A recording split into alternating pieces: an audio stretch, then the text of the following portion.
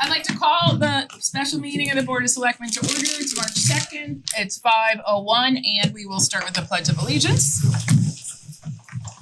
I pledge allegiance to the flag of the United States of America and to the republic for which it stands, one nation, under God, indivisible, with liberty and justice for all. Okay, so tonight it's kind of a double meeting again. We have a continuation of the public hearing that was started on February 23rd related to the charter revision draft. So that's what we're gonna start, and then we'll move into public audience and then the selectmen action. So is anyone here for the charter revision public hearing? Okay, so Diane, we have a 3-minute window for a public hearing. If you'd like to get up, I don't need to make any motions because it's already open. So if you wanna jump up, and you can't really see the clock up there, but it's 3 minutes. It's a new room already. It's a new, we moved that there because we have all the professionals over there. Confused. Okay, Diane Nash, 531 Simsbury. And I'd like to publicly congratulate all of you who selected the charter revision people. You did an amazing job. They did an amazing job. Their diverse knowledge, their opinions, and what is curious is the problem-solving techniques that maybe we all could learn from you. You guys did an amazing job. So I think I attended or watched every one that was available. And this is why I'm here in public audience tonight. I urge you, the selectmen, and everybody that's here that's concerned with this charter, to listen to their discussions and how they arrived at the vote that they voted on, particularly when you might not agree with it. Mm-hmm. What did they hear from the public? Because they listened. And you know I complain guys that you're not hearing, you're not listening to the public. Because often you don't share what you hear and how you arrive at your decisions. And so maybe we can learn a lesson from them too. There are 2 items I personally don't agree with.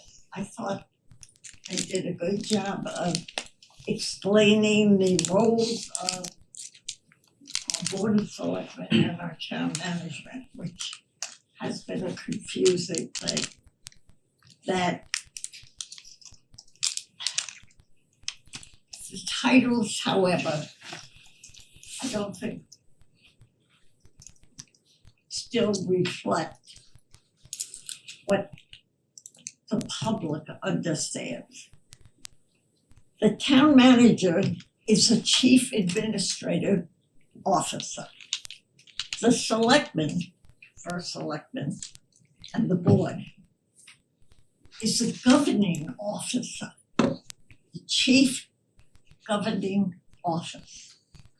When you throw in the title chief executive, it's confusing to the public, and it's clearly been confusing as you had to deal with in the testimony of the various people. So I would urge you to, if it's in Mark's contract, you have to read it. Yeah. If it's in Mark's contract, keep it in the contract. That's an aberration, because you have to. But don't change the charter to reflect it. Thank you, Diane. Thank you. Also, thanks for listening to all their meetings and Please supporting them. listen to what they heard and said. Thank you. Okay, public hearing on the charter. Is anybody else here to speak to that? Lori, 3 minutes. I am Lori Boyko, and I just have a couple of quick points and nothing written. Number one, I've had some conversations lately about who exactly has the authority to create new boards, commissions, committees, and subcommittees, and to appoint those members.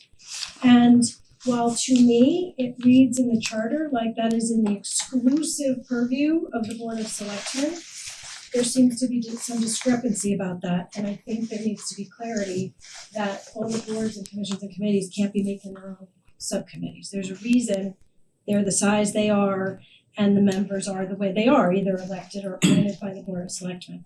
So if there's any reason that that's not exclusively in the Board of Selectmen's purview, I think that should be revisited when charter gets another crack at this.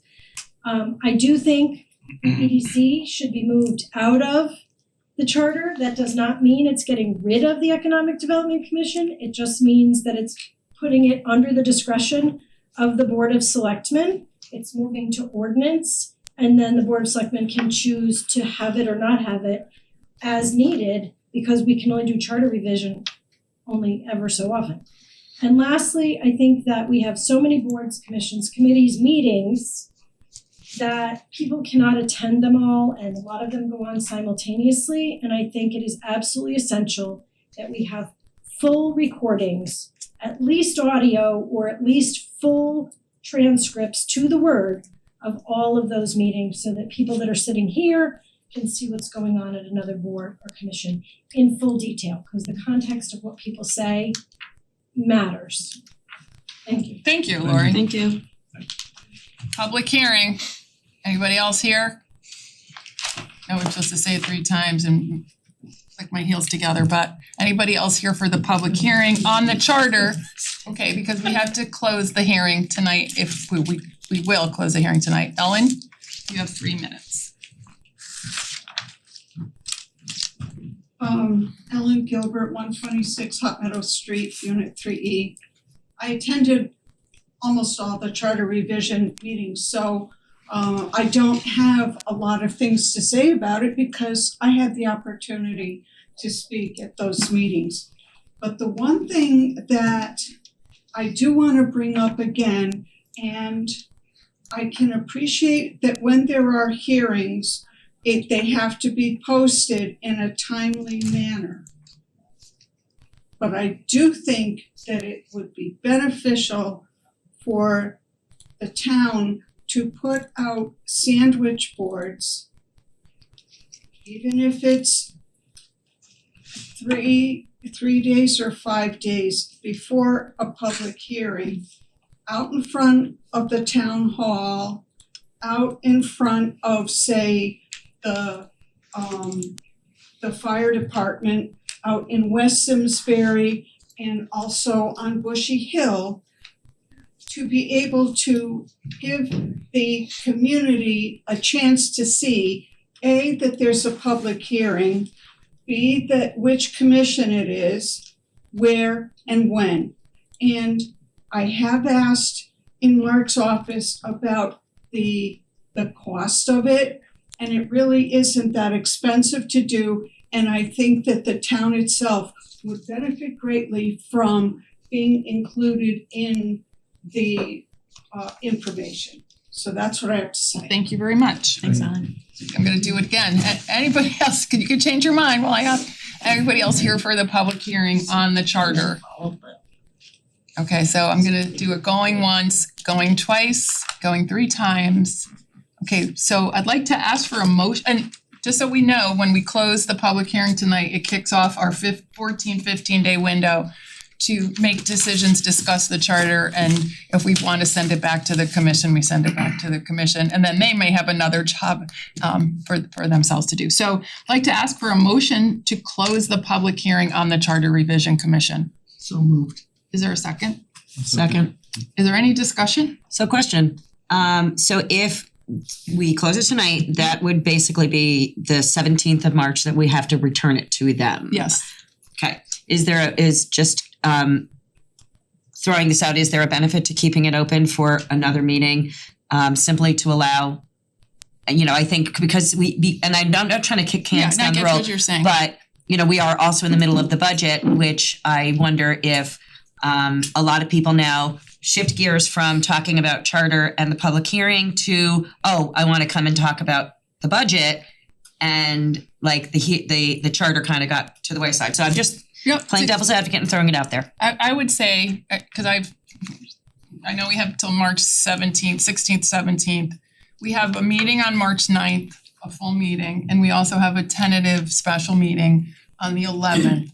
So I'm hoping that in those two meetings, we can, they'll pretty much be focused on the charter if everybody agrees, and that there's not really critical town business, and that we use those two meetings. If we don't get the budget done tonight, I guess there's still room this week for a special meeting, which hopefully we don't need, and because we have Monday night, the 9th would be charter, and then the 10th is when we're supposed to present to the Board of Finance. So I think I'm willing to take the risk. I'll call a vote on closing the hearing. All those in favor of closing the hearing say aye. Aye. I think that is there any nays? So now the clock is ticking, okay? Okay. So now gonna move on to public audience. Just a couple things I also wanna say. We have a lot to discuss on the budget tonight, so public audience is great, but it doesn't seem like we're gonna really have time to discuss and start getting into the charter revision discussion here tonight. I mean, if we're done with the budget at 6 o'clock, then we can, but I'm not sure that's gonna happen. So look forward to the 9th and the 11th for those meetings, okay? So public audience, I have Sarah Nielsen as my first person on the list. And public audience, you get 5 minutes. Hi, good evening, Sarah Nielsen, Simsbury Main Street Partnership. I'm here, I guess, because I'm a little bit confused and also a little bit disheartened. During some of the budget discussions, it's been a reference like the town has given Main Street so much money, or the town gives Main Street money. And I'd like to clarify again that it's a fee for service. Main Street in return, over the last 24 years going on now of my tenure, has written grants to the tune of over $800,000. We've written national grants, a national parks grant, which is incredibly difficult. We've written state and local grants. It includes commercial tax revenue. Not only have we kept existing businesses in Simsbury, we've grown businesses, and that adds to the commercial tax base that I think we all agree is diminished and needs to be larger. But everything from the Riverview to even what Chris is doing. I mean, Chris started out with Luminary and kind of did me a personal favor looking at Andy's Plaza, which we also helped renovate. And in return, Chris will admit that it kind of piqued his interest again for the Simscroft property. I mean, again, the list goes on and on. So I get a little bit confused and disheartened when I hear that it's like a donation. The MOU for us was codifying what we've been doing in, I think, a great relationship, but it was codifying that. So now it's a fee for service, and we had things that we had to accomplish. And we negotiated an MOU 3 years ago with the existing town manager, and 5 of the 6 of the Board of Selectmen voted for it. And the 6th Board of Selectmen has supported and voted for Main Street's funding, as every Board of Selectmen has for the last 24 years, well, actually, again, the last 30 years, because that's what we're celebrating. We had detailed work plans that outlined our deliverables. The board voted on them. We give a update on every year. And at the last January meeting, I mean, I went before you, I outlined what we're doing, I outlined the new projects, and we got positive feedback. And then I'm hearing in the budget hearings that, well, maybe somebody wasn't happy. And that has never been communicated to Main Street. We've never gotten any sort of negative feedback from the town manager's office, from the Board of Selectmen. So again, it's a confusing period of time for us.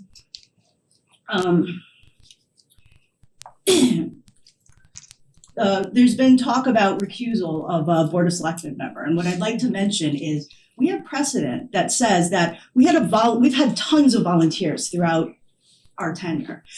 We get volunteers that belong to the community. It's what makes Main Street so successful. And I have a very active board, again, sitting here before you. Other board members who were serving as board members of the Board of Selectmen, who also served as board members for Main Street, have never been asked to be recused. That includes John Hampton, That includes a first selectman, Anita Mueller, and that includes Selectman Nancy Hasse. I think that I would be more troubled if we had a previous board member who understood the value of Main Street, who didn't support us. That to me is the more troubling thing than somebody who's firsthand witnessed what we do with a very limited budget, very limited resources, and the thing that we do for both property and business owners. Finally, what I'll say is, legally you can change the MOU. I do understand that. I will say I don't believe that's in good faith. And I believe that my board will say that as well. There's a difference between renegotiating, and that's fine. This was not a renegotiation. Again, I've had no negative criticism. We've had no negative feedback. You guys, we've gone before you. This is, again, we talked about, well, did we specify the $85,000 every single year? I'm not sure, but we went through last year and you gave us the 85 and there was no discussion of, well, you know what, we don't know if it was the 85 for 3 years. So our good faith assumption was that the MOU and the finances represented 3 years. The final thing I'll say is, we've had tons of letters. There's people that have written, during COVID, during the fire. We've sent you some letters from property owners now, because it was like, well, we've had tons of letters from business owners saying we wouldn't be in business if it wasn't for Main Street. So now we said, we'll reach out to the property owners because they represent a tax base. They have multiple. You have Nord Christensen, who has dozens of properties. You have Melissa Brett, who's a board member who owns a bit of building. Bill Dom not only is a business owner, he's a property owner. So we have, I'll end with this. The Natcharians, direct quote from the email that I sent. From the time of our initial investment in this Key Town Center property in 2016 until today, no other organization has provided such professional and highly valued assistance to us. And that's part of a very small email. John Grad, 730 Hot Meadow. Main Street has been an invaluable partner, not only to small businesses that operated in our buildings, but also to property owners like myself. Their hands-on involvement in business recruitment, marketing, vacancy reduction, and ongoing support has played a direct role in keeping our storefronts filled, our tenants successful, and our downtown vibrant.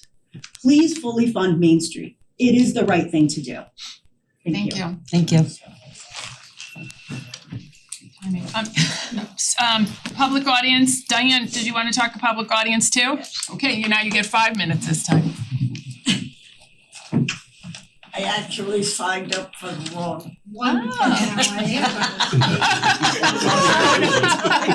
Ellen and Sarah. Bring up something that I keep speaking about. It is citizen group. It is citizen asking you. When Ella talks about those signs, Steve, you know, because Susan Messino and I bought the signs last year. And if you need them as a donation, I will donate them. They're still in my garage because we said, we're gonna have to do it ourselves because the town said, I think that's a good idea to put on the streets. But nobody did. So we're prepared to do it again. Sarah brings up, well, maybe charter revision should be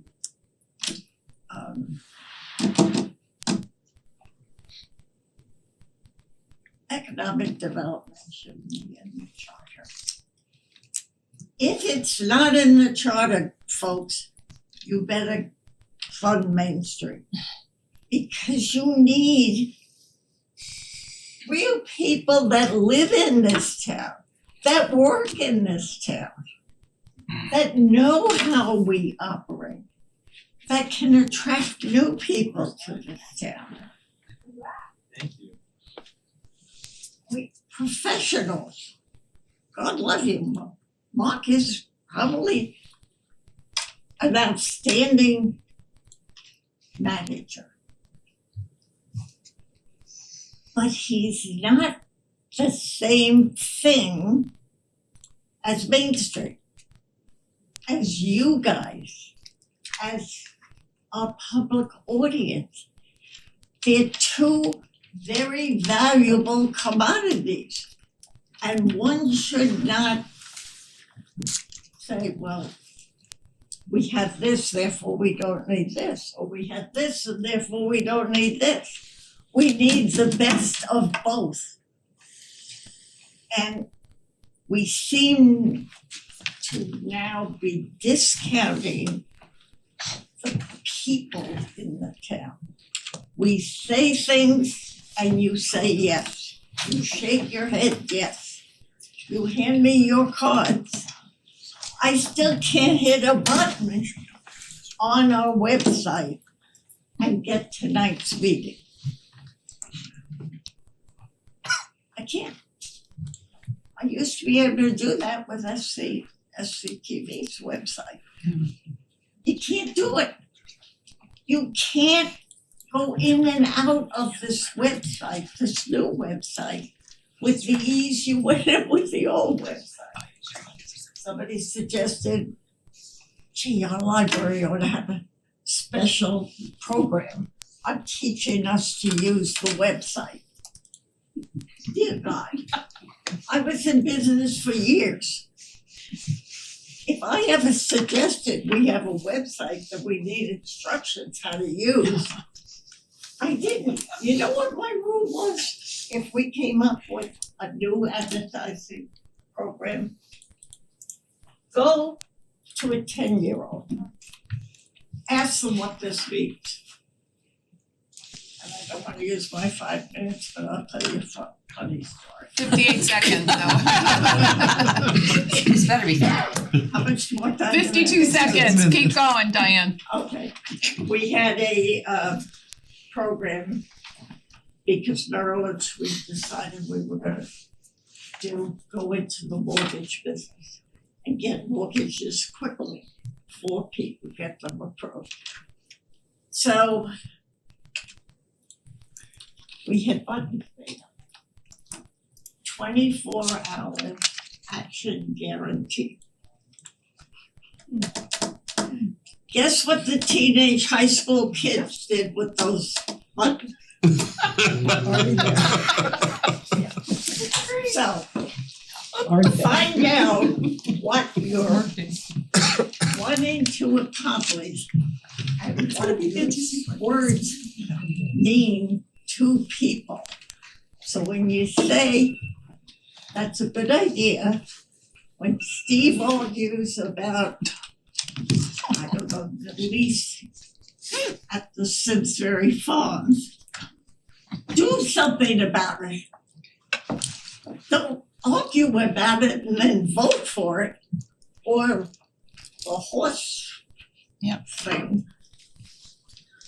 If you have a problem with it, make a suggestion how to change it. Thank you, I'm gonna, we need a suggestion box out front of, I think Thank you you. suggested that. Yeah. I thought we Don't did just sometime. do what you agree that is a good idea. Okay, thank you very much. Anyone else here for public audience? Lori. I'm Lori Boyko, just a few more quick points. As you were reviewing the budget on Saturday, I want to point out that there's a difference in the outside agency requests. Many of them are charitable donations and not fees for service. The donations that are charitable donations, while for very worthy causes, should not be funded by taxpayers. That's essentially the Board of Selectmen making decisions about where we want to put our charitable dollars. So last year, for example, we took Interval House out of the budget. They're a wonderful, wonderful organization, an extraordinarily worthy cause.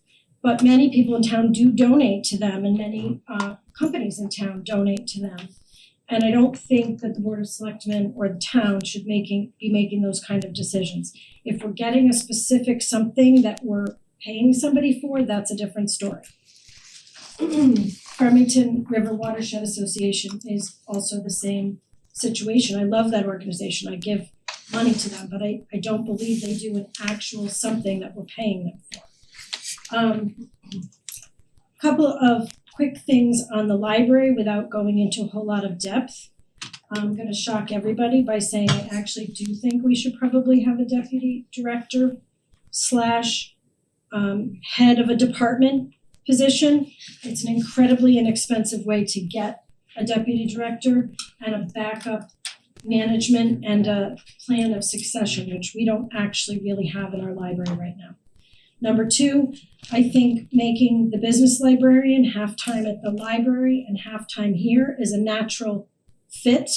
I do think the town needs an economic development plan, and I think having a staff member in-house directed by our in-house town manager doing that is actually really key to moving the economic development forward in the future, who can also interface with planning.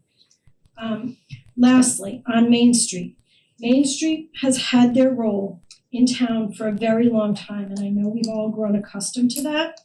But going all the way back to the beginning, all the way even to some things that Anita Milliard said in 2014, is year after year, the minutes indicated that the intention was always for Simsbury Main Street Partnership to be self-funding and to work their way essentially off of the town payroll. There is a conflict because they have a fiduciary duty to their board to do what's in the best interest of their board. And many times what's in the best interest of their board and the town do coalesce, but not always. And when they don't always, our economic development plan needs to come from our town manager and from the Board of Selectmen to the town manager to a staff member. And also, I'd like to say that really a lot of what Main Street is for us, for the town, is Sarah Nielsen. She's a force of nature. She's done an incredible job. But if she gets a better job or leaves her job or is unable to work, we're left without a backup plan for that either. So I think we really need to think about getting our arms around an in-house economic development plan. If you do put money back in the budget to offset what had been taken out from Main Street, I think you need to find that somewhere else.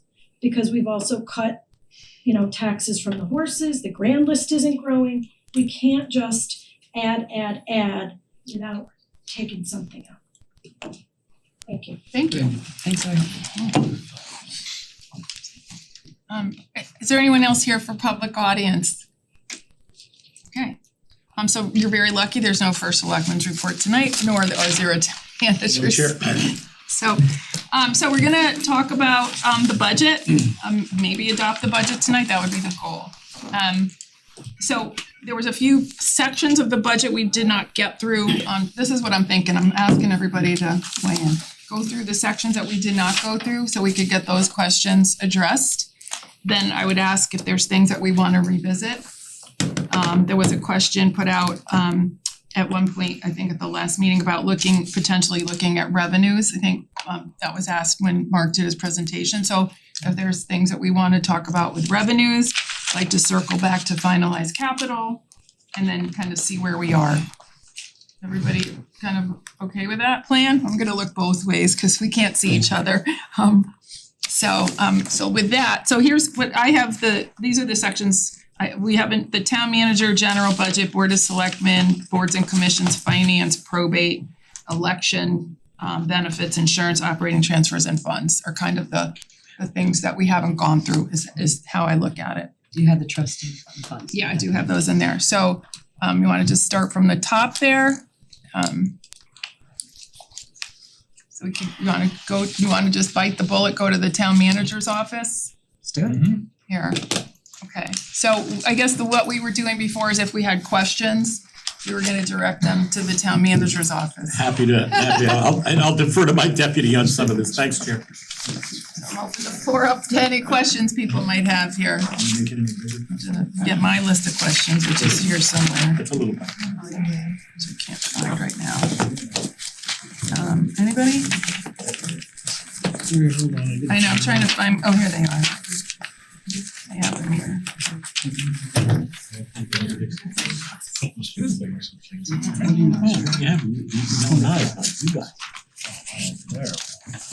Oh, I'll start with a simple question. How's that? simple question. Okay. So I was looking, last meeting, we talked about HR and the special events.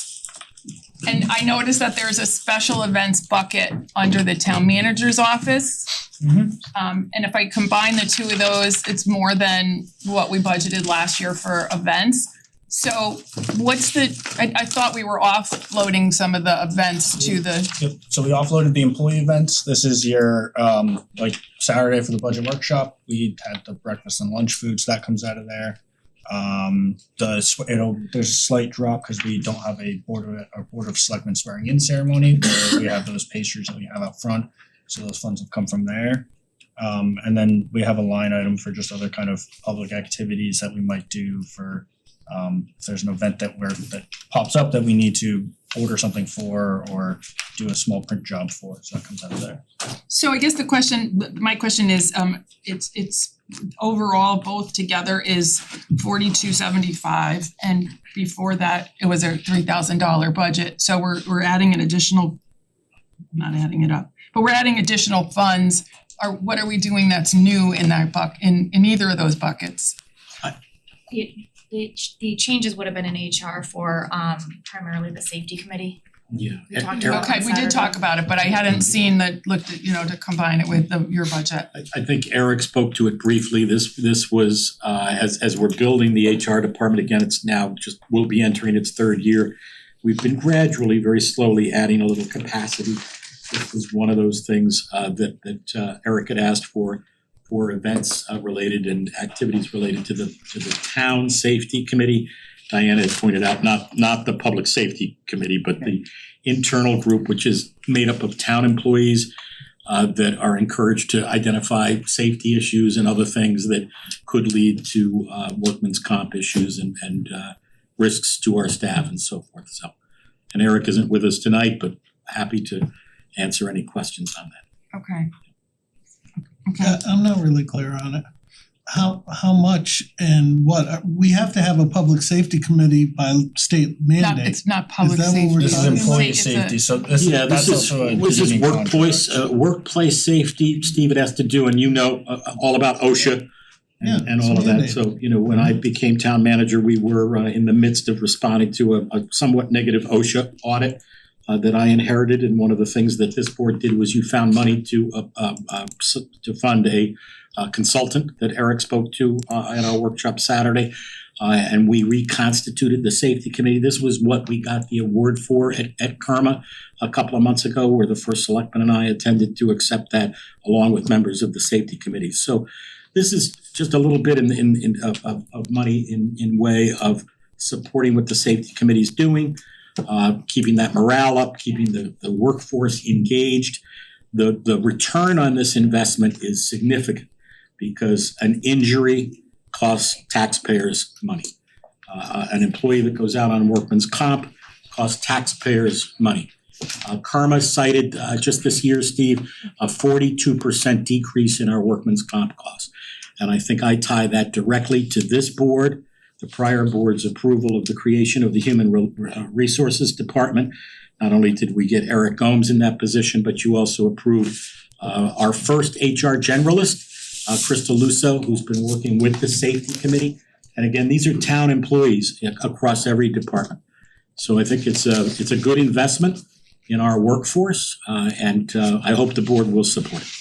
Alright, so for clarification, that's under HR or town manager? Both. HR. That's under HR. No, Oh, there's HR. Okay, so town manager, we addressed two very limited food events. So, and then it's just titled titled public events and activities. So if we have anything else pop up throughout the year that needs any kind of town resources behind it to do it, that's just kind of where that would come from. So why wasn't that in the budget last year?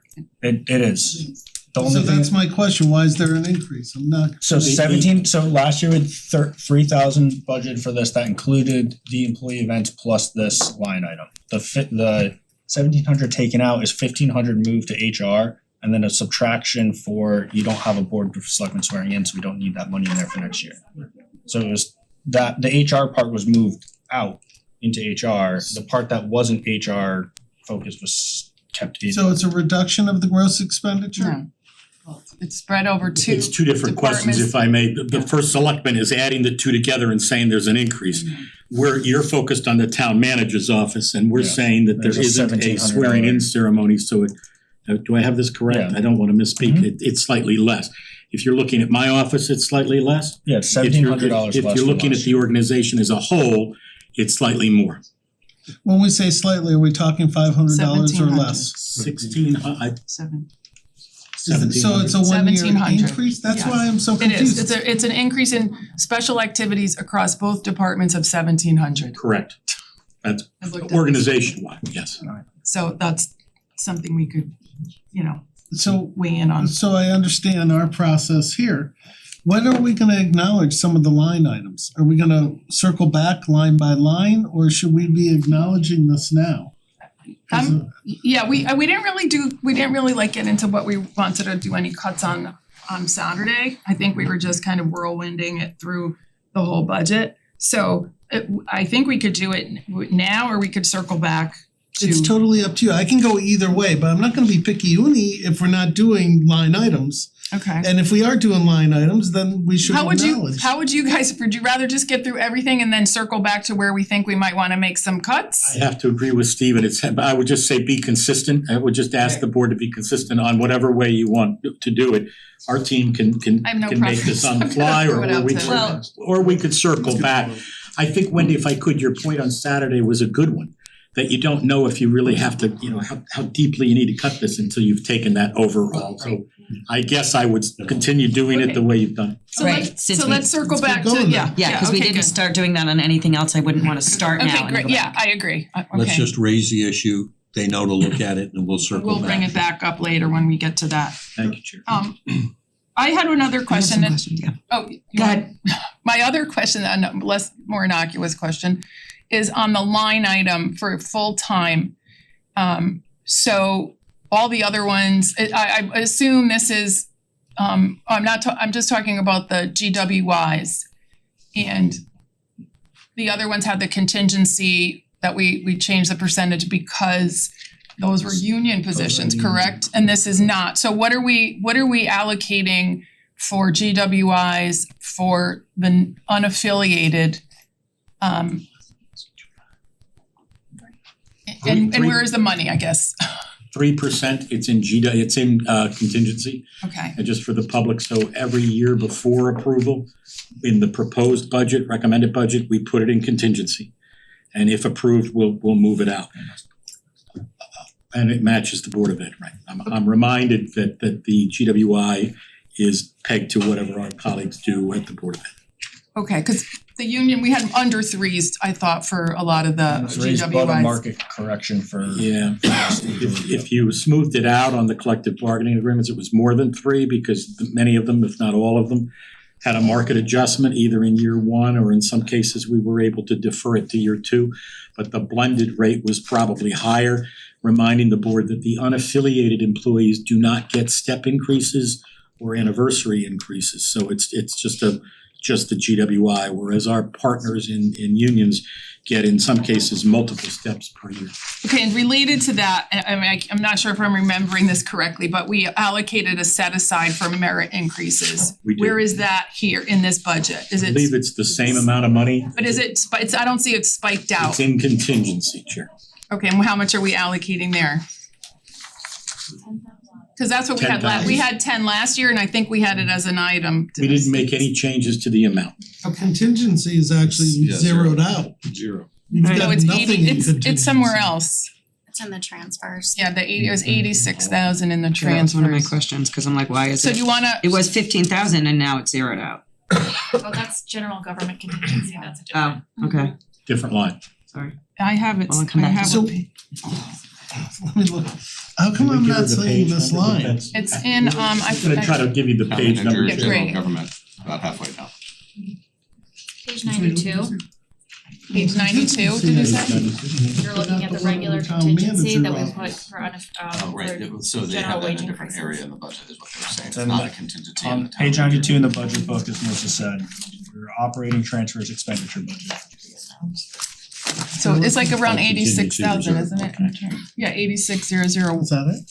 one. So that is set aside for just the Oh, in the term. GWIs for unaffiliated, and the reason it's so low is because there's no unions, cause the unions are all done. And I'm checking with staff, but I believe that includes the merit you were talking about, It does. right? So it's Okay. not just the GWI, but it's also the merit. It's all in contingency. Okay, I just wanna make sure it was there somewhere, cause we've talked about that a couple I would times. just say that last year when we budgeted for, and every year that we budgeted for contingency for our union contracts, we've hit those numbers with the exception of a small underestimation on PD. So we've tried to do a good job of estimating in contingency what we're gonna need moving through the year. Okay, alright. Next question. I'll turn the floor over to somebody else. I have two questions I for have a you. couple. Well, Diana started first, so you can, and then I'll turn to you. So just some clarifications on why is the telephone service going up $7,407? Yeah, so that was in consultation with our when Rick Pisano was IT director, outgoing what he was seeing from the vendor. So that's telephone service for like town wide. Not just my office. So that's in the general government, so it's for all kind of town general. facilities. So the telephone contract, the Simsbury Farms, maintenance, stuff like that. It went up that much this year? Yeah. Didn't we see a telephone somewhere else And the on other, Saturday? yeah, that's the one department that doesn't have it. And at that time, I mentioned that in general government was everything else. This one includes like the cell phones, the landlines, fax lines, alarms. But not the lot. Wraparound. Not the lot. You were Not thinking the library. Not the library, right, I knew it was the library. Yeah, So no. then, But why 11%? right, That's what we were getting from the vendor that uses it. Are That we doing doesn't- RFPs at that kind of increase? I think you're starting to talk about a plan of changing the phone system, which is, obviously a capital and we have to talk about it, but you're absolutely right, Steve. We on the budget team peg this as an issue for post-budget talk about it, kind of like the dial-a-ride, we've got a real issue here and I'm glad the board has identified it with us. And we'll have more for you on that, but because it's way out of line over the last several years, like Right. it's just all of a sudden a big Yeah. increase, so I'd like to know where that is. Yeah, the last couple of years it was kind of flat or modest, and this is where we got kind of in that. Is it a VoIP service or is it copper line? We have some copper, some VoIP. Okay, Okay, so we're doing this page while we're here then. yeah, It's so like I'm staying in general, This and then I. Yeah, Oh, yeah, general and then- government. yeah, okay, one more and then these guys Yeah. have questions. I know you addressed the small furniture, what are we doing, what is that? Yeah, so No, it's new in current year, funded by tax dollars. yeah, so the townwide type thing, the main goal came to us with I don't know if you've been in the engineering conference room. It is, I would classify it as a land of misfit chairs. yeah. Anyone that has a broken chair goes in there, and that's where George will bring in developers that might have application review. It is just not a great look, so that's where most of that would go. But also throughout the year, if a department has a broken chair, not a lot have a supply budget to really fund it from. Why is the state-owned property pilot under revenue down so much? You were only allowed one more question. Sorry. These guys are waiting. And then I'm done. Alright, We can circle back. she's touching on Okay, go the ahead, go ahead. questions. Go ahead. The state-owned property, My understanding is that was from the state coming down and that was just a number we were provided by the state of Connecticut.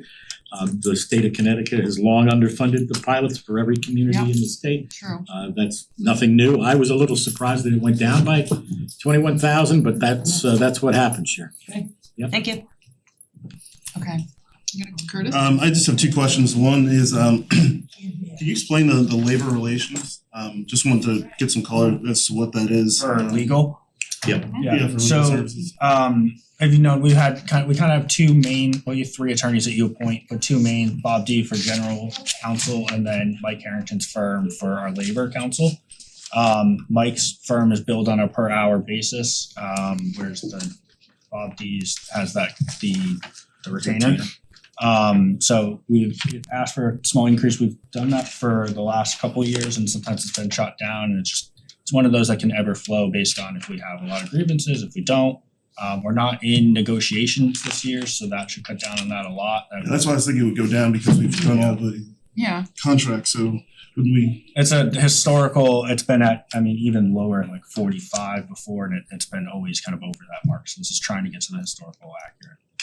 but I have, I have the same questions Yeah. about the legal fees and if I don't know if others Well, do. mine was gonna be the second one with the legal fees anticipated. Yeah, same. So go Yeah. ahead. Do we those- know of a project that's, we're anticipating More? legal fees? Yes. Are you allowed to There talk about there it? there's I'm just thinking whether I can say this in open session.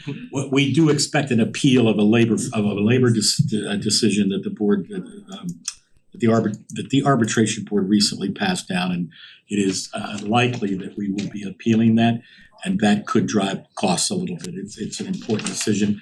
Happy to talk about the details in executive session, right?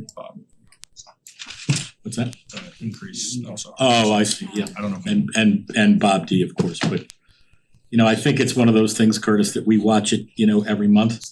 And one thing I'll say with respect to legal fees is the charter revision piece is coming out, so that those extra funds that were paid and funded for the charter revision that went to Bob D don't need to be there. I'd like to flag that to come back to because Curtis's point was good that we're done with all the union contract negotiations, so why are the labor So that was processing? like land use development projects and anticipated legal representation Okay, needed. for Mike Harrington? No. Well, I'm talking about labor. Yeah, so legal fees and not labor related, legal fees, the increase of 39,000 in that line, legal fee, not labor relation. Yeah, We're talking about labor. we're just talking about the labor and Curtis's point that we're done with all First the question. unions. Yeah. So why So Wendy, is, just a quick comment on that one, if you look at the fiscal year 25, all the way to the Yep. left, the 74,000. I can get you the prior years, but these accounts have typically been under budgeted each year. Typically each year they go over budget. So that 55,000, if you will, is actually right sized for no negotiations, with maybe like a little bump in there for employee issues throughout the year. But with the employee negotiations, it is around that 75,000, 80,000 mark.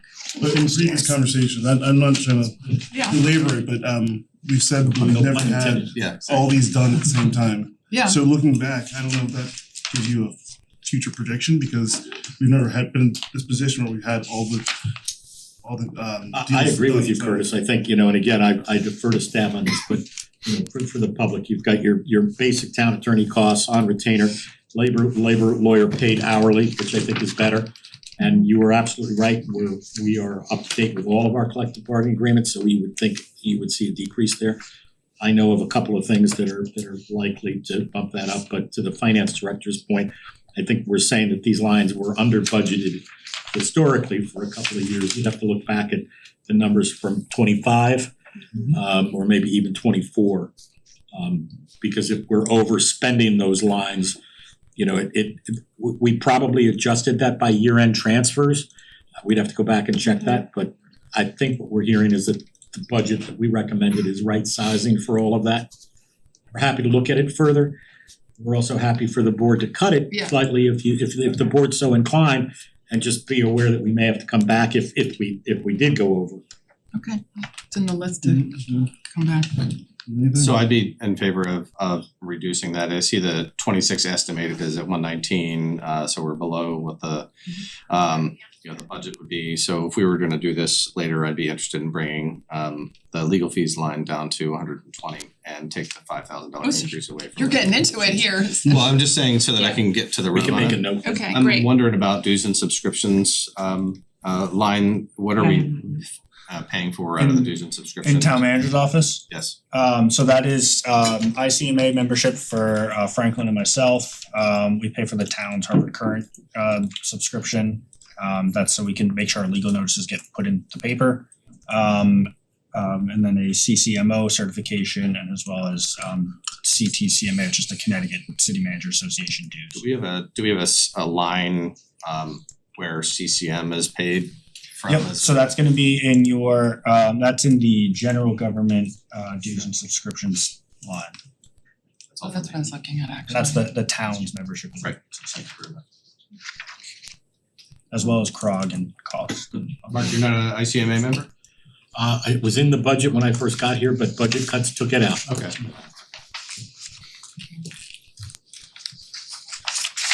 Okay, so so let's talk about the position in the town manager's office. Because we're on the Elephant in the room. page. Oh, nobody else is bringing it up. I was gonna Okay. wait to see The if someone business did. development, business Yeah, resource. so there's a reallocation of a half-time person, bringing, increasing salary in the town manager's office.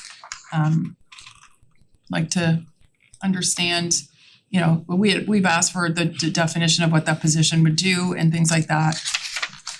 Just putting it out there. Yeah, I could take a stab at this, Chair. So this is not a new position. We kind of brushed on it Saturday. Appreciate the extra time to practice this. It's simply, as we've done in a number of places in the budget, a reallocation of current salary. We've taken as part of our review of the library's overall budget, we've proposed splitting the current full-time position of business development coordinator, sharing that position with the library and deploying half of it over to help us with economic development so that we can begin to build a little bit of internal capacity within the building to do some important work on the economic development front. We deal with this, I think, in the context of our Main Street partners. The board is also wrestling with what to do with EDC as a result of the Charter Commission's recommendation. And so there is a conversation that's a global one, but I just want to be specific with respect to this issue. We have an employee at the library full-time that the budget process identified as potentially being able to be compressed and to get the most important pieces of that function, not all of it, but the pieces that we want to preserve, protect, and continue to provide, those services to our public could be accomplished with a part-time usage rather than full-time, and that we would redeploy this individual so that we could better attack what this board has identified as one of its primary objectives, which is strengthen our grand list growth and economic development. Taken by itself, it has absolutely nothing to do with the Main Street funding. It is a request by your town manager to build a little bit, a part-time capacity to do the work that you've identified as important, working with Main Street and the EDC and this board. Not working in a silo, but working across this cross-organizational, almost a cross-multidimensional approach that the town has had. There is zero cost to taxpayers. The individual gets a step increase. This has also been negotiated with our unions. And when we asked our unions to come to the table, we asked them from the point of view of it's a very tight budget. And we may be looking at reductions, at staff reductions. And I felt in my capacity, in my role here as your town manager, that we want to do that. We want efficient government, but we also have an obligation to our employees. If we've got a position that is no longer 100% needed, and we've got another one that is needed that we don't have, it makes sense. I had a conversation with somebody about this recently, and I put it this way. If the choice is layoffs or reassignment, we're gonna reassign. In the private sector, if a company lays people off because this job isn't needed anymore, but they have an office in Arizona, they're gonna offer that employee an opportunity to move over. And maybe they move to Arizona, maybe they don't, but the private sector does this all the time.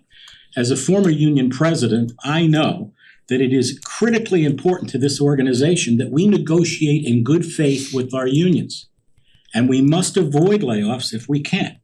Now, this board has said that economic development is a priority, and you've held me to account for that. But I don't have an economic development director, and this town is too small to afford one. If I came to this board and asked you for a part-timer to help me, the answer would obviously be no. But if I come to you and say, can I reassign an existing resource I would almost argue that I could do that outside of the budget, but I think that I wanna be collaborative. This person has to work with Main Street, has to work with EDC, and has to work with this board and with George and others, right? It has all respect to our Main Street partners, all of whom I know, many of whom are in the room. I'm asking for a part-time resource respectfully because I don't have the capacity. It was asked, why can't I do it? Why can't George do it? You know, why can't Tom Fitzgerald do it, right? I wanna tell you, and any town manager sitting here would, I hope, tell you that our staff is working flat out. They're doing a great job. And we've identified where we need to reallocate things. And finally, I wanna end with this, cause I know I don't wanna use up the time. But if we didn't ask for this change, can you imagine what the budget would be? The budget would be no changes and everything's fine in the town of Simsbury, and your town manager doesn't recommend moving any of our 100-some employees to doing anything different than what they've done already. That's just not realistic. So thank you, Chair, for that. Diana? So I have a question and comment. First of all, I do not see this as a do this or Main Street, like, you know, Right, that is not part of my conversation. So, could do both. but I know I may have asked the question, and we may have asked this earlier, but you know, I'm looking at this increase on your side on the general government, you know, 51.8. Where is that in the library side though? Like, where's the salary breakout between the library and the town manager budgets? Like, I'm not seeing that, you know, it's not like a You would amount see, then off the library side. you should see a reduction to the total salary in the library side, but keep in mind that Where? Library administration, in full-time. library administration full-time. Melissa actually gave us the details today. You might not have gone Oh, I did Okay. get on. Q&A, but she actually gave us the drill down so we can see the full-time allocations. It's But I'm not not, in the like, book though. Is it dollar for dollar in there? I'm sorry, I don't understand the question. So if we're increasing the town manager's office 51,800, wouldn't there be then a reduction on the library side? I see what you're saying. So there's so many other ins and outs going on within the full-time lines. So the Right. for example, the full-time line for the library administration division would include several other positions. Got it, and that they've had increased. Step increases, wage Got it, increase, fair. right, so. Fair. But I think the spirit of the question I wanna answer on the record is it is nearly flat. There is a small increase caused by a commitment to the individual to do a bump step that would have happened anyway. And you know, so it's de minimis, but I wanna be clear that both the employee and the union support making the change, which is, I think, actually, I've argued with the union that we have the right under management rights in the contract to reassign it if we've got an employee that's not quite fitting here. The issue is though, the duties that we want that person to do, which to Stephen's point, are the duties in that collective bargaining group or not, and that's what's causing a little bit of a delay on the job description, because once you give a collective bargaining group the duties, forget about the person, those duties become under past practice. Well, now it's in the bargaining group, right? So there's a little bit of moving pieces in terms of the unions on this. But I just wanna thank the incumbent for being willing to make the change to the job, because the union could say, no, you know, we don't wanna do that. So is that part of like what happens if we don't fund this? I think the issue for the board is, have we found a way that you can support that appropriately redirects our existing resources to your goals and objectives? I mean, if to put it at a higher level, if the Board of Selectmen adopts goals, let's just say it's economic development, really what you're telling me is you want me as your town manager to the extent I can, direct the entire organization to fulfill your goal. And then that's not just one person, that's not just one individual at the library. What this board is telling your town manager is that economic development is important to you as a board. And my duty is to begin to come to you and say, I need this, or I need that. Or maybe we could reallocate this or that. This is a small ask that will allow us to start to steer the ship ourselves, because with all respect to Main Street's done a terrific job. We heard Sarah speak about it, and I wouldn't take issue with any of that, not a word of it. The question is, who can steer this ship a little bit? That's I would just weigh in a couple, my misgivings are that we only learned about the position during the budget process. And maybe some advanced discussion on this at personnel or with the board of this need from the town manager's office might have give us a heads up that this was gonna come, because we didn't hear that. I mean, we're all talking, I'm not gonna get into the economic sphere, but we were under the assumption that we could do it with the resources that we had, because we have not been told we need new resources up until the budget.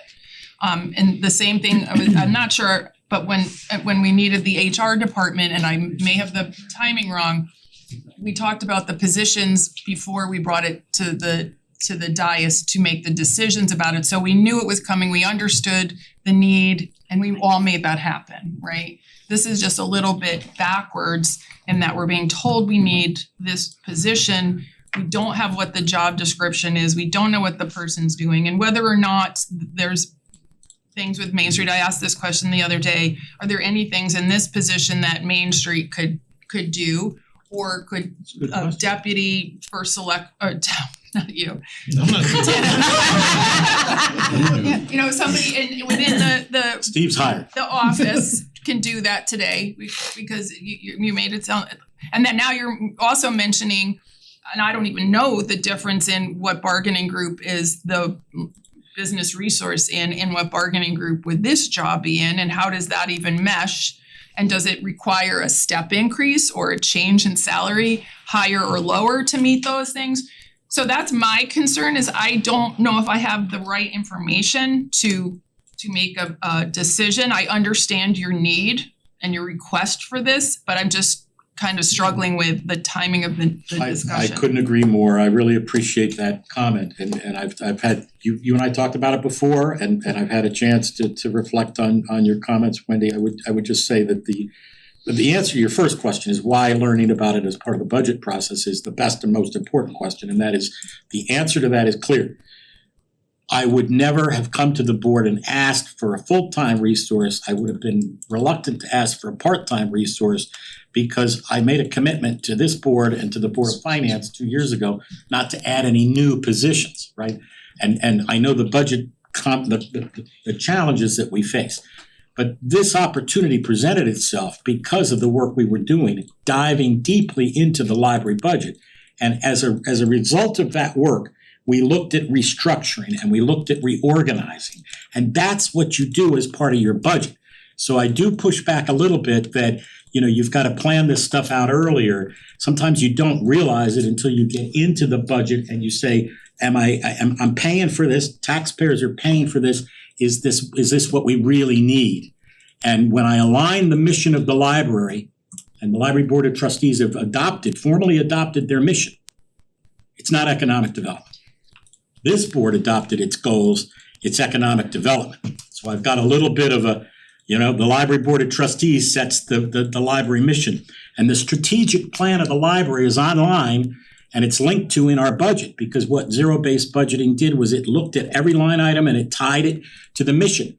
And if Stephanie and Lisa couldn't identify what part of your strategic plan is this tied to, we cut it. And we cut, 3 or 4 programs, didn't save taxpayer a lot of money, but we did look at it. But my concern being, and this is no indication, I would like to ask questions for clarification as no indication of which, where I'm going, but so if the board, if it is decided that we don't fund this in your area, what happens to the library? Yeah. What happens to the employee? Where does that affect the library? I want to know this information. This board has the authority and the appropriating discretion to eliminate a position. And I'm not telling you anything you don't know, but that was the question that I think I'm hearing, right? Or increase that salary line back in the Back to the library. As can the Board of Finance. Right. They have line item veto or changes on our budget. I'm not sure that they can add at the They can't. at the Board of Finance. I asked the chair that question in a meeting a month ago because of this, so They can't. I don't believe the Board of Finance can add it back. But your point's well taken. This board could leave that position fully funded in the library. You could do that. And certainly, I think there's at least some people on the library board of trustees that would appreciate that. Again, I don't get the economic development resource, and the library continues to have a full-time business development coordinator that I have to say has been the subject of conversation over the last. Do you have a position description, Mark, or a draft of one? The Yeah, conversations we you had have the with existing one, of course, for the BDC position that the incumbent's in. We're in the process of drafting a new one, which we would get, through the appropriate channels. We wanna have a couple of my colleagues from economic development take a look at it first, so it's not quite ready for prime time, and the budget timeline doesn't wait for me to get my job done. But just today, I got a couple of other job descriptions for what we're looking at, and HR has been working on this for a while with our unions. I do want to just say to Wendy's other question, this is not an economic development director. This is an admin position that fits with the union and does work there. So it fits from a collective bargaining position. It is, I won't say it's low level, it's mid-level, mid-grade administrative support to the mission. And the mission primarily, at least internally in the building, the mission leaders are myself, my deputy, and George, who is head of planning and development. And we see this part-time position working with Main Street, working with EDC, working with this board, as I said. But it's really an administrative position. Research, what are other towns doing? I got a question from Ms. Barnett recently. How did Avon get this huge development, and why aren't we doing more? And Chris will tell you, she sent me an email and said, why are we missing this? And I gotta tell you, she was absolutely right.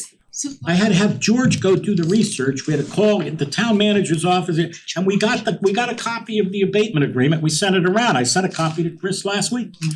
So this position is gonna be doing some research. What are other towns doing, and what can we do to do a better job? And I need the help, Chair. So look, I just have one, I have a lot of questions, but so the library business development position is a master's in library science, I believe. It's a high level experience position that you're basically saying we're giving an admin job to. It's not an admin in the terms of, let's just go file things in a file. Administrative tasks.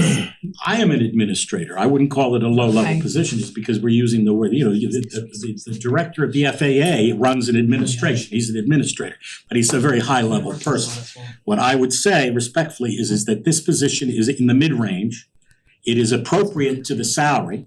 It's appropriate to the master's degree. Now, granted, the master's degree isn't in economic development. But, as I told you privately, Chair, we want to bring the person along. And then I'm just gonna say my other concern for the record is we already have a cohesion problem, right? We have all these pieces that we need to figure out how to get to work together, right? And that's I think that's the helm that you sit on. And now we're adding another piece to that.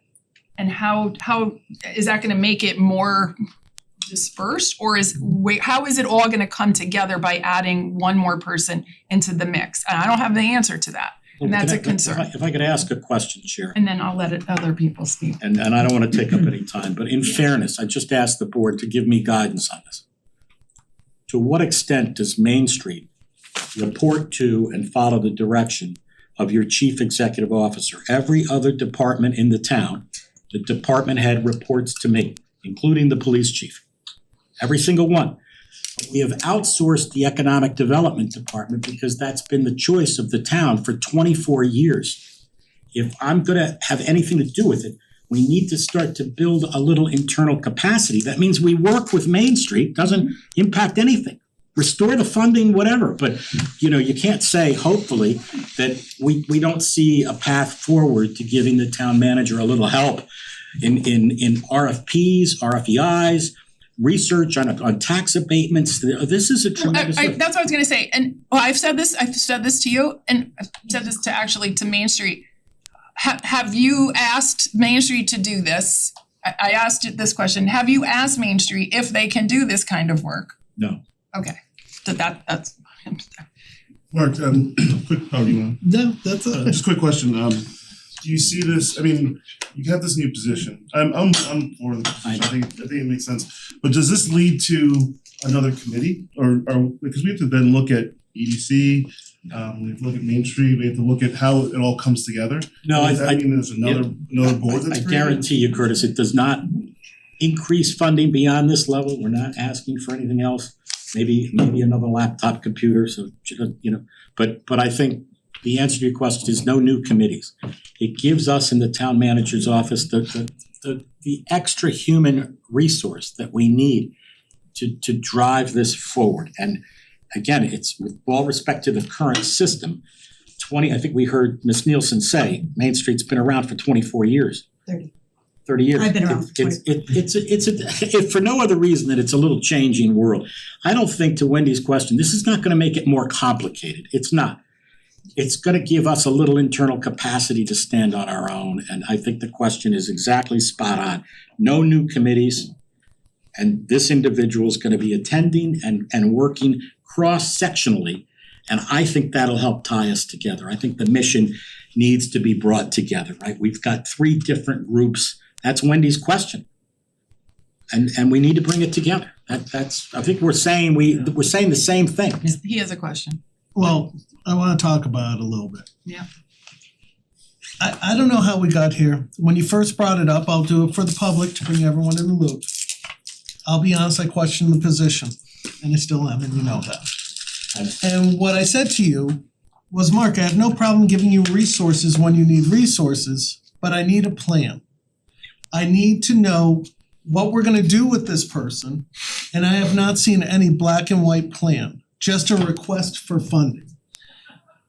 When we did the zero-based budgeting for the library, the hopes were a cost savings. When you find a place to save, it doesn't mean put it somewhere else real quick. As a side note, first and foremost, there's people involved here. There is a person that is our business resource director at the library who is a kick-ass employee. Okay, I'm sorry, I'm not a good government person. They'll beep it out. Regardless, the person there is a great staff member. She's the kind of person you want on your team. So this isn't personal against her. However, personnel was never included in this. We do have a personnel committee. This was never mentioned to us. It still hasn't. And I am still of the perspective I was before. When you give us a plan, we will give you the resources to implement the plan. But to give you the resources so you can figure out what you're gonna do is the cart before the horse is a better analogy. As everyone knows, I'm business minded. I understand the difference between part-time and full-time in a different way, and it's purely a business way. A full-time employee gets perks. There's all sorts of stuff that's implied when someone is full-time as far as an additional burden on the employer, and rightfully so. I have to say, just as a business person, 2 part-time positions are actually better than 1 full-time. There's an intrinsic cost savings by having 2 part-time. I understand we're trying to do this for the person because she is great. But you have to go back to the but-for thing that I was taught when I first started getting involved in government. But for the person in that position, is this the smartest move for the town to make to address a problem we have to address? All right, there's a period there, new paragraph. As I said before, we need a plan. We're in our 3rd year of the Simsbury Main Street Partnership MOU. It's a lot of letters. Anyways, I am all for bringing a plan together. We have floundered somewhat with economic development. That does not mean we didn't do any economic development. We got a lot done. We continue to get a lot done. Could it be better? Most certainly. I'm not disputing that. We have had a dysfunctional model. We've had a 3-legged stool where all the legs are going different directions, and it does need someone to pull it together. I beg to differ that the person to pull it together is someone without any economic development experience. I'm not against the position. I'm against fulfilling the position before we know what the position is. If there's another way to get rid of, I hate the words I use. If there's another way to let someone that is now part-time go in the library and have this business development coordinator continue her full-time position under that umbrella, I'm not against it. But at this time, I do not see room in the town manager's office. There's one other point I'd like to make. We created a HR department. That was 2 years ago, is that correct? Or was it 3? 2. I think it was 2 years ago. Then last year, we populated the HR department with the first resource, and now we have 2 people there doing all the stuff that used to be done in the town manager's office. There should be some backfilling going in. This isn't personal, but there should be some backfilling going on. Instead, we're told we need additional personnel in the town manager's office after we reduced the responsibilities of that position. And I'm having a lot of trouble just figuring this out because I think we're doing it for the person that I would love to support her, but I am here to make the hard decisions and be the jerk in the room that calls out the black and white of the business of the government without taking the person into account. Lastly, I want to circle back and just basically repeat myself. I'm not against moving forward. I think we do have to find a path forward. The reason we hire out Main Street or the economic development, if you will, is because we do not have the capacity. I gotta be point blank honest with you. You're not gonna get a Sarah Nielsen for $85,000 if we bring it in-house. That does not mean I am saying that the current model is the only path forward. I am saying we are enjoying the intrinsic cost savings of where we are right now. But I do want to move forward with a new configuration that I want to be a part of figuring out what it is. The time to figure it out is not with a time bomb behind you tick-tocking that you gotta get the budget done. I am of the not persuasion, I am of the perspective that we table this part-time position to be brought up at personnel, to be brought up with the union, to create a job description, and if it's appropriate, put out a RFP for such job description. But it seems like the impetus here is really to give somebody something to do because we found cost savings elsewhere in the organization. So I'm sorry it's not a direct question, it is a statement of a bunch of things that I think are factual. Thank you. If I may, just 60 seconds to rebut, I think that the economic development mission shouldn't be misconstrued as, you know, we wanna give it to that individual, right? It's in my purview as your town manager. So it's already my responsibility.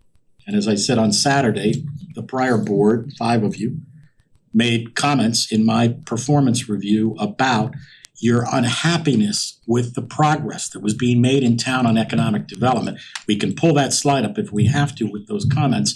And I want to ask the board, did the board convey any of that dissatisfaction to Main Street? Or was it just my performance review that was written up? Because the comments are negative. They're not happy with our progress on multiple fronts. And that is the truth. If I'm gonna be held responsible for economic development and I'm only asking for a part-time resource, I would ask my Main Street colleagues to please stand up and support that. And I'll support trying to get some funding back from Main Street because the two things are completely unrelated. But I can't imagine that the Main Street Board will sit here in a public session and say that this town shouldn't put its toe in the water with a part-time resource. Not one of you would stand up and look me in the eye and say he doesn't have every reason to ask for that. And I'll just leave it at that. You're the policy board. we are. Thank you. Okay. I do have some more questions.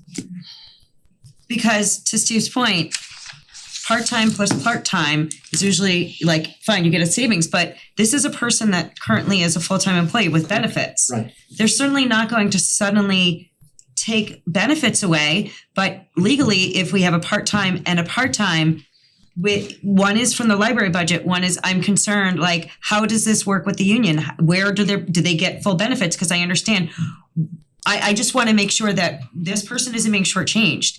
And cause under each budget, it's a part-time, therefore would they be eligible for benefits? And I am not inclined to do that to somebody who has been full-time getting benefits. And the answer, Diana, very quickly is you are absolutely right. It is no different than when we share the resource with the Board of Education on our finance director and our budget director sitting here with me today.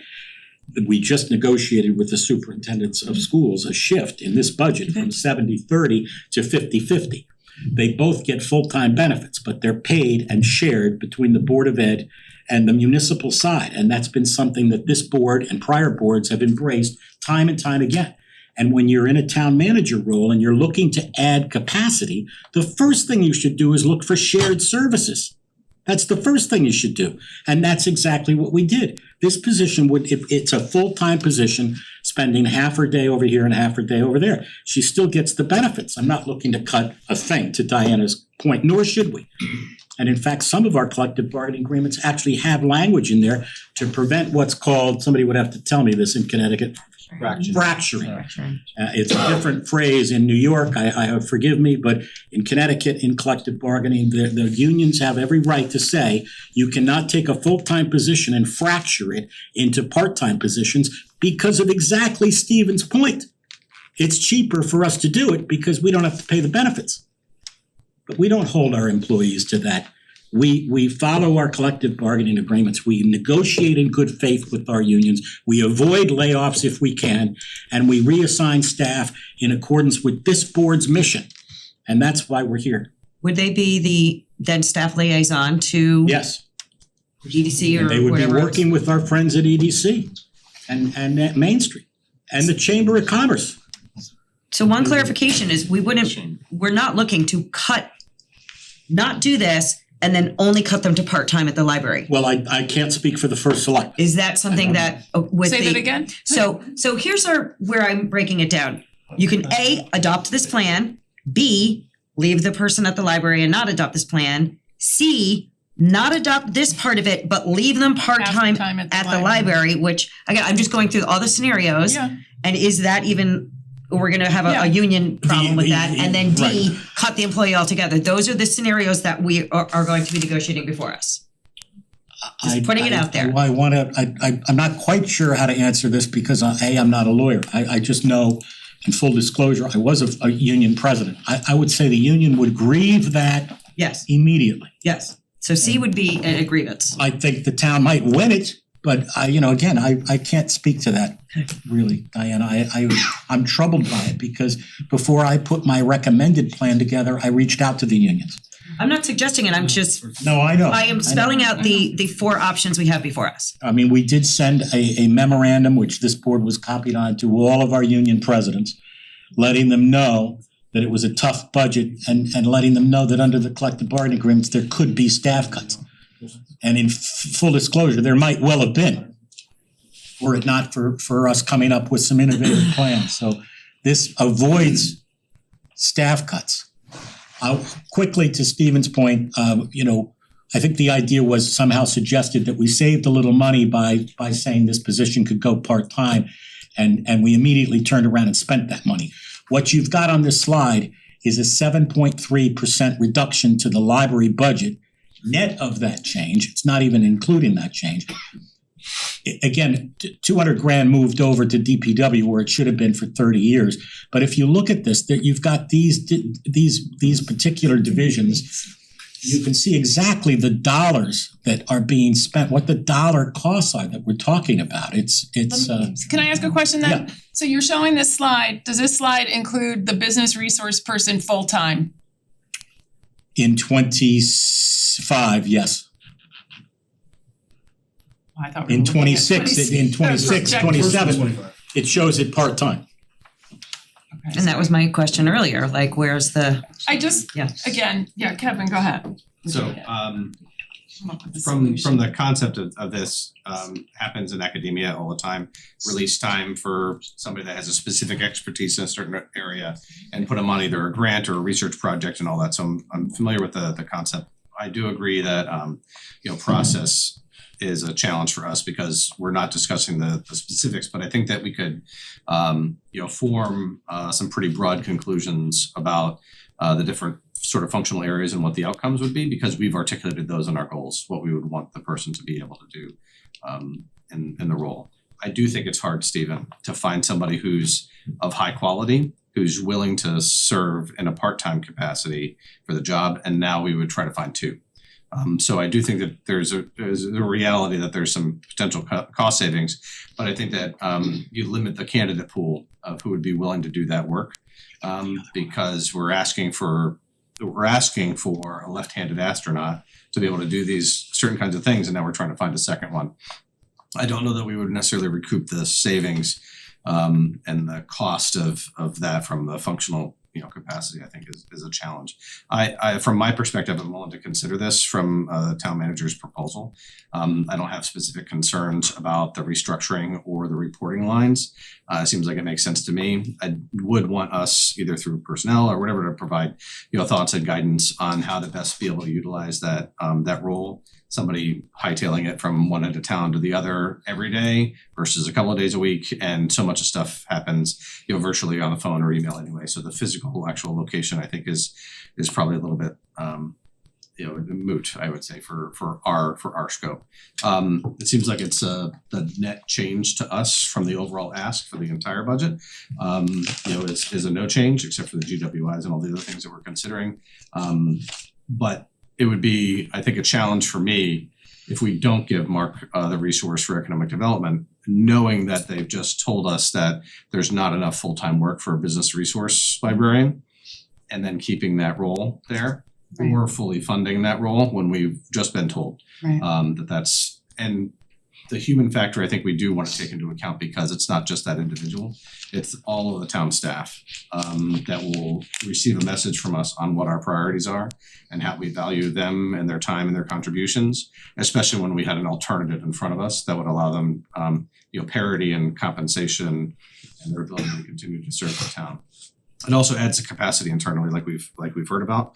I also would hope that it's not another chef in the kitchen for economic development, but that it's a hub for us to be able to leverage that resource and be a coordinating resource for all the different departments internally and all the other outside organizations that support us, as well as businesses. So that's all for me.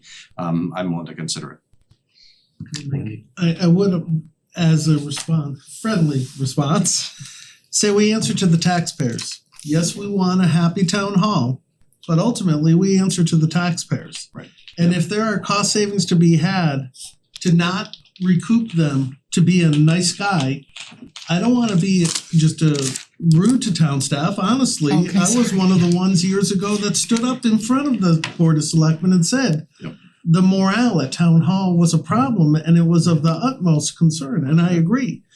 But I'll be honest, I've spoken with this individual and she knows where this is and she's not necessarily leaving. And I don't speak for her because it would be inappropriate, but my point is, if you wanna talk about that this is a person, we should talk to that person. To be frank, personnel should talk to that person. But to put up this falsehood that we answer to the town staff, I think is a falsehood. We answer to the people that voted for us. No argument, Steve. My words may have been misconstrued, and that's okay. That's on me. No, I understand what you were saying. I understand what you were saying. I know Mike wants to speak and I never looked this way, so I'm gonna, I don't know why. I was like, pink took my hand. Cut the legs of your chair down on this. Get you to lean a little this way. A lot of good comments, a lot of heartfelt comments. I think from a process viewpoint, what we have before us is the town manager's proposed budget.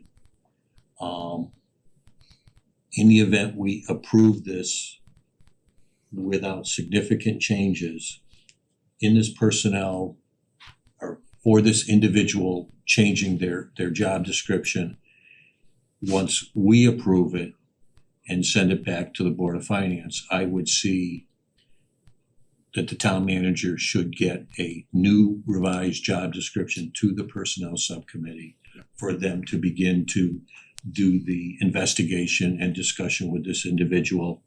I do not think that person has been coerced or encouraged to accept this downgrade, if you will. That is not my impression, and I'd be really angry if it did happen. But I would see that appropriate at that point to let the process work. Because this is all a process, and we could even get to the point where we go through all of this stuff, and then the taxpayers that we ultimately respond to first may turn it down. And we have to go with that reality. But we need to be respectful and make our best effort to give them as good and reasonable a budget as we can.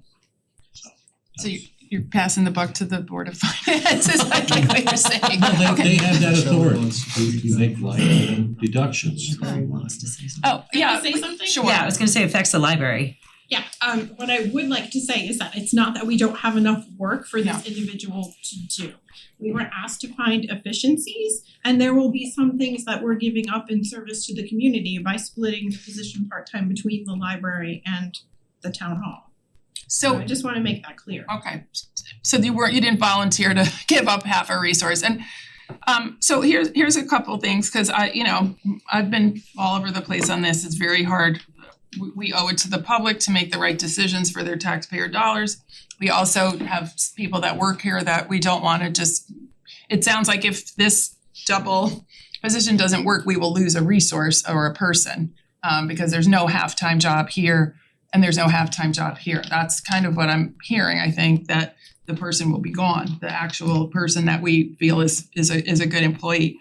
So I think one solution is we go with the concept, we keep the position full, well, again, I'm not sure how you do it, the full-time position at the library, but Mark, you need to bring a plan for how these resources are gonna work together with a job description that also proof that you can't do this administrative task with the resources that you have at hand.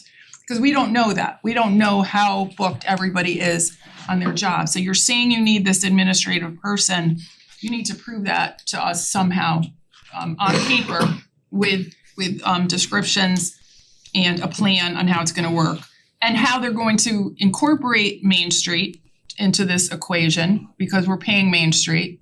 And the relationship with EDC, there has to be a way that it all comes together at some point, because you're gonna be on the hook for this. I'm just gonna say that. This is, you're asking us to do this, and it's gonna be it's gotta come to fruition, cause you're the chief executive officer of the town, and so that, I guess I have changed course a lot on this. I'm hearing from the people on the board here, and I'm trying to be, whatever. So do we think we can, I don't really know how to sum that up. Leave it to get the plan and the job description, and in the interim, because this is effective July 1st technically, there's still the full-time resource at the library. So that doesn't necessarily change till July 1st, correct?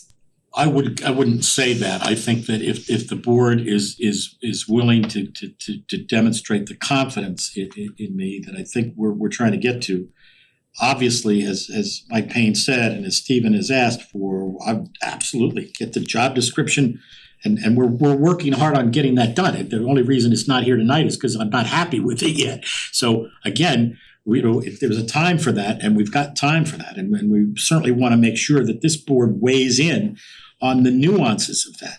But what I'd like to hear today, if I could, Chair, is a vote of support for the concept, so that we're not wasting our time spinning our wheels, because I'd like to start training the incumbent. There's no reason not to get moving on this. Economic development is important. We've got a limited amount of time before the reval comes, and I don't necessarily, because she's already on staff, I think, we could start. That wouldn't hit your budget until July 1 though. Yeah, it's not effective. That's right, but Right, and so is that fair to the library to take, I'll be honest, to take their time when they're still paying her? I think it would be extra time that we'll work that out. We're not gonna do anything to harm the work that the library's gotta get done. But we're eager to get started on this, obviously, and we wanna move forward, so. That's all part of it. How do we, Yeah. Yeah. How do we measure success with this, Yeah. with this project? So Then there's two I think there's some kind of measurable. Two answers, yeah, right, I think, and that's really, and maybe that's another conversation to Stephen and Wendy's point that Yeah. we should have, outside of the budget process. I do agree with both of them on that you can't wrap everything up in the budget process and hope to resolve it in 3 nights. But quickly, grantless growth, right? It was 0.0, do we have a slide on grantless growth or no, never mind, let's not Yeah, waste the time. But that's one area, right? I don't wanna take much time on this, but the other thing is something that the Board of Finance challenged us to do that we take very seriously, and that is our percentage mill rate increase every year should be less than our peer communities, right? As we start to compress and right size that, right? If you're comparing us to Avon, Farmington and others, you're not gonna correct for that in one budget cycle or two. And that's also tied to grantless growth, but it's also tied to giving you a budget that's efficient, that looks at cuts, that looks at consolidating divisions, that and we've got more work to do. These steps are incremental, right? I'll leave you with this, Curtis, it's really important. When you do a capital plan, you're planning for multiple years, and everybody knows you're planning for multiple years. When you do an operating budget, the electeds and the board, and I've been in your role, you look at it as this is 1 year. But from my perspective, it's part of a multi-year plan. It's a 1-year operating budget, but it's part of a multi-year plan to do some small steps, some restructuring, some reorganizing, some cutting, some efficiency seeking, and we're gonna continue to do that in future years. That's my commitment. I wanna continue to do that for the town of Simsbury, if you'll let me. So I mean, it seems like there's some consensus on the board to move forward with that kind of plan. One of the thing, benefits we get is that we don't actually need to vote on any change. exactly. So if we wanna keep it as proposed. I think that's what I would, well, it is in the budget as a change. Are you saying to just leave it? Well, right, but when we adopt the budget, we would be adopting it as presented. As presented. Well, without the other changes. So in this case, we don't actually need to vote unless To do we anything, intend we just leave to it as change is? or remove that. Okay, I was gonna bring back the Main Street component because the case that was made and the desire and the what you're saying is you will work with Main Street and this person will work with Main Street to get whatever we need to get done. Absolutely, Chair. But I guess my point is if we go back to, we put a pin in the funding and we haven't gone back to that, but if we fund Main Street at the level that they were at per the MOU, the arguments made about that were fairly convincing to me, and I've been in the middle here. And we fund this position, where does that put us on the budget? Because, we got to the Yeah, I think to the funding that we needed to get to not because based of the on Main some of Street this. cut. but So I- if yeah. both are in, are we still in guidance? I can't speak to that. I would say this, and we had this discussion before, and I could have spoken to it earlier, but I can't now because I'm not prepared to do the math. I will say this, the two are totally unrelated from a budget perspective. If the board were interested in restoring funding, I wanna be able to just have a brief recess with staff to look at what we might do to help you get there. Well, we still have stuff to do on our side that may get us there, and in the summation, we may be there. We don't know yet, right? 'Cause we have- I wanna be helpful we there, have- but I would need to talk to staff to find Yeah. that money. Well, and Well, that we would still be haven't gone If through you- any- capital reserves, So hold correct? on. Not necessarily, it's Can I- already, can I- Okay. I mean, I'm using my gavel. We still haven't Gavel finished out. the other departments. We still haven't talked about other places where we might wanna make cuts, right? We still haven't talked about maybe offsetting some things in the operating budget also to capital reserves, which to me would help go into this thing that you're talking about doing now, right? To see where we are with the mill rate, that's all gonna go into the equation. So what I'd like to talk to staff about, if you could call a quick recess, and I would have done this earlier, but we would, I think, prefer to look at options other than cutting other lines to, if the board is inclined to put some of the funding back from Main Street, please give us a recess and an Okay, opportunity but we to might talk cut about other lines later anyway, so that's fine, that's fine, if you At wanna least we have an five, option. do we, Yeah, does anybody wanna come make, Mike, Let's go through the other that's what I was trying to do, departments and then take a recess, give them time. Yeah. Once they get that's what I was, an idea of our Saying. appetite. I agree. that's what I was saying, was Perfect. thank you, Well done. thanks Mike But for no, Mayor reinforcing said it. that, that what? No, man, Oh, yeah, I was saying that, I'm just taking credit for that, you guys heard that, alright, so, Done with town manager? you're on the Are we upside. done with the town manager budget? well, I'm, Finance is next, I believe. okay. I don't wanna go next. Sorry, next would be your would be Board of Selectmen. Yeah, there you go. That's an easy one.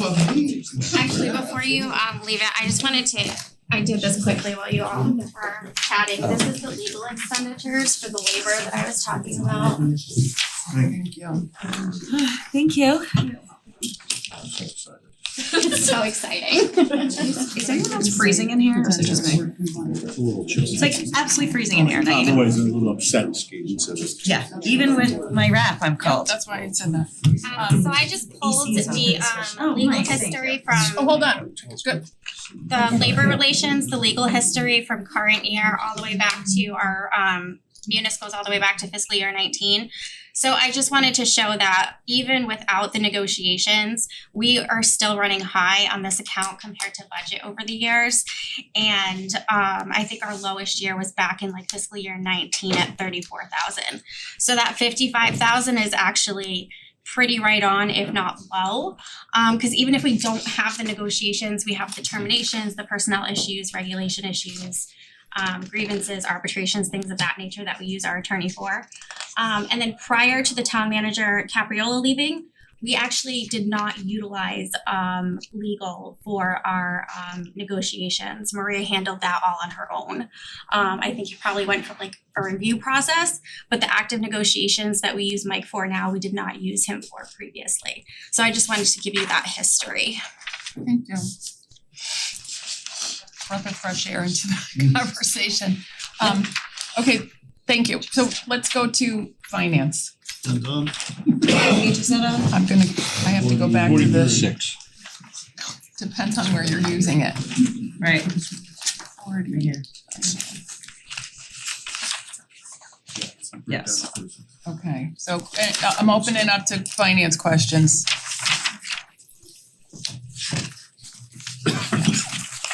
I'm back, we can restart now. Thanks. You didn't bring us coffee. Thanks for waiting. Oh, I can breathe again. yeah, go ahead, you can start.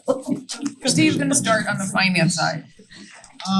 The first one is bank fees. I noticed an increase of $1,750 representing a 20% increase. I'm just curious, what type of bank fees? Are we bouncing checks? So unfortunately, the bank charges for services. So they give a breakdown based on our account or monthly balance. We have a fee each month that is charged to our financial statement that they take out every month. So things in the tax collector's office, return checks, thinking off the top of my head, our check cashing process, stop payments, wires, things of that nature. So the tax department takes most of the brunt of those, but last year we moved it into the finance budget, which is why you'll see in fiscal year 25 that finance had hardly any expenditures. But if you look at fiscal year 25 for the tax department, you'll see their bank fees were around $10,331.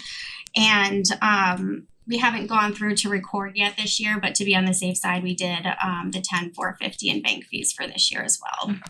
So I have a question. Of course, Cause you're in the sorry. middle of a It's okay. question, so you do have one. Who is our bank? Liberty. Alright, have we by chance shopped it around? I'm not saying that we need to, but it is good every couple of years. I find myself surprised what Andy will give me to get an account. I think that's inappropriate. That's for the record. Street. No, but I mean No, another you're right, building. we do have to go out to RFP soon. So it was Simsbury Bank when I started here, and then it took over to Liberty Bank. And now we are at a point where we do have to go out for banking services. That's Which all I will was be We saying. do, But that would be fair next and year. transparent process in that. of course. I'll put it out there. We actually have a compiled list of banks already to send the RFP to. Under part-time, under BOF, is this the FMLA coverage? Otherwise, why more than historical average? Is it recording fees? Is it the, isn't For the? Board of Finance? Yeah, Yeah, the under clerk, isn't part-time. it? 2000? Oh, under contractual, no. I think it's part-time. So I the had. part-time, Yeah, the the clerks went up first one is 500. It's the clerks. We have one too. So our budget for this year is anticipated to be 1,500, but our actual is closer to the 2,000, just due to the length of the meetings and the amount of time it's taking the clerk to do the minutes. So was there any anomaly that absent an anomaly, it would obviously be consistent. My question is, was there an anomaly last year that we need to increase the time? No, it's just the running of the meetings has just increased. Okay, and in the tax department, if you could just give us a little insight on the part-time position that was moved to Oh, yeah. full-time and the ramifications of such. I have that. Well, of course I can. I have another handout for that. Oh, jeez. Look at you. So much paper. Does it have pictures? I like pictures. It does have pictures. It has a chart. Does that count as a picture? Graphics, yes. Graphics. It does have graphics. Thank you. Thank you very much. Add it to the pie. Thank you, Amy. And so you don't have to read all 3 pages, I'll just take you through what it reads. So just starting at the top, you may recall we had a floater position that was put into the fiscal year 25 budget. That position was then eliminated during the fiscal year 26 budget. So part of that position was to help out in the tax office. Since that position was eliminated, we wanted to see if we could increase our current part-time person from 29 hours to 35 hours. So an additional 6 hours per week. So 0.17 FTE.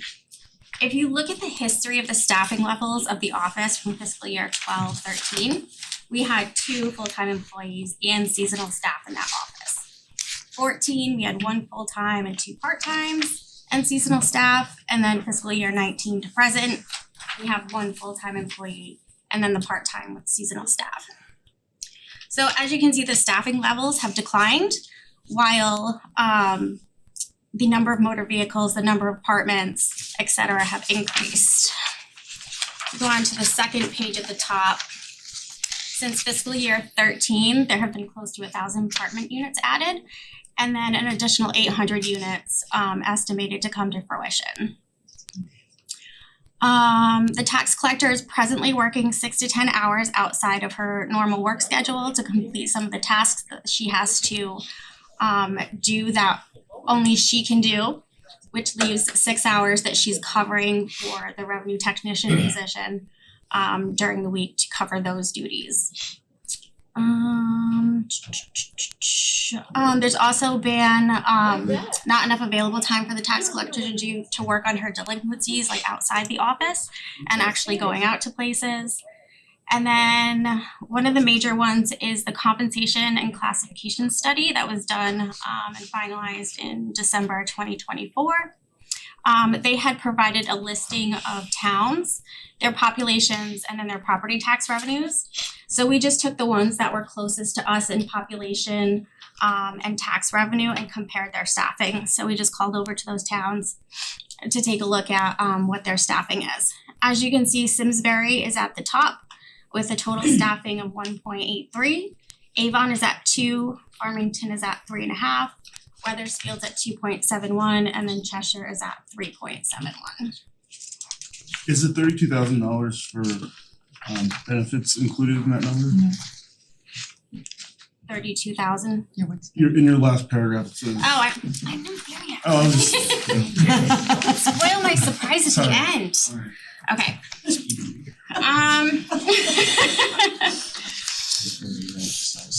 Also another issue in the tax office is that it needs to close during the times when it should be open, so during lunch breaks or if they have to go out to a training or things of that nature, there's nobody to be in the office, so it does have to close. The scheduling for the part-time position, just for continuity and longevity. The part-time person in that office, their hours are a little odd, cause sometimes they're part-time and then there's a couple months out of the year where they're full-time, so recruiting for that position makes it a little bit more difficult.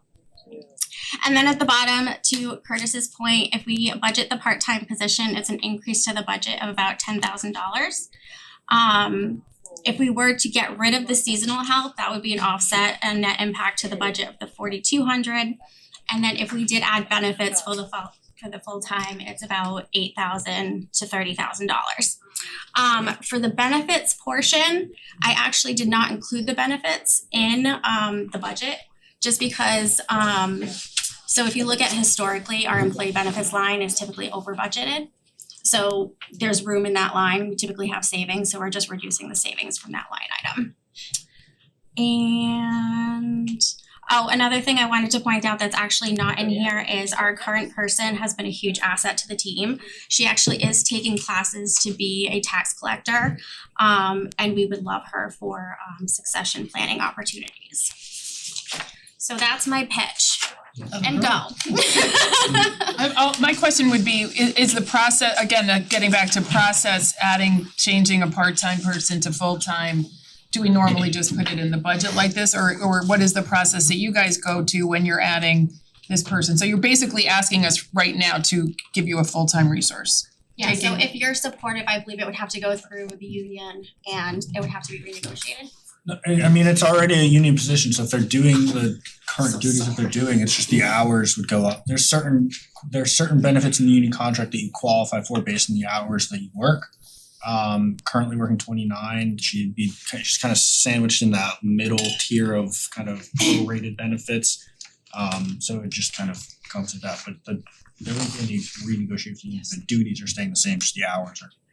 But then this person will be subject to step increases and then They already are. They already are. Yep, she's already in a union. Okay. I'm just looking at the line items and it's probably in here somewhere. What is the net difference? If I took the full, you're basically collapsing the full-time and part-time lines. About 20,000. More? It's not 20,000 for that position because there's steps built in there for the tax collector as well. So the net impact really is that $10,110. Oh, I see. Or if you take out the seasonal, 4,260. So it's almost 1-to-1 because the seasonal is 8,000 and this is 10,000? Oh, sorry, say that again, I didn't hear you. I think you were saying that the seasonal help that you have is about 8,000 a year? Yeah, it's So about this person- 5,800 a year. So 5,850 is the seasonal. And if you take that off the 10,110, the net impact to the budget is about $4,200 Okay. Plus the benefits. plus the Okay, benefits, so that's which were not built in. Okay. Move on to another question. Do you wanna do that? I'm done, so. Yeah, I have a so question. let's- I have questions too. I think it's the assessor, Mhm. right? The line item for full-time shows an increase, but there was no commentary, like that's a unaffiliated position? No. So then where is the difference that we've seen on all the other line items with the contingency from last year for the Checking. I must have missed Okay. it.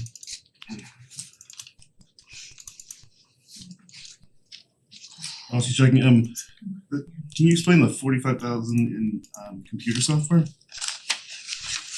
Just to me seems kind of. Which one are we on? Sorry, under finance department, computer software. Oh, sure. So the finance department, computer software, that's all of our munis support. So our annual maintenance, time and attendance, and support services, So it's gone up like. 5%. Well, I guess, 25, we're not done yet, right? So, but they're not annual fees, they're just monthly, They're annual. but yeah. So what you're saying it went up, but it's you're back, if you back out the GIS costs, you're saying our costs went up there? this ties into my question that where clear No, go. he's on the finance budget. Oh, I'm You're on the assessors, I'm Yeah. sorry. I forgot to scroll back up. No, that's okay. Okay, yeah, okay, the increase. And I asked related to that line item, the backing out of ClearGov that we did not fund. Mhm. That's included in there, reducing that amount, which was $10,000 or $13,000. Right, so the reduction of ClearGov is in there and it's offset by the implementation of the time and attendance for the munis that hopefully will be implemented this year. Okay. Okay. And the other, I don't think it's on this page, but the motor vehicle reimbursement, we come in short from the state on that still, because if you look at the fund page where we have that, I think there's a deficit there. I think, is it because we're not getting fully funded on that from the state? I think I had asked that question. So the state estimate for fiscal year 27 is the 171. What page am I on? I don't remember. Page 48. Yeah, I Okay, don't thank you. remember Yeah, the revenue page. I already asked this, I think I asked you this, Amy, about are we getting what we are owed on the motor vehicle, but when I see that, yeah, why So is- we're pretty close. There is a slight difference at times because they don't calculate it as a straight calculation like we do. But we've never been in a position where it was that far off where we need to change our estimates. Okay, Like for the fiscal year 26 budget, that 230, and then what we received back from the fire district is gonna be about that 230, so we're right in line. okay. Okay. Okay, I think I'm done with finance. Anybody else? On the assessor, if I had done the comment on the Oh, side. yeah. To add back the contingency, the percentage increase would have been 3.8%, not 6.2. Okay, 3.8 with. Add that back in, I missed that one. Yeah, great, thank you. I'm glad there was any reason for that. Anybody else on finance? Okay, where's my sheet? So let's keep going down the page, right? Okay, go back to the Where did I? Like I said, I just have to keep scrolling back. How about Board of Selectmen, public health agencies, boards and commissions, Did we do? right? 32? Board of Selectmen, agencies, boards and commissions, so pages 32 and then we have the outside agencies are in here too, so maybe we could really go visit that again. And then all the boards and commissions, because that funding is in here. Yeah. So we have to make the change for SVAA somewhere in here, right, when we do our final. I do have some information to share with the board. When you wanna talk about SVAA, Chair, just let us know. Well, since this is all in this section, I guess, should we just cover it now? Agency support, yeah. Yeah, why not, we just get it, bang it out here. Yep, thanks, Chair. Sorry, I know we're running a little over here. So Over, we're gonna be here all night. my recollection was that somebody on the board, might have been Selectman Beal, had issues with the increase to fund the ambulance because of the inability, what I thought at the time was the inability of the town to own it. Oh, And right. in conversations with the town attorney today, Bob DiCrescenzo is of the opinion that we could own it and lease it. And he would be able to craft what's called a capital lease that would allow for the payback or payoff over a 5-year term is kind of where we landed on this. And again, we had a vibrant conversation about risk and liability and all of these things. I think I won't take up a lot of time, but the issue for us on the town side is the amount of liability insurance that SVA would carry on that. Full disclosure, I was more of the opinion myself that lenient, but the town attorney said that it could be done, and he also encouraged me to let any member of the board who wanted to call him and have a conversation about that to please do so. So I stand corrected from my original guidance that it could be an asset of the town that we lease to SVA. Okay, so I think that's that was a good ask by Kevin. So whatever Yeah, the might best get you. solution for the town is to Yeah. support Yep. our Your strategy. and security and I think that's great. Okay. I had, You wanna talk about the first selectman statement? I know, I don't want to, cause Can you justify that? I'm just you know what? I can recuse myself if you want. I already tried to make a change there, but I had some questions on, well, we're looking at the outside agency request, so let's just get that over with, right? Right, cause it's part of this budget and it's in the public agency support. Do we wanna recess before we? I thought the recess was after we. When you're done with this. I already recessed. So I'm gonna just put out, based on what I heard today, the desire for, and then the way that everybody's gonna work together to come up with this great strategy on economic development, and that Main Street Partnership will be in the loop with the town manager and this new resource at the table to figure out how this is gonna work, and to use Main Street Partnership where Main Street Partnership can provide the support. And as we wait for the description on the job, and the MOU conditions, I'm going to go back to the $85,000. And I'm gonna ask that Sarah reach out to Mark on things and Mark reach out to Sarah on things, cause I think the best way that things work is when we're working together like we have on projects. You and I, if I reach out to you for a need, you're responsive, I think that has to happen. And on that note, I'm gonna put that back out on the table, and if somebody wants to discuss that again. But if we're gonna pursue Mark's plan, I don't wanna just cut off somebody because of that. Is my thinking. I'll take it up because you all know I'm gonna say something. If we're gonna save the business resource director, good faith working with people we need to have working relationships with. Honestly, this is, it's a yin and yang. To me, it's still the third year of a 3-year agreement. Their employment wise, it's a year-to-year thing. We don't have a MOU with the building resource director. I think it is warranted in this scenario, if we are going to say she is entitled to be able to rely on her livelihood, that this is no different. Let's face it, the majority of this expenditure is to reimburse Main Street for their executive director. It does not even fully reimburse them, I might add.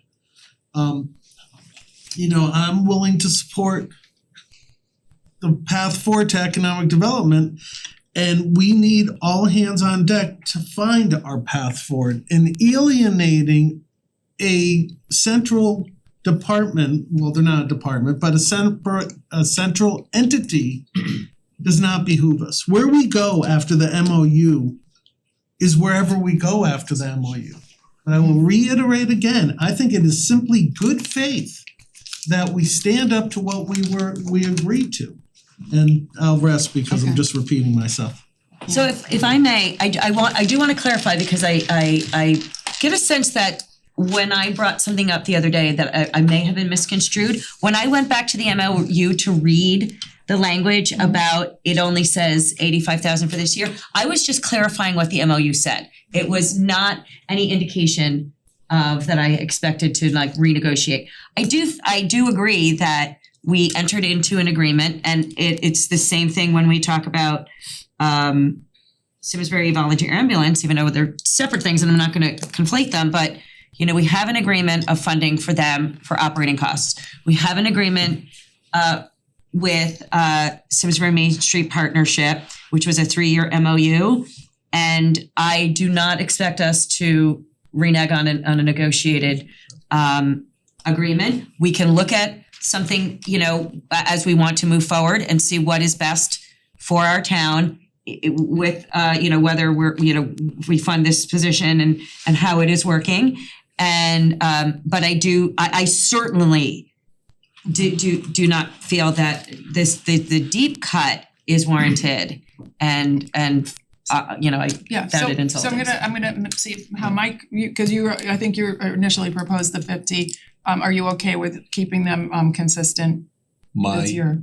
My only concern is twofold. I think we as the board need to have very specific direction for our town manager of how this will go forward.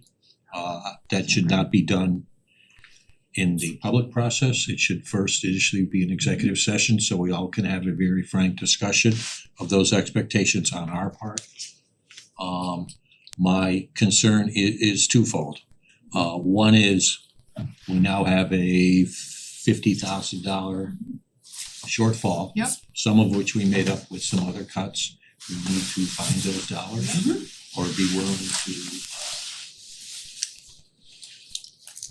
entertain the wrath of the finance Well, we have Board of we're gonna Finance. go through cuts after Well, at some point, I yeah, understand, yeah. but let's May not make it get up. out there and I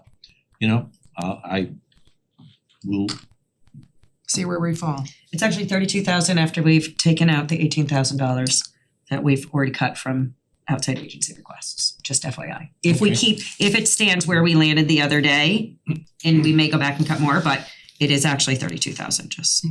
no disrespect to your math, I didn't get there yet, She but does that's a lot okay, I trust you. She do does that a lot of math on the fly, we've learned that. So Sitting up I'm here. willing I to like my to numbers. listen to the points Okay. and John, move is the that town how- forward. I think I love everyone on Main Street. I was at Millwrights and I was at 570 on Saturday. I think when we have a tough budget, we have to be willing, because as you said, we're responsible to our taxpayers, to be sure that we're getting $85,000 worth of benefit. I think we have the MOU, I'm fine if we wanna keep it because of the MOU reasons. I think in future negotiations, I would like to see where we are as far as if that number is truly where we need to be. And Cause that's- yeah. it's tight, we're trying to cut from, we all have to cut, so. Okay, did you wanna say anything, Kevin, or no? We covered a lot the other day. Yeah, we did. I think it's tough because there are people involved. Yeah. But the reality is, for me, is that there was a change a couple of years ago. And are we seeing the additional return on investment from that additional cost that we're taking on if it's a fee for service? Which I have to be honest, is the first time I heard it here tonight, articulated that way. I understood that there would be some expectations and there's great Gantt charts and other things as far as objectives and meeting them. But if it is a fee for service and we had a level of service previously that has been increased and we're gonna increase it again outside of management guidance, I'm struggling to make sure that we're getting that actual value for the taxpayer out of it. Not that the resource isn't worth that, but whether or not this town and my fiduciary responsibility is able to justify it from the taxpayer perspective. Alternative revenue sources are obviously a way to meet that need, and that is a challenge. Eating what you hunt from a revenue perspective, and making sure that you can deliver what the organization would want, what Main Street would want from fundraising. I attended the Taste in Simsbury and that's a great, fundraiser as well. I also am unclear what the individual contributions are from other individuals through this whole thing too. And so I think for us, if we're going to do this, I think that we will have to have a conversation to make sure that the finances are clear, and either through our team here, and just so that we've done our due diligence with taxpayer dollars, if we're able to fully fund and keep on with the commitment. My final thought, it's just one more year if we bring it back up, but we're gonna be in the same conversation again next year. If we're faced with these same challenges, and I expect that we will. So what are the differences that are gonna be in the next 12 months? So that when we go back to the next budget, that we're not just making somebody angry again or not delivering on the 85 that we've done for several years prior. So those are all my thoughts. I continue to struggle with it. There's not a motion on the table, so I don't know what Can I do a friendly response? Yeah, you can do a motion if you want to. I'll do a motion in a second. Part of the MOU, I don't think it's stipulated, but a byproduct of the MOU, if you will, is membership dues were disbanded when the town engaged in the MOU. So the additional revenue sources, with the exception of the Taste of Simsbury, which is their annual fundraiser, that's it. So I think what you were alluding to, are they getting membership dues similar to a Chamber of Commerce there or not? And that change happened after we started funding. It coincided with the MOU. Okay, are you gonna make a motion? So with that being said, I'd like to make a motion to fully fund Main Street at the $85,000 request. For the remaining year of For the remaining MOU. and final year of the MOU in existence. Okay, I'll second that. I'd like to ask that that increase is subject to our financial review. But the levy cut when we figure out the tax. Well, not just what the impact is, Okay. but the inside financial review, so that I have confidence that when I talk with a taxpayer or a voter that we've done our due diligence. And it's not expecting to find anything, but just so that we can. Well, and I'll add, we're in discussion, right? Yeah. I will add that I'm gonna lean on our town manager to reach out to Main Street, and Main Street to reach out to our town manager and our planning director, and have a good conversation of working together on plans, development ideas, people that we could bring to town, per the work orders that we have in place, and make sure that happens. And if it doesn't happen, again, we haven't done our goal setting yet because we've been tied up with the budget and the charter, but our goals have been, asking the town manager to engage in economic developments. And we talked earlier about some sort of plan with your new resource, with Main Street, with EDC, whoever needs to be at the table to help develop that plan and put those pieces together, I think will be conducive to see where we end up. If the revenues, if our grand list doesn't go up and we don't see any improvements, then we have some conversations about that, but it's giving you multiple tools if it ends up financially sound to work forward. So with that, I'm gonna ask for a vote. All those in favor of the $85K to complete the MOU, say aye. Just a point of order, just to clarify, so we will do the financial review prior to the final approval of the budget. Of the budget. Okay, and that's Well, meaning, acceptable. when you say financial review, I'm thinking, where do we end up with where's the levy calc? Do we meet guidance? What is the mill rate increase? That's what I'm I'm thinking. talking about the internal books to. Okay, then I'm not sure what you're saying.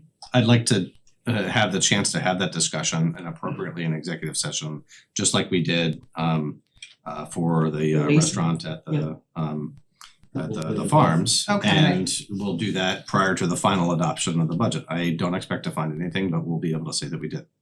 Okay, I'm not sure what that is, but I'll. Not clear either, to be quite frank. I don't know what that means. We need to move forward. If you have a concern, let's address it. That's what I'm asking for. I'm asking for an affirmative vote to give me the confidence that we've done the financial review, and we haven't. So you wanna What see the. financial review? Yeah, is it because we have an MOU? Did we do a Because- financial review when we did the MOU? I would think that I'm would kind have of been part surprised of that I'm that. getting any resistance on it at all, to be blunt. and Yeah, it I gives just me don't know, concern. yeah. It seems pretty straightforward and standard to me. Well, I mean, how are we gonna make forward momentum here if we leave everything? Then I'd like that addendum on every line item. You know what I mean? I thought we were starting to try and find closure to the budget. If we leave everything with the addendum, which is implied, to be quite frank to me, that at the bottom, if we can't balance the books, we gotta go back and figure out where to find it. Yeah. But I don't think we have to I mean, I stipulate don't that on understand how every that would be motion we are going to make with approvals tonight. Cause that, I think, is intrinsic in every motion we're gonna make tonight, that if it doesn't balance, we They're gotta not figure it fiscally out. sound. Okay, well, Point of order, Chair. yeah. The board hasn't voted on any other aspect of the budget. Why are you voting tonight on just this one aspect? Because I wanna get past it and not revisit You it. can't get past it if one Okay, wants to do I mean, if the challenge is for us to do whatever review it is, we're happy to do it. I just need some clarity on what you're asking us to do. Well, I'm not sure. My clarity is, and this would be why I wouldn't vote now, is where do we end up at the end, right? Do we meet guidance if we fund Main Street, if we fund this position, taking out any other cuts that we're going to do or changes? So I'll That's move- my I'll concern. move to table the motion so that we can cover those other details. Yeah. I just, Okay, fine. Mike has something. Yeah. before we vote on that, we have not voted on any of the Yeah, I know. items which we took off of this. We should vote on Main Street. Well, we had consensus, and this one, I don't know if we have consensus, that's why we're asking for a vote. We had consensus pretty much on the other items. I thought we did have consensus. but Okay, maybe I'm okay. wrong. I'm at a loss here, so, Well, there's a motion to table, Chair. Second. Okay, thank you. okay. I'll table, all those in favor say aye, Aye. but I'm gonna abstain Okay. because I think it's I don't just, understand it we're never either. gonna make progress. For the minutes, can I get a roll call vote, Chair? Who's voting what? We didn't quite. Well, I We're voting and tabling? we were Yeah, we're voting on table. Tabling it, we're not tabling it indefinitely, we're tabling it until we get to To the the end end so of we the- can to vote look it at through, you know. the at levy I right. just wanna make sure that we meet guidance with the cuts and the additions that we're making, your position and this position. I'm just asking for a roll call vote on the motion to table. That's all because we didn't hear it. Okay, We don't know. I think I said One okay, abstention, all And one others were in abstention. favor. I'm I- anti. Okay, You're against oh, he's a tabling? no, Curtis is a no. Sorry, Curtis. No to table. Thank you, Chair. I just didn't feel like we were gonna get anywhere right now. No, so. we're not, I know. Alright, so boards and commissions. Are there any other changes that anybody wants to bring up now that we're on the but we're not, that we had consensus on? I'm still. We're gonna from my vote on- perspective, Main Street tonight, before the end of the evening, right? Clarifying? No, I'm looking at it in terms of the full budget. I'm not gonna, I wasn't planning to go back through and vote on every item. If we wanna do that now on all the outside agencies funding, I'm happy to do that, to get it done. We did that last year. I'll be frank, on the chamber thing, I still have issue. I Okay. think it's gotta have, first of all, I think the 5,000 is too much, but that's just me. We're all entitled to our opinion, but I think regardless, if you all do wanna push forward at 5,000, that we have an understanding that we're not also going to pay and that we have space at the event and we are listed as the presenting sponsor, because that's essentially what we are doing, is becoming the presenting sponsor of Spooktacular, and I think the town of Simsbury should be recognized as such. I don't have any problem with that. I Yep. think that's reasonable. Can we do that? Yeah, and I would like to ask for a free booth for this town of Simsbury at the I don't think they'll have a Spooktacular. problem with that. Do we get a free booth? Just so thought we did. going back like 5 years, we asked for the free booth at it was community tent, social services, parks and rec, whatever. So Yeah. that tent in the middle Yeah, was a free tent that came with a membership and they were happy to do it. I can't speak to if they've still been doing it, but They charged us last year, I'm Past pretty practice. sure. no, they didn't. That was I think the parties got charged. We had parties had booths and we were Parties. charged, Oh, but the Correct. library Yeah, always had a the booth. community Yeah. services tent was given to the town at no charge. Yeah, At least okay. a few years That's ago, I fine. don't know if it was That, last I'm year. happy to continue that practice. Alright, so are we saying that we have to go back at the end and vote on every item on the like put that on the Outside agency? list? Yeah. If we're gonna have to at the end go back and Can we vote just on, do a recess? I gotta pee. yeah, okay. You're on Are we, hot so mic. are we done with outside agency requests and we're gonna come back to them? The only thing, Your guess is as good as mine. the only comment that I would like to make about this, and it's just a quick comment, cause I'm not actually looking to revisit, however, Kevin, you made a point the other day on some things that you didn't want to fund because they were funding operating rather than projects, but if you go back and look at other things, there's a lot of things on here that we're funding operating rather than projects. I mean, some of them you could say their whole operation is a project after project, however, Right. and I'm not looking to like Simsbury Community Media, also funding operating, not looking to defund that because it's valid, but you know, Arrow House, we're funding operating. You know, so I don't think that if we're going to have a process for this, we should have a uniform process for it. So if that's going to be the reason to not fund one thing, then it should be the reason to not fund others. It's just a point. We didn't fund Interval House again, right? Yeah, we So- did. Yeah, we did. did at 2,500. So this is where, this is, my point is that if that is going to be part of our process, So just didn't make the and it may be something we talk about outside of budget, but if we're going to have a process, we should have a process. I think it's reasonable. I think this was the theater guild that you were. Well, yes, it that was in regard to that and the vintage judgment. I'm not arguing to put it back, but that was the comment that was made. And in thinking there was others that were also funding operating for. Okay, we're gonna take a 5-minute recess. And if you guys wanna look at your stuff that you taled about earlier, can I get a Thank you motion so for 5-minute recess? So moved. Sure. All those in favor say aye. Aye. I get super cold, I'll let you know.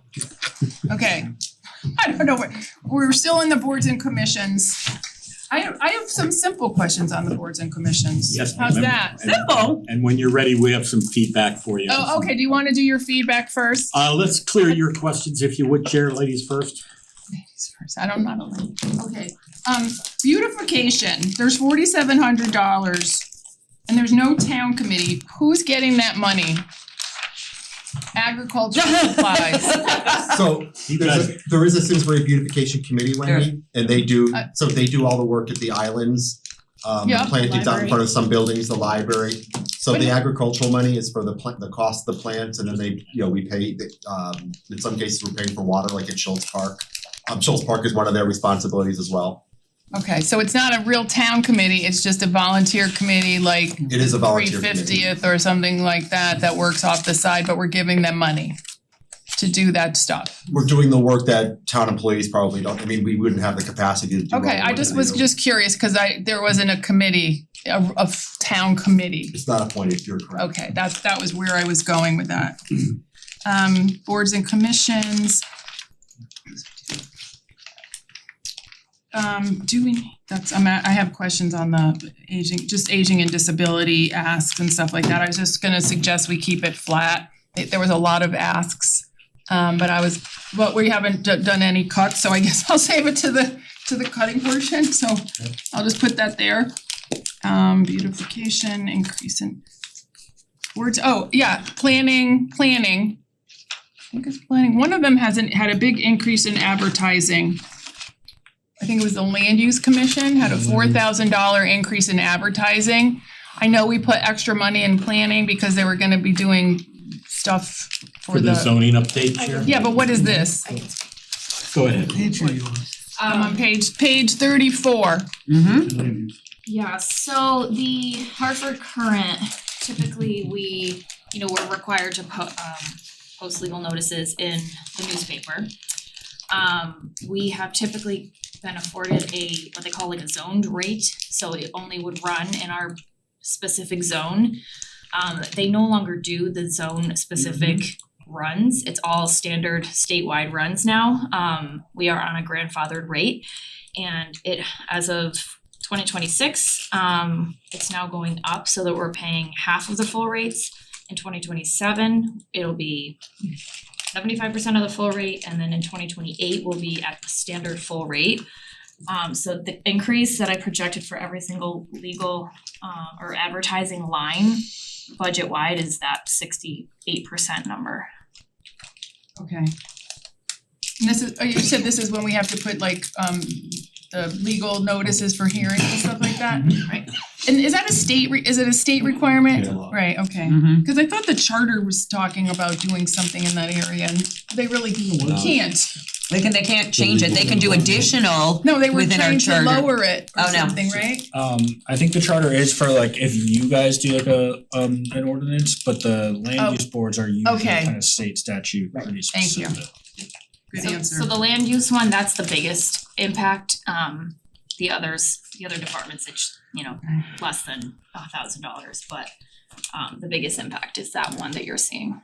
Yeah, and the zones, I just happen to know the zones used to be able to do like Simsbury, Farmington, Avon, Canton, and now it's the entire state and the cost is a lot different. Okay, and I'm not making cuts, but I do have questions on aging and disability ask because we got a specific list from Ed, the chair. And some of them I just felt like, so one of them is a request for Super Thursdays, but I thought we just put in a grant application for that, so why are we gonna allocate $2,000? So we're working on a grant application due next Friday. And it is to, right now, I believe there's funding for 2 Super Thursdays, and the grant application would supplement that and add 4 more to get to 6. Okay, so it's each, so there's more than what we're Right, sub. that's what has, that's like the flat funding for that Okay. from previous years. The other question I have is, do we need to do an age-friendly expo every year for $2,000? Can it be every other year? Is there a need to do it every year? It was a pretty well-attended event. Okay. And I don't wanna speak for the commission, but definitely would probably have different focuses on, one was the aging in place, the next one might be different. Okay, It was actually requested to come back again. different topics, okay. And we can provide direction and guidance to our boards if we wanna see a theme or something different. And they gave us their things, I think when we ever get to do our goals, we can pull all those together and use those to set our goals. Okay, those are just my questions on that. Boards and commissions, we did finance, we've got probate. I had a probate question. If I could find probate. 42.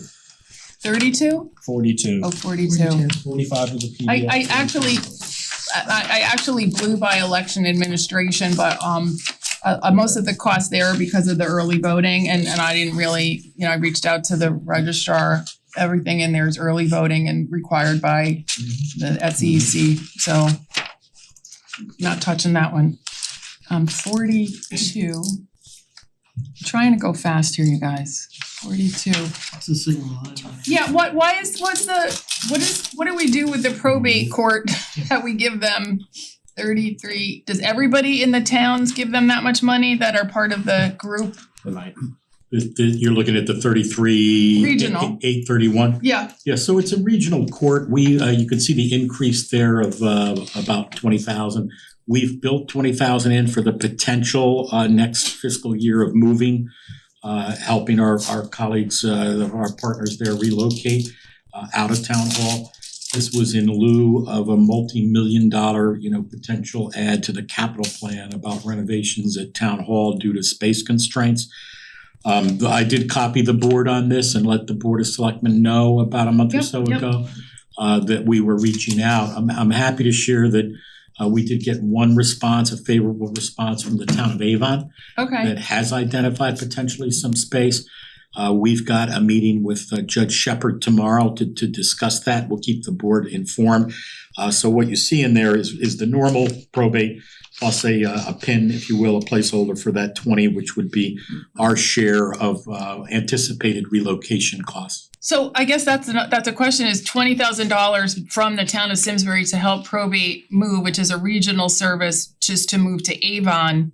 Is everybody in this region paying $20,000 to help them move, and why would we have to pay to help them move? Because it's not just our agency. The answer is yes, everybody would pay a pro rata portion of the cost. 20,000, okay. I mean, the way it's done now is that the expenses are shared and the relocation would be an expense that would be shared. We don't know what that would be, but obviously if it happens at all, it's a move to one of our sister towns. It's not far away. And the others would be expected to contribute to their annual, to that cost, just as they do to the annual budget. And that's happening in fiscal 27? Yeah. It may, and again, this was one of those things where we needed to start having the conversations in the right order.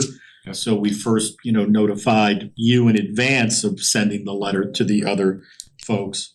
We then notified the other town managers, but not their elected boards, so that we could have conversations on the staff level first, and then come up with a plan for everybody to bring to their respective leaders. So we're in the process of doing that now.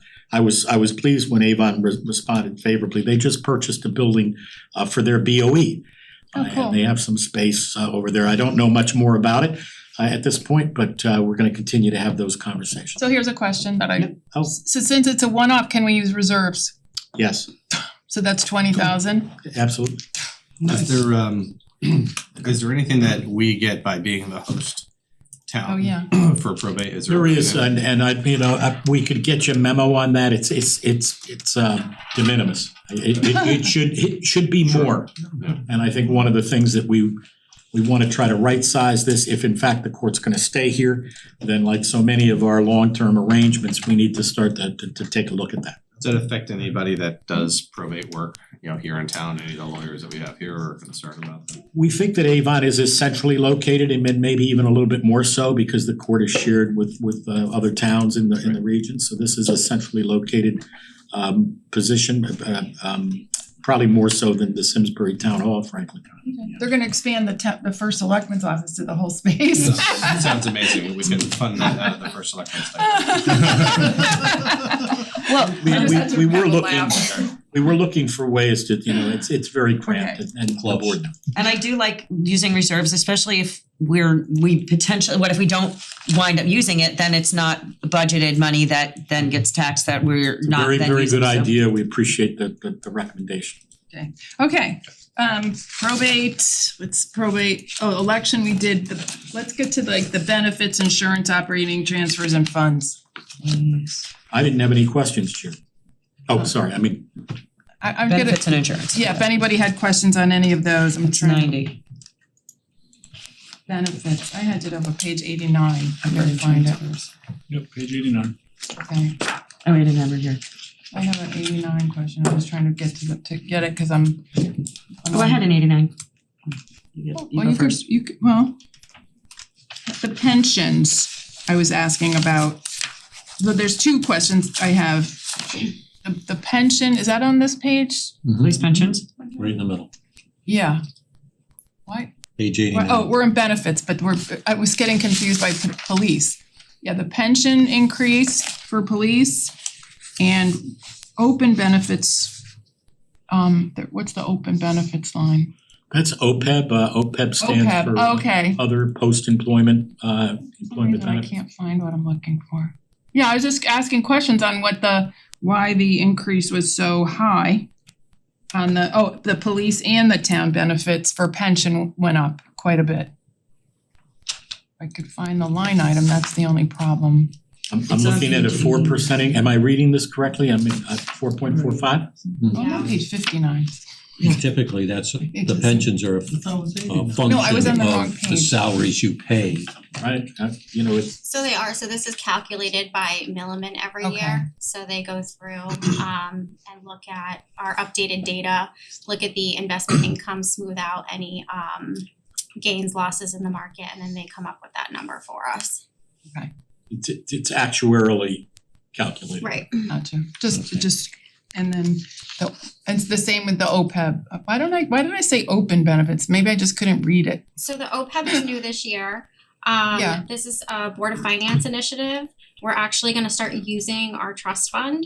So basically what this does is, like the pension plans, we have an annually required contribution, and now we're gonna have an annually required contribution for the OPEB plan. So right now the OPEB plan is 100% funded. Well, if we're gonna start drawing from those benefits, it's no longer gonna be 100% funded. So we have to give an annual contribution, so it remains at a 100% funding level to pay out over the years. But you'll see on that screen that the major medical insurance line item decreased substantially, like over $500,000. And that's because our annually required contribution for OPEB is going up $391,000, but we no longer have to pay the employer share of the retiree premium. So all of that goes away. So yeah, it's actually a cost savings. I wish I had the detail in front of me. I could net it out for you quick. But as you can see, the decrease in the major medical line, not having to pay the employer share offset by the OPEB contribution ARC payment, is actually a benefit to the town. Okay. So Mike actually just pointed out that if we altogether get rid of the position, library, that unemployment compensation number would most likely go up. That's correct. Throwing it out. We have So a can we- pretty good experience rating with unemployment at the moment, so. Can you just explain the police vacancy where it's, Can you put that page up? PD vacancy is on a I think different. she's talking about the benefits portion of it. Oh, the benefit. Yeah, but I do wanna revisit at some point because we never talked about it the other day. Okay, so if you wanna do it Do you wanna do it altogether. now? or you wanna do it in? Let's stay on this Okay, page let's till stay we're done. here. Okay. Let's go along. The benefits of 3 officers. So the vacancy rate that we offset in the police line item for the actual salaries, this is the anticipated benefits reduction Got it. associated with those 3 officers. So then I have to pin that to go back to the, yeah, Just to great. explain that, we would need to explain that. Right. And the consultant, what is a consultant? The last item on this page. Oh, that is, hold on.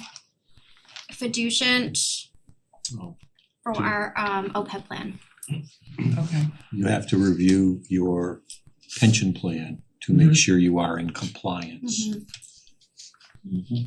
I'm just gonna put this out there, I'm not pro or con it, but there's a lot of push by the Comptroller. comptroller to move to Seamers because they've made all these improvements for it.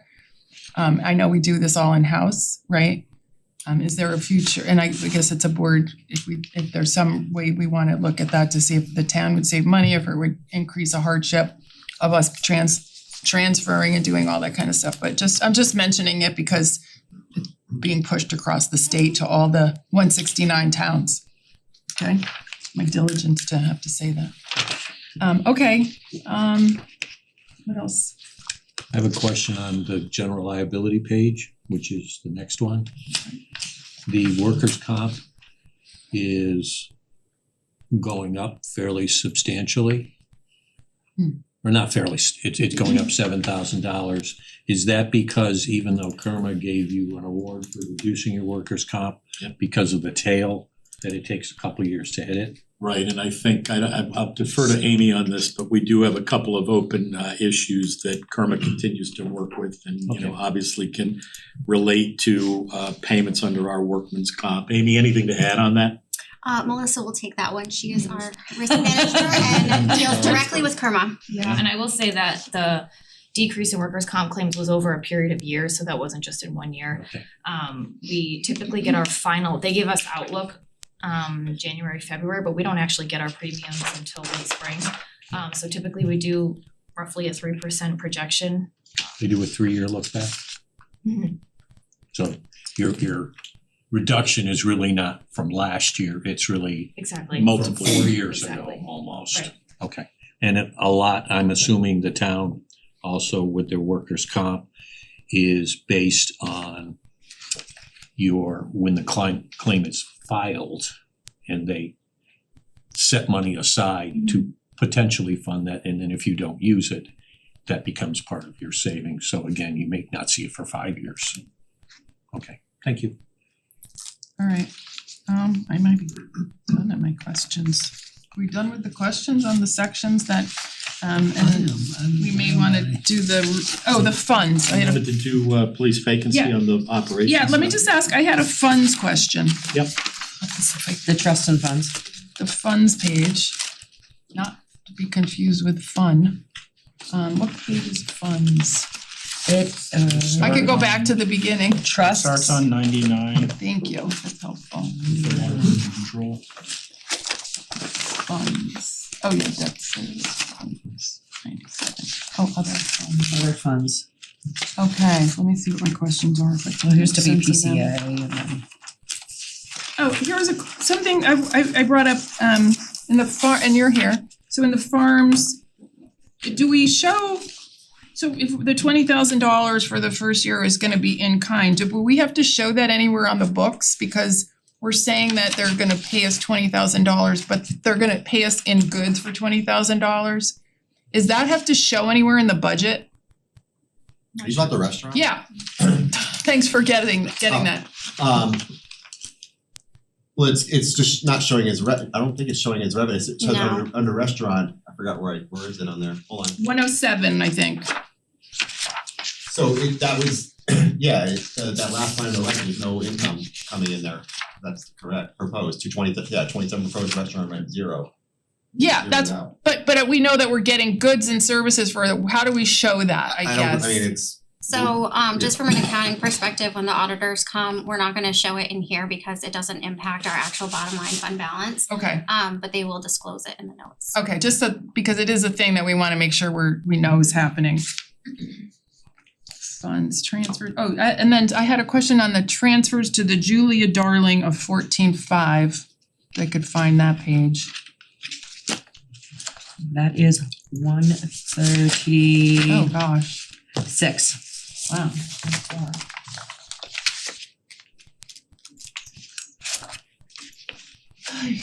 Your question about it? There was a transfer Transfer. of 14,500. Mhm. That was the question. What is it? Oh, What did you say, 136? It's Yes. gonna be VNA plus Meals on Wheels, I assume. So as you know, we fund some of those outside agency requests through the trust. The Darling Trust funds the 7,000 to the VNA, which you're contemplating potentially increasing to 13,000, and 7,500 to the Meals on Wheels.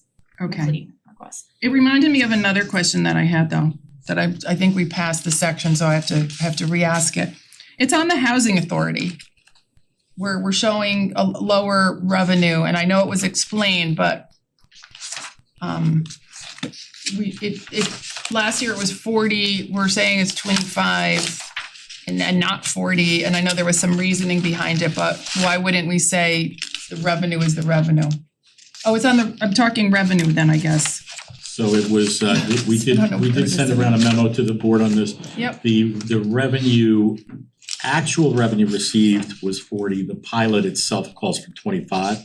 So the town manager is proposing to budget accurately at the 25, which is, so if that answers your question.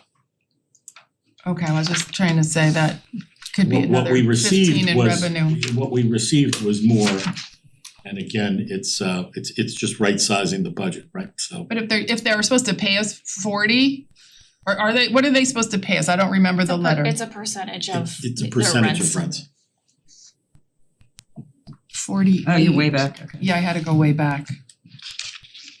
So the estimated, we budgeted 25, we thought it was estimated for 26 was 40, but we're just gonna just budget 25, and whatever that 15 is, we don't lose anything for that, right? Like, Well, I think as I said in that memo, and we should probably talk about it after the budget, but the idea of renegotiating the 1973 agreement with the Simsbury Housing Authority, and I'm sorry I'm losing my voice, was last looked at by the Board of Selectmen in 2007. And we see a host of challenges there, both, going both directions. It's not just a revenue issue. It's a governance and partnership issue that we in my office and staff, we have a lot of work to do here. But the first step is to make sure the budget is accurate and that we're budgeting for the correct amount of revenue.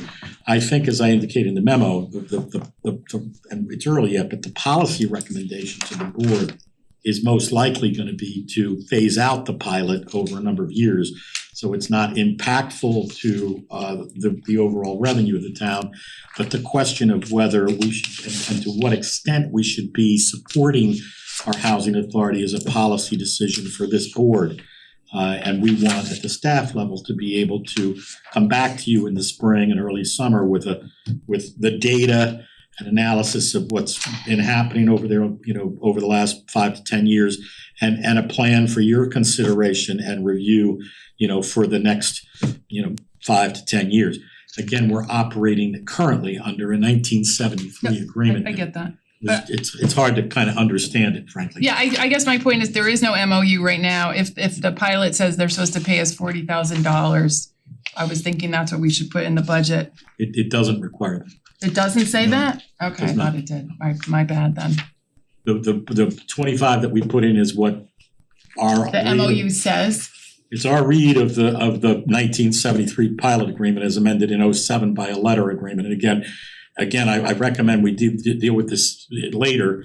The letter agreement is really not valid at all because the pilot agreement from the 70s included the fire district and WPCA, and they were not signatories to the 2007 letter from the former town administrator. We've got a host of issues in a file this thick. We'd like to work with the board of directors at the Housing Authority to get a new proposal to the board for your consideration over the next, it's probably a 3 to 6 month project for staff to kind of get this sorted out. Okay. I would just add, if I could, Chair, the SHPAC, the Simsbury Housing Policy Advisory Committee that you formed did issue a recommendation that suggested A, that we work more closely with the Housing Authority, and B, that we explore ways to right size their own fiscal house. We haven't pushed those forward, but whatever. I'm gonna just stop there. So back to the trusts, piggybacking off of Wendy's point, in the Kate Southwell Trust, there's also a transfer of $14,000 from the general fund. Page 136. Yeah, right there, 14,430. Do you know what that is? Yes, part of that is for our food pantry lease, and then the other part, about 10,000, is for our Wednesday lunch program. Is it the what lunch program? Wednesday lunch Okay, thank program you. supports the staff Yeah, salaries. Tuesday. Mhm. So, okay. I could have searched for Kate. We were, well, I was just reminded very quickly, Chair, on the call with the trustees, they asked me to convey to the board, Diana particularly, a sense that they would like us to consider changing the name Cheese Day. Oh, yeah. Happy Heard to that talk for with the years. board about that. I told them on the call that's a policy decision for you all and but Yeah, that's not a good thing. It's not a great. Okay, sure, put on the list. Okay. Alright, so. No objection to that. Says the pizza guy. Yeah. Alright, so let's I move like back. cheese. We're gonna move back, revisit areas. Are we done? Can I make a Well, we're gonna revisit, so you wanna revisit the police? please, yeah, to give them an opportunity, cause she's here waiting.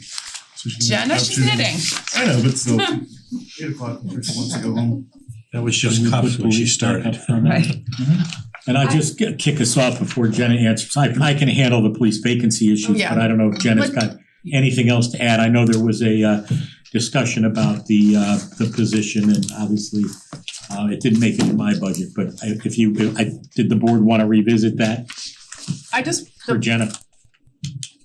well, let Jenna do her thing and then you can Oh, explain yeah. the vacancy, that's what I was The thinking. vacancy question with the funding, or do you want me to articulate that we need a dispatcher? Well, that's what I think That's what, I like to give you an Selectman opportunity. Lou was asking, I so think I'm it was gonna You let go him. first. It was missing. I'm losing my voice here.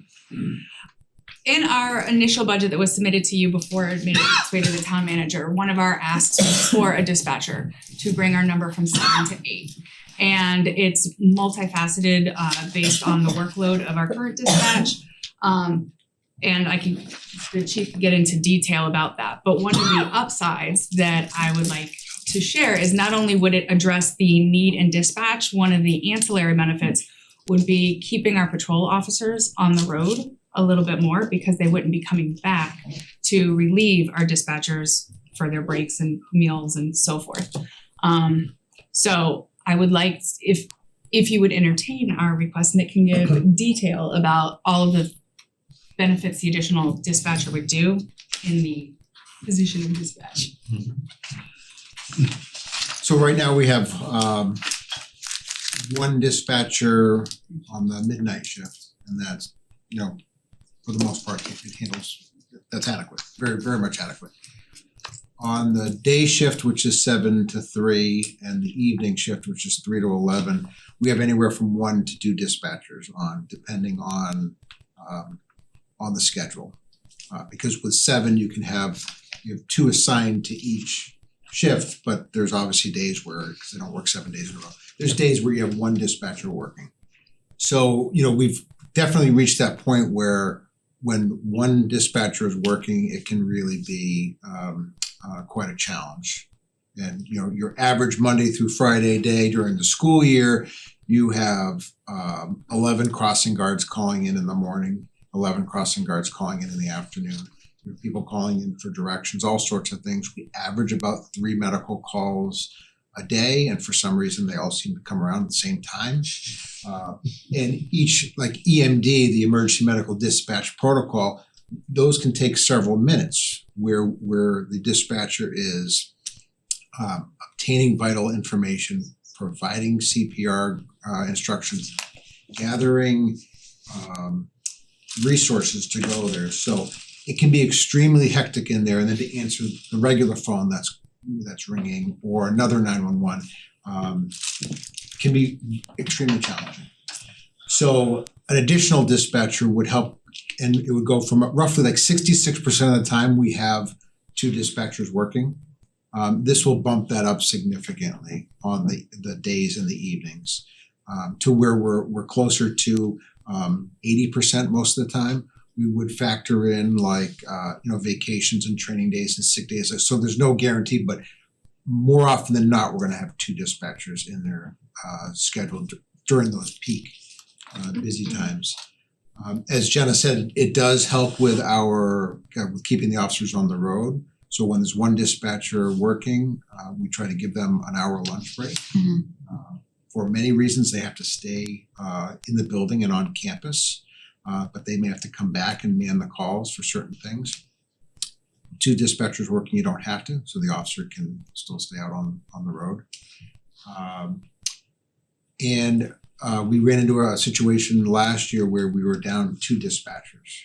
And it was extremely challenging having that few dispatchers to work, very taxing on the dispatchers, and we're actually in communications with a neighboring jurisdiction to see how we could temporarily like share some of those resources, because we've looked at sharing in the past and that model has not seemed to work for us, but this was like temporary. Can we do it just so luckily we didn't get to that point. We ended up hiring and we were in a pretty good spot.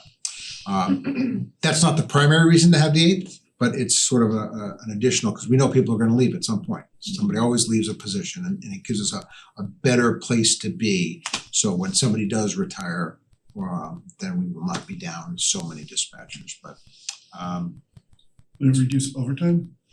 Help to reduce your overtime costs, because that's a big police it will, so we wouldn't be looking for a mandatory minimum of 2 per shift.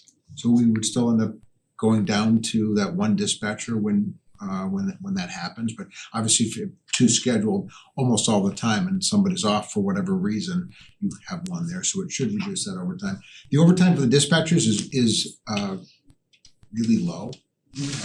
When we have a very heavy storm season, or when we're missing dispatchers, whether they have left or they're on extended leave, that's when we are hit with the overtime, because it's such a tight schedule and small number of dispatchers. If I could just add one thing to the chief's comments for the board's consideration. This came up in collective bargaining, and the union made a request on the other side of the table for us to agree to add this position. And as a result of that, we had some pretty vibrant conversations with our union colleagues about this. And one of the things that they raised, and it just in addition to the chief's points, is the stress and the tension and the tendency for overload. This is a position that has, and Chief, I know you can speak to this much better than I can, but I remember sitting in collective bargaining and actually needing to take a break for a minute because it was so compelling. I would liken this almost to an air traffic controller, right? When you've got lives at stake on these calls, and you know this isn't Poughkeepsie, but I remember this issue coming up there too, where you know we had a tendency to be slightly understaffed. It's not just the OT, it's the stress on the individual, right?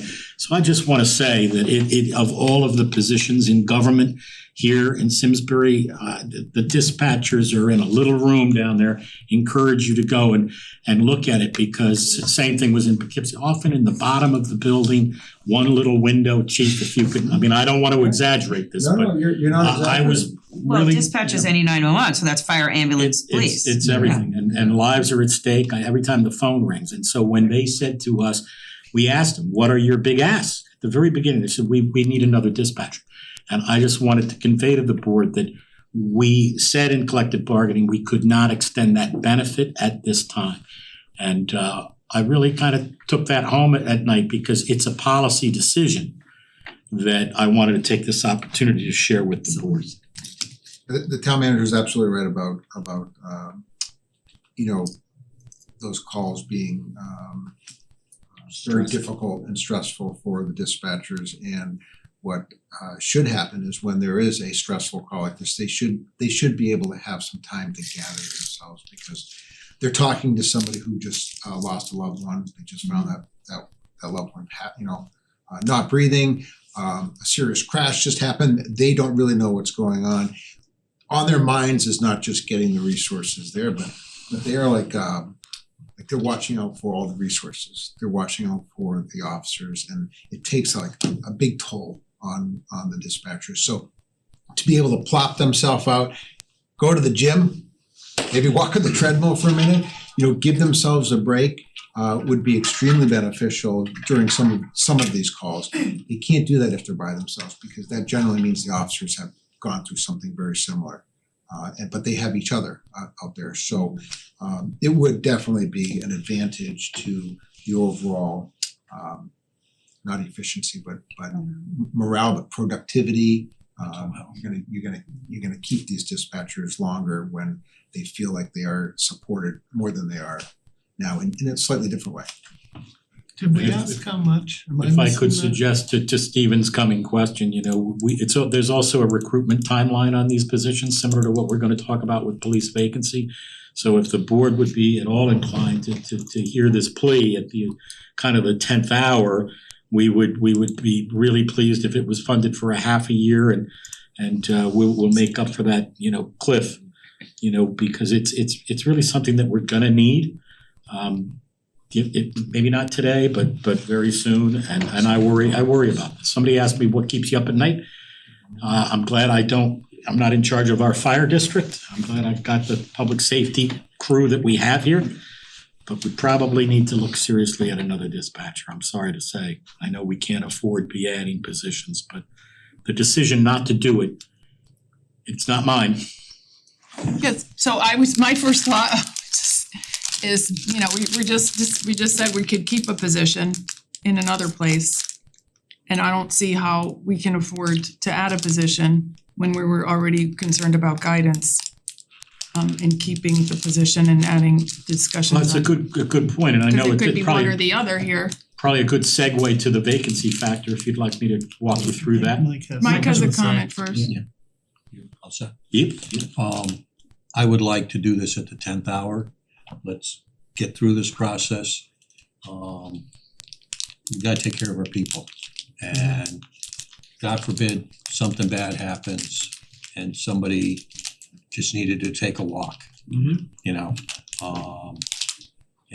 I've got some thoughts in my head, I need to put them together, but I'm more than willing to entertain this. Once we kind of get through this and see, maybe we're gonna have some surplus dollars and we can do something part of the year. Do we quantify it though, Right. whether it's part-time, full-time, and I hate to say it, but how much? It's full-time. The Okay. positions that we have in there are only full-time. We have had part-time in there in the past.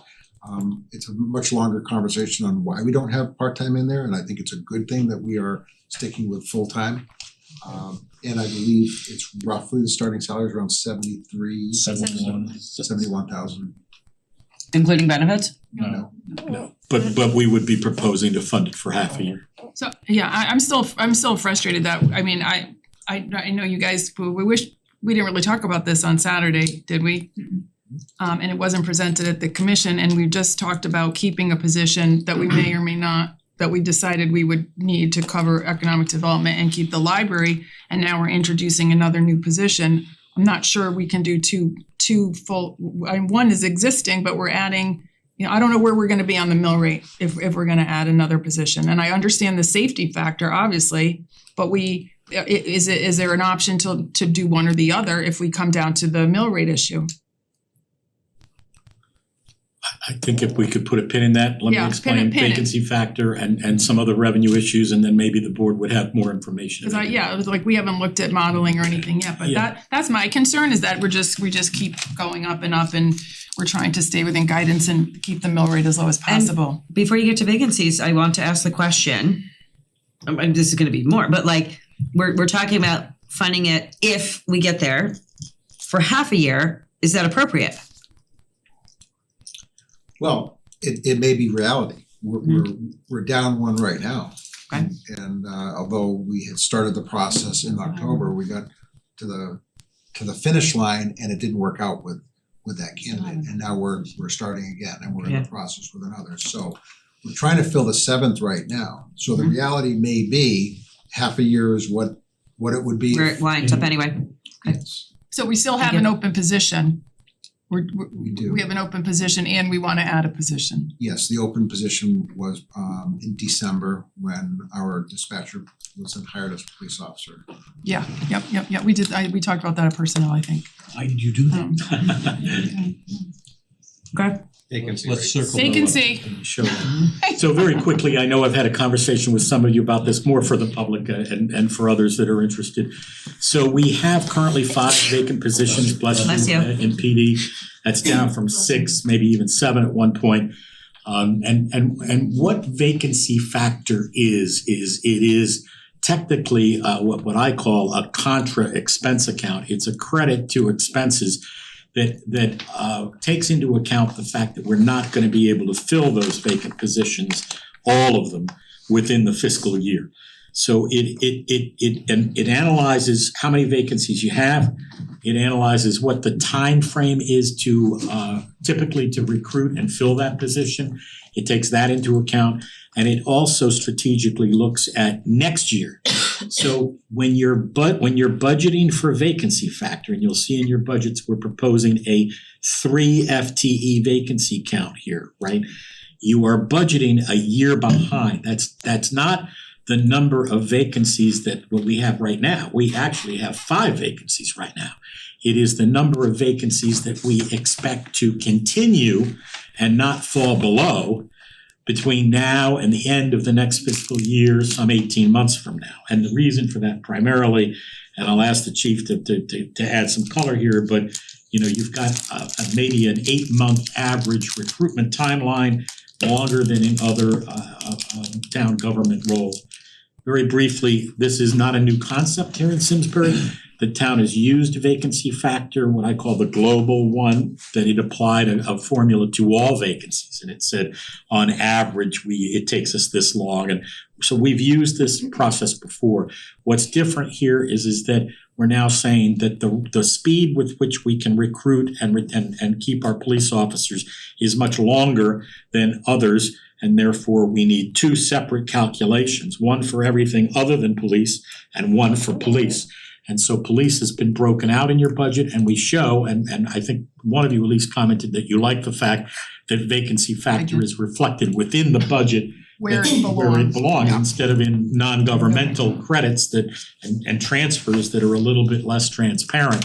Here we demonstrate it for you. We show you the numbers 3.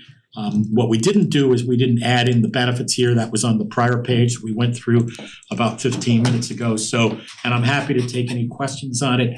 It really has to do with an estimation, not of where we are now, but what do we expect next year? And the answer to that question is we went through, looked at, with HR's help, the earliest possible retirement date and the likely retirement date for newly eligibles.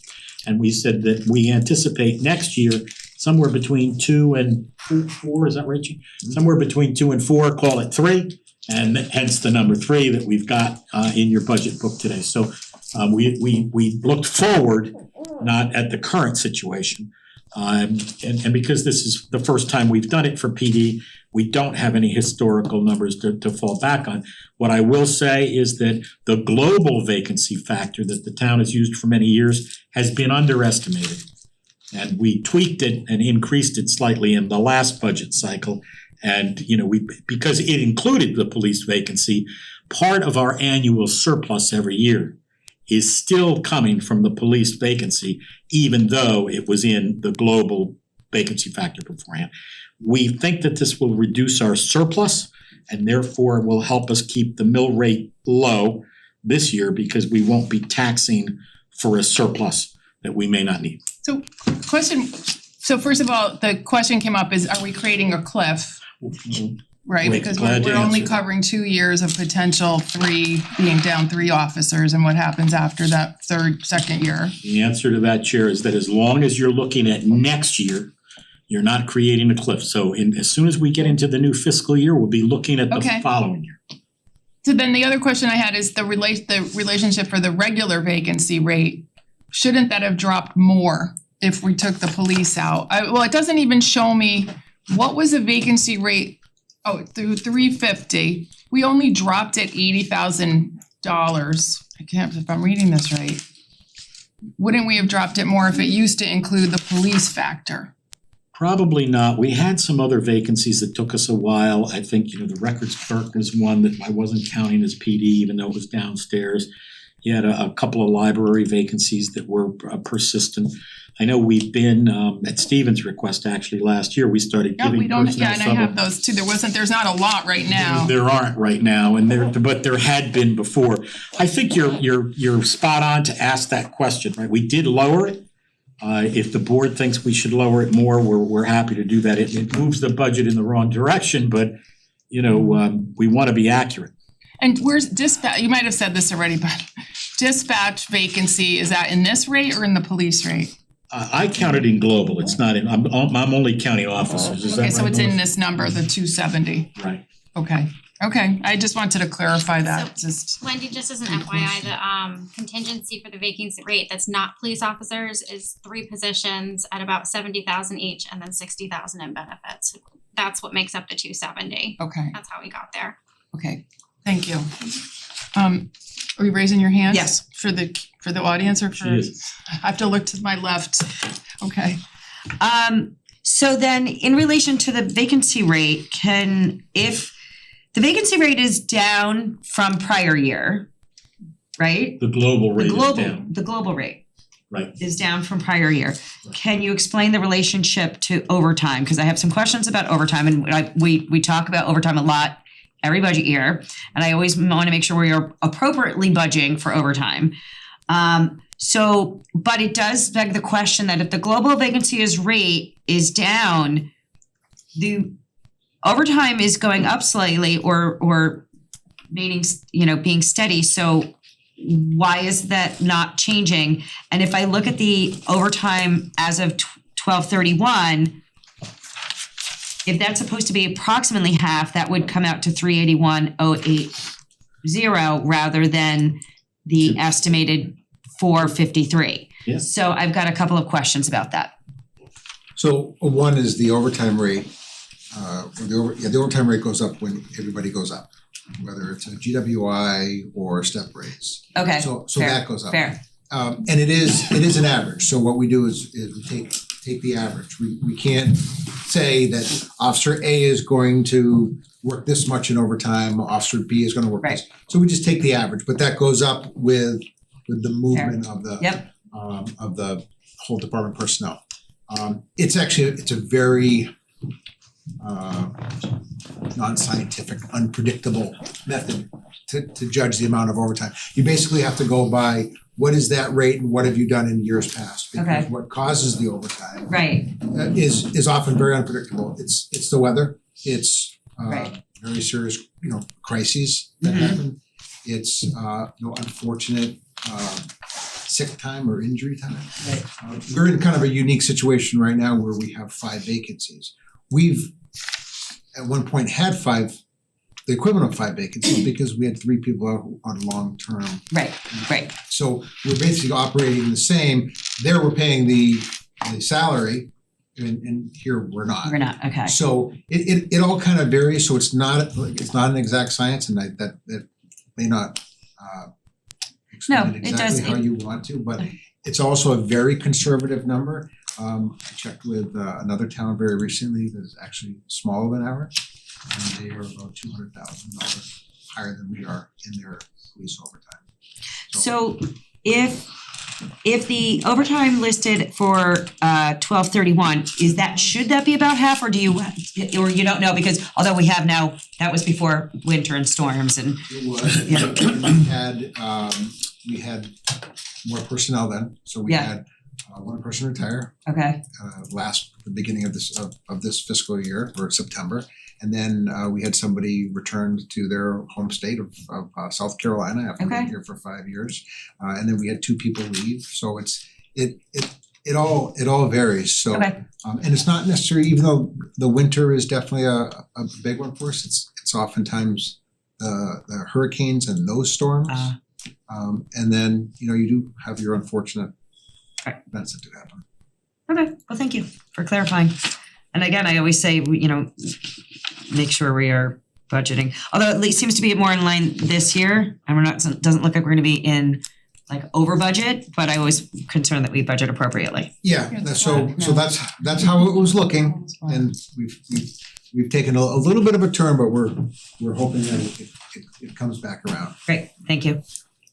I think, Diana, the other thing too, back to the original point of this is that it should reduce the annual surplus every year that we've experienced, and one year I think was $4 million. Some of that comes from police vacancy factor that was taxed in that mill rate.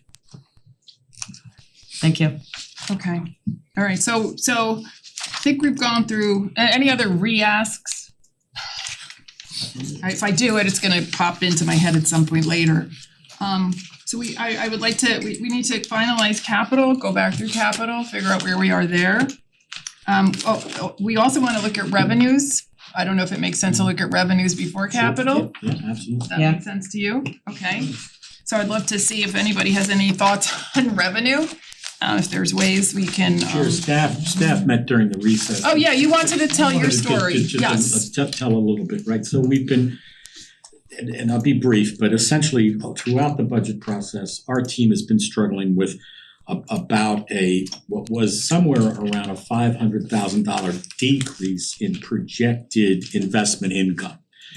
We've also been struggling with a 14% increase to healthcare costs that were about 6 or 7%, well, at least 3% more than I had thought they would be, and I was on the high side. So when that came in, that was another few $100,000 moving in the wrong direction. So between those two things alone, we'll just say we're off $800,000. The pressures, if you ask, well, what are the pressures on the budget?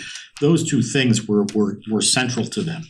The police vacancy factor we just talked about of 300 plus the 75, although it's an accounting function, it protects the positions while not taxing the taxpayer. That addressed about half of that problem. And the unwinding of CNR gives us another 250. So we had two crises and we had two solutions, both of them new and innovative, right? When we talked during the recess about, well, what else can we do on the revenue side? The finance team is suggesting that if the board was so inclined, the investment income decrease of $500,000 could be changed to about 480, maybe 475. And it still remain within range of what our analysis is, right? And I wanna be clear for the public and for the board. This isn't an exact science, so when we do our analysis, we come up with a range of these things. Well, what's the low point, what's the midpoint, what's the max, right? And so because we budget on these big ticket items with a range, we have some room to be in the mid-range still and offer to the board an additional 20, maybe 25 in revenue, coupled with Diana's recommendation to switch one to capital reserves. I forget what you moved. Probate, right? That was a good idea. That was me. If you were to do both of these, the recommendations from staff would capture 40,000 in additional savings and revenue to the good. So you'd move the budget needle in the positive direction. And I'm happy to take any questions on that. I'm gonna ask Amy the question, because Amy, I saw somewhere where you said what you were basing the investment income on, but I can't seem to find it in the budget, but it's somewhere, you gave it to us, right? So it's in the notes, so it's at the anticipated rate of 3.25%, so Yeah. we're not changing the rate. Okay, Part of the decrease from last year is I'm changing. Can you just tell me what page it's on so I could find it, cause I'm not finding Yes, I it. can. Melissa can. 48. Okay, hold on, Melissa. It's under the finance department revenue. Oh, okay, that's where I saw it then. 48, okay, you could, I'll get there. I don't wanna wait wait while I scroll. 48, investment income, is that what we're doing? Okay. Got it.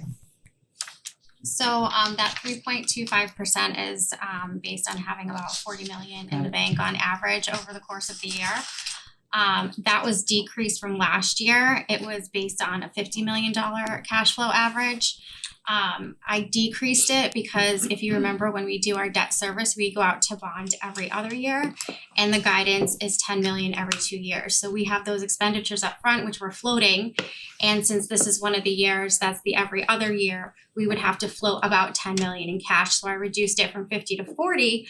But then I'm sure you remember my year-end report where I let you know that there's basically like pre-bond funding that's in reserves right now. So we're really only gonna be floating about 5 million or so. So we're able to adjust that to achieve additional funding that can go in there. So you would bump up the 1375, right? Right. To, how much did you say? By 20. Okay, And you're comfortable with that? $13.95. Yes. Okay. I don't know, is that a yeah, I mean, I don't know what if there's any Board of Finance guidance on that, I don't know off the top of my head, but if we're staying in. No, the only comment I would make, and just full, so we understand what we're doing, so the Yeah. offset from capital reserve for 20,000 plus an adjustment to revenue, that's gonna do nothing to your expenditure number, so your if you're looking to go to the Board of Finance with a specific expenditure number, that's not going to help. It's gonna help on the mill rate side. Right, and so guidance on the expense side remains unchanged. It helps so we on the still- mill, it helps on the mill rate, which is what I think this board is focused Well, on. I can't huh? We're doing both. Yeah, I can't sneeze at lowering the mill rate, right? If that does help on that side, I think that's a good thing. We still need to get to make sure we're at the right number on the top side, right, on the expenditure side, but anything we can help. Just pointing it out, so when we get to the levy calc, can you, and just, it's not gonna reflect on the expenditure. At the top, but it will reflect on the bottom. So okay, I mean, that's something to consider, right? Cause we still don't know where we are on top. So And that's all we had, Chair, but we appreciate the opportunity to put our heads together and try and bump those numbers up a little bit and give you a little more wiggle room on some of the things that you wanna do. okay, and you wanna do too. We all wanna do, okay, right? You could be Mr. Revenue if you wanna start, do you have revenue items? Cause you were the original suggester of the revenue. I can't remember. I have some. Go ahead, start. Okay. I gotta engage again. Well, Space it out. hey, we're gonna be here till midnight, so. Get some coffee. It's just restart. Sorry. We don't have I'm to. like, We don't have to, but well, let's get through this and then take a pulse on what we need to do, right? She said midnight, I said, oh boy. I don't know yet what page I'm on. How do you know? 15 and 16, is that where revenue starts? Yeah, but I was looking at Other departments. well, I was looking at departmental revenue. Oh, you were looking at departmental revenue. Well, that's where we haven't looked at Well, those, right? Isn't that this, under the budget summary, it has general government, land use, town clerk, total for finance, total for IT. Well, here's some of the things you wanna just hear my list? Okay, I was asking these kind of questions. So for the library, is there any way we can charge for any of the library services or charge out of town users for any specific things to bring in some revenue? I defer to the library director on that one, Chair. We're actually reimbursed for out of town use for the materials that we circulate. Okay.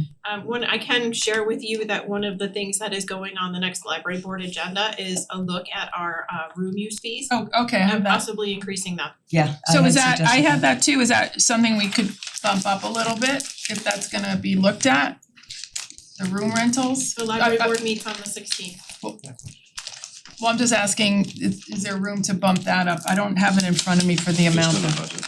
Yeah, Can I ask what the order, like what the increase that you'd even be considering Yeah, at this point? if it makes a Cause I think difference. it'd be have a minimal impact really Okay. here. Yeah, I mean, it's Fine. the impact is not going to make or Okay, break let's- the budget, but it Okay. is something that we can look at to bring in more revenue. Okay. Thank you. just like we did at Eno.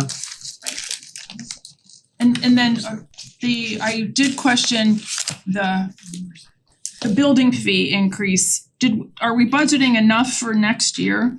We didn't budget a lot. We saw a jump this year because of the increase.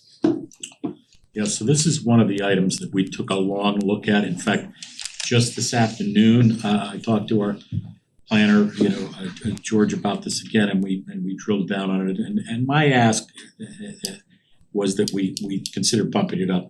But after a good discussion and a good analysis, the recommendation from staff is not to move it. The issue here is the timing of the developments that might lead to increased revenue, and we just can't be, I think frankly, this is where I would be in lockstep with our Board of Finance colleagues, that when you talk about conservative budgeting, it's not just the amount, it's when is it coming in? Okay. And these developers can decide that they wake up on a Friday morning and say, you know what, I'm not doing it until 6 months from now. And they know when October 1st is coming, just like we do. So we decided, and I wanna thank George and and the team for talking me out of recommending it to you, Chair, cause I would have, but I really can't. Okay. What was your recommendation gonna be, Mark? It's gonna bump it 20 grand, 25, and I think of the two things that we looked at, what we came back with was investment income is a less risky change. Okay, got you. Thank you. Yeah.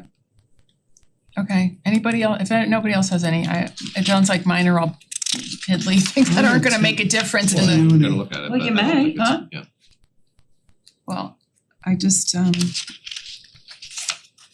did the housing authority, there was something 6,500 for the fire district, what was in finance on the revenue side? Just reading my notes because I didn't put page numbers in. It's page 48. Thank you. For the billing. For the billing of the taxes? Yeah, what we charge them to do their I'm not sure, stuff. I'm just checking what, Is that a pass through though, because we use that service? We do stuff for them, we do like their Right, but payment then service, we pay oh that yeah, service to do that, so I don't know if it's just a pass through. gotcha. We charge it, but we can get back, we do charge for the service, and I think that's what that is. Yeah, no, it's a portion of, they pay a portion of our grand list calculated out, and a portion goes to finance 6,500 to offset the tax collector services, and the rest goes to emergency management EMD. for dispatch. Okay, and it's not much to ask about. Can we project that? Is there an opportunity to expand that though? I mean, we're talking about dispatch. It's a benefit directly affecting them, if I'm not mistaken, even though there is a tandem They, dispatch. the MOU has dispatcher services in there carved out on a, as even said, a per percent of the gross grand list. And how long is that MOU good for? It's the fire district one, it's kind of until you update it. does it commit us to a certain amount? They, based on 1.55% of the fire district gross grand list. So there's not much. And it says this amount is adjusted annually in the. It's a factor. I have a quick question, miscellaneous under finance department, it used to be 8,810 and now we're not getting anything. Where's our 8810? Golf course renovation. I don't know. I'd have That's to an look what honest that answer. 8810 is. Off the top of my head, I don't know. Can we get some miscellaneous income? Can you guys bake cookies? Well, it looks like it was just the actual, right? There's no budget for it, so something came in on that line? That's a very good point. We'll have to get back to you on that. No worries, it's a One second. She can miscellaneous. find it. It's not dog licenses, I know that. A question for you guys, the ECS funding. There's all the pushes, like CCM, we did a press conference to push the governor to fully fund ECS. All the municipalities are obviously in the hole on that.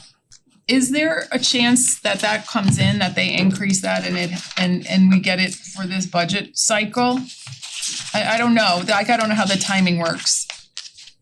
I mean, our state will have to budget. Yeah, I know. I don't know the answer to that. I know we Okay. had a huge bump last year with the first correction, and then we were anticipating it being flat for 27. In terms of like new moves and new legislation, I'm just not sure. I'm not Okay, close enough, but- so we just have to play that one safe because we don't know if we're gonna get it, but if we get it, it would be a really good thing to get. That's okay, yeah, I think that's all I had on this side that I can make any sense of at this point. It looks like it was IRS tax refunds from prior years. Alright, so guess do we move to capital discussion?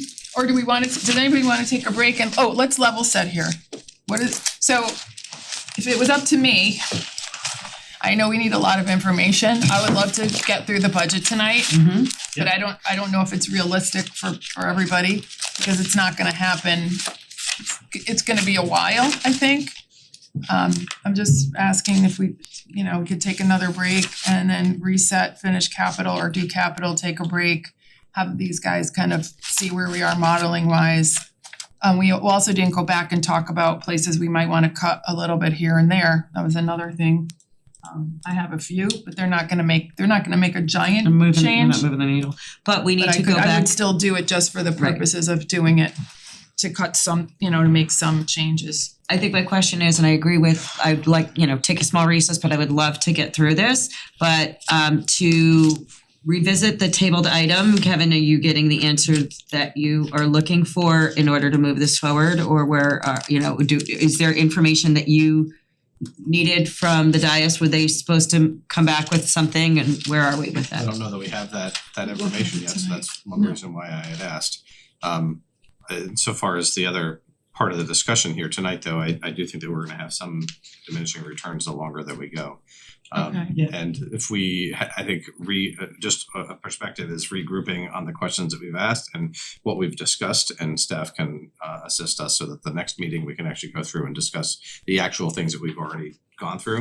If we start rehashing again those things tonight, right now, I feel like we might start spinning our wheels a little bit. That's just my Yeah. perspective. Okay, so where does everybody else stand? Do we wanna try to go through capital? So I think what I'm hearing, we're trying to get through capital, get a summary of where we stand, and then make a decision if we push forward or we regroup. But if we regroup, it's gonna have to be another potentially night this week, because we have a presentation to the Board of Finance on the 10th. Now we have the 9th, really, we'd have to finish the budget and get the presentation done all on the 9th and 10th, which is gonna be tough, especially when now we need the 9th for the charter. So it would have to be moved to another special meeting this week. Don't we have a placeholder on Wednesday though? Not this week, next week. Next week. I'm Yeah, sorry, that's it's for getting charter. mushy. So I'm happy to talk capital, do people wanna take a break? Sure. Okay, so let's talk capital, sounds like a show. A kid's show. Let's talk capital. So I wanted to revisit one of the things that I brought up, and it may not be a priority for everybody, but was how we, at least when we did the rankings, that I took the Apple Barn as a priority, because I feel like we could update it and use it as some revenue generating and try to look at that. But it's not in the current year's budget. So I would like to move the Apple Barn, but this is another conceptual thing I'm still not fully understanding. Whereas I think we should consider alternate uses other than a rental facility. We Yeah. are busting at the seams as far as office space, with the exception of the probate courts moving out, which gets us 200 square feet? I just think the Apple Barn might be part of our future, and I think pushing it to 28 would be okay. But I don't see bringing it, Okay. up for too much discussion until we have a vision of our path. I could get around that, Yeah, my only question would because we be have to approve if 28. to Tom, or to the Toms, right, on if we, That would be a Tom-Tom. Tom question, I told my TNT. Tom-Toms. That's better. TNT? In relation to the Apple Barn and, whether it's this year or next year, what would be the timeline of the project? Like, so if we want, if we're looking to capture revenue sooner rather than later and repurpose, which I understand we need a vision for, but, if it's gonna take 2 years to get this project done, that may affect, when we wanna start it. I'll jump in. I came in late, so I don't wanna take your stuff. No, He's been here all night, so let him talk. That's what I'm saying. I know. So are you asking when the best time of year to do it was? I mean, you're talking probably a 6-month renovation to That's- set aside. I mean, I don't wanna undersell it. Tom may say it's more, but if the heating plant needs to be replaced, so you're not doing that in the dead of winter. You start in the fall and finish in the spring and get the heating system done first, and then you're working through the winter, but you're also doing windows and things like that. I don't know. I mean, selfishly, I'd like to do it during the summer. I'd like to avoid the summer, but worst comes to worst, we have school facilities we could reallocate to for that period of time. I think this dovetails with I Yeah, think we have to have a serious Yeah, no, I just, pathway yeah. discussion. I don't know if today is really the place to go on that tangent. Right, I just wanted to know, what are you looking timeline, like about how long would the project take, because, if they're saying it's gonna, we wouldn't even start it, even if you funded it now. We're not until gonna next- fund it now. Right, I know, but Yeah, in addition to what Tom said, 6 to 9 months for the actual construction, probably at least 4 months just for the design work. that's thank you. Okay. That answered my question. But I agree with Wendy, pull it further forward. Correct. To the left. I agree. Let's move it to 28, but then I don't know we'll have to look at the bonding limits. Yeah. For 28 if we are in line with the 555. I think that would throw us over, but Maybe I'll there's, defer to Melissa on that one. well, I was gonna so getting to the bonding, let's just go back to this one. The neighborhood pass bonded for $380 in the current year. And we talked about, are there options to do it for less than $380 and do just a gravel path to keep that, and that could free up some bonding capacity if we could do a lesser version, keep the trails for the neighborhoods, but not make it the best trails in the world, I guess. Just safe enough for walking your dog or whatever. Lower that so that it's less bonding, and then maybe that could balance out with increasing bonding next year because of maybe the 10 for the 2 years, however that's working lately. No. Go ahead, Tom. No, said this is the year that next year begins another 2 year. Oh, another 2 years, okay. Right, so fiscal year 28 and fiscal year 29, you'll get 10 million. Right now, it's fiscal year 26 goes with fiscal year 27. So then is there something we can move from 28 to this year to offset the 380 and bond something else to free us up for 28? I don't know that, is there something in there that's close to split the difference? You know what I'm saying, Tom? Yeah, I mean, you could definitely, you could take that instead of being a one project for 1 year, it could be, you could reduce it down to the most critical paths first. You could reduce it down to doing some of the paths as stone dust, some of the paths just put back to grass. There's a few of the more heavily used paths, like the ones over from Hearthstone, that perhaps we would do those in asphalt, but you could break it up and stretch it out over, get the critical ones done for a certain dollar value and then do the rest a year out or the next year out. Well, I'm trying to find something that's bonded for 28 that we could, you know what I'm going, Mark, right? That we could move up, but I don't see anything, or that's in an outer year that could fill that 380. Maybe you could just do Stoddard Dam for 300,000 instead? TNT. Knock it down. I'm joking, Stoddard Dam's 1.6 in 28. Yeah. 28. Under bonding though, it's in the unfunded, so the unfunded doesn't even go into the 5 million. It's under bonded. Yeah, I know, what are you looking at? Oh, Yeah, I start it see, down to damn say it, that. it's 1.640. It was a joke. Never Okay, mind, I I'm sorry. got it, I We missed will the joke continue because I'm on. too. Okay. Alright, so there really isn't anything unless we move the apple barn. Right. If we bond for the apple barn and keep it in the current year. Security and fire alarm upgrades, this is the rental building's exterior repairs.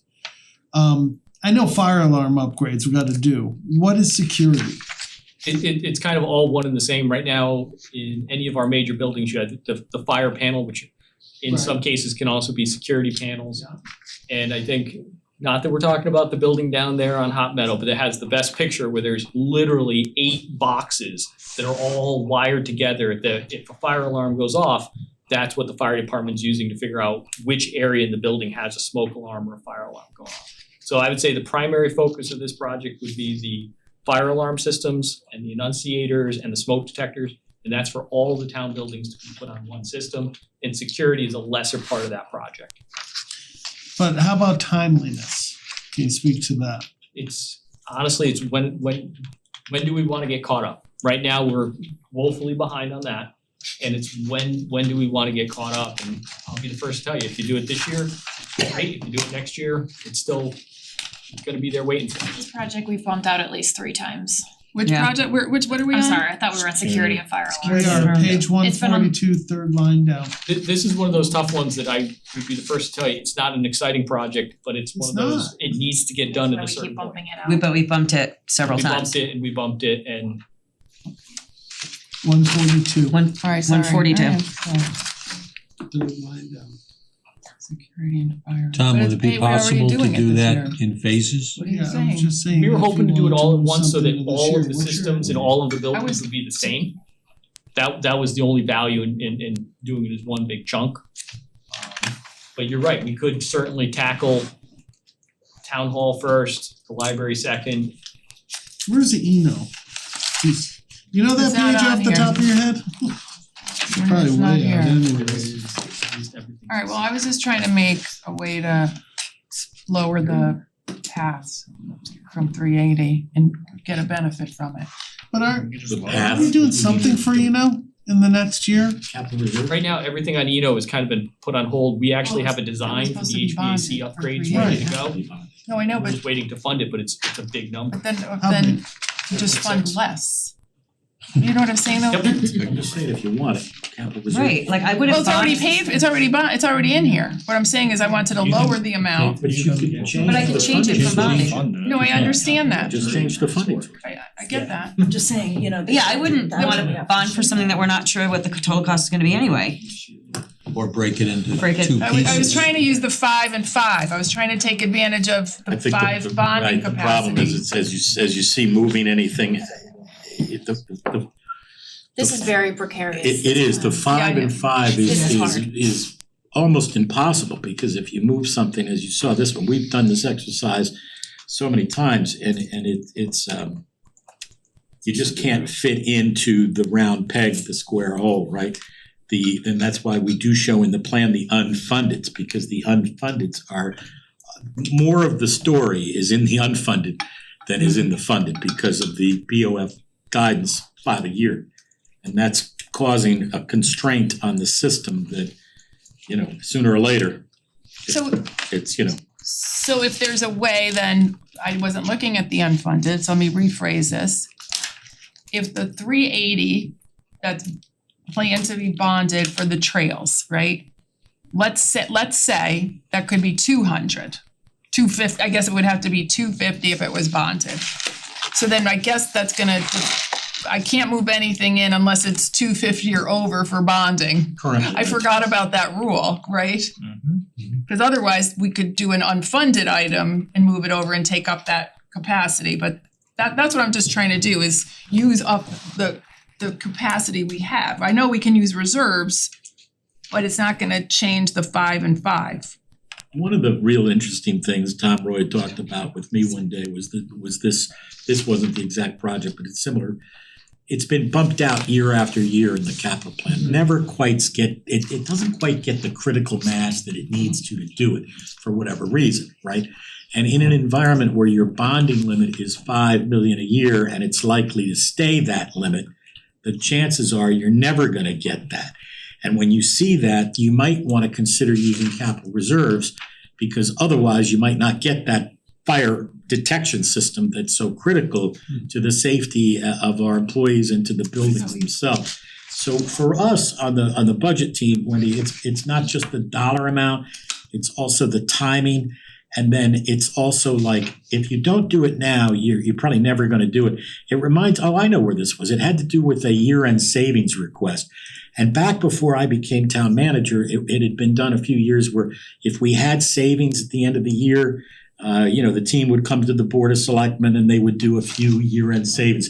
And the finance director used to ask the department heads, hey guys, do you have any year-end savings requests? And we kind of got away from that process, but one of this discussion came up because if you've got a project that's always getting moved out, and it never quite reaches the bonding, well, that's what you would want to bring forward for consideration when you've got the surplus, because if you can't get it approved when you've got a surplus, you're certainly not going to get it approved when you've got an impact on the mill rate coming up right now. And so, Tom's smoke detectors, as much as it is, if you asked my opinion, it would be use capital reserves and get it done right now, because otherwise we could be sitting here for years. And I don't know, how long has it been, Tom, you've been recommending this? I think this one goes back about 6 years. This came out of the 2018. facilities master plan. Right. And I mean, at some point, drop it from the plan. If all you're gonna do is every year move it out. This is one of the problems with our capital planning, is that it's easy to just move it out. At some point, you gotta say, you know what, we're not doing it. Or again, if the number is too big as doing as a chunk and we need to go and look at building by building, we can do that. It just, there's some inefficiencies. Yeah. It's on page 141 if I agree. What do you want? How much is the? What we're talking about, I gotta be security, honest. I thought about, can I Almost just say seems- something? Okay. We have that in the current year, so why are we talking about moving it? The security and fire alarm upgrades show they're If you want bonding in something moved up. 50, 20, but it's showing it in 27. Yep. So why are we talking about moving it? It's already in 27. We're talking What do you- yeah. what we wanna move and that You one wanna might not move be. to get Oh, move it the out instead of the apple up. barn. To swap it with the apple barn, I think was the discussion. But we already just said the apple barn, we'd rather, I gotta be yeah. honest, if I understand this, the next 10 million tranche is next year. yeah, Correct. right, yeah. And that's the time I think we really should talk about this, no offense to anyone, unless I'm missing The something. apple barn or the security. But we moved the apple. Leave it as is, Okay, and good. the I apple agree. barn's part of next year anyways, and I think No, our it's- discussion. Apple 2 years barn's out. way out. No, let me rephrase that. Yeah, Moving the apple barn up. wait, don't do it yet, is what you're saying. Yeah, we can do it next year. I Okay, don't so see leave any it. benefit in And burning we might have a daylight. new facility at the farm, I don't know if we need to do both. Okay, so, well, we already, or That's let's leave it good then. comment. Alright, so the But only that's question my I'm asking is, do we need to spend 380 on the neighborhood pass? Wait. Steve asked the question like, where's Eno in this? I We don't agree have a with plan that, for but Eno. we are tapped, we're not gonna No, fit I it know, in but we here. don't even have it on an out year, like, I anyway, think that yeah. is something that maybe, I don't know if it's appropriate for executive session or just a workshop, but we gotta talk about, you know, do we need senior centers? Correct, Where's correct. the path there? The memorial splash pad, we've never come to Yeah, but consensus at least on some of that. those things are on here, like Eno's just like, cause you there are in the My out point years, is, but on yeah, March 2nd, 2026, Yeah. it doesn't matter if we talk about this. fine. I'm not ready to talk about it. Oh, I'm not because ready to talk about I'm it, not I'm just adding saying it like, to the budget. Let's move forward. Okay, Okay, So my those- only Except Mike. question is if we want to reduce the neighborhood paths by a portion, if we have enough savings to do part of the apple barn this year. I think it's, from my I'm not sure we can, perspective- Yeah. and Tom just had to step out, so It's we can okay, I make a speak motion for real Tom. quick. No, I'm kidding. I wouldn't do that to me. I don't think, you know, it's what I alluded to earlier in some other topics. I don't think we have a path that we can be on.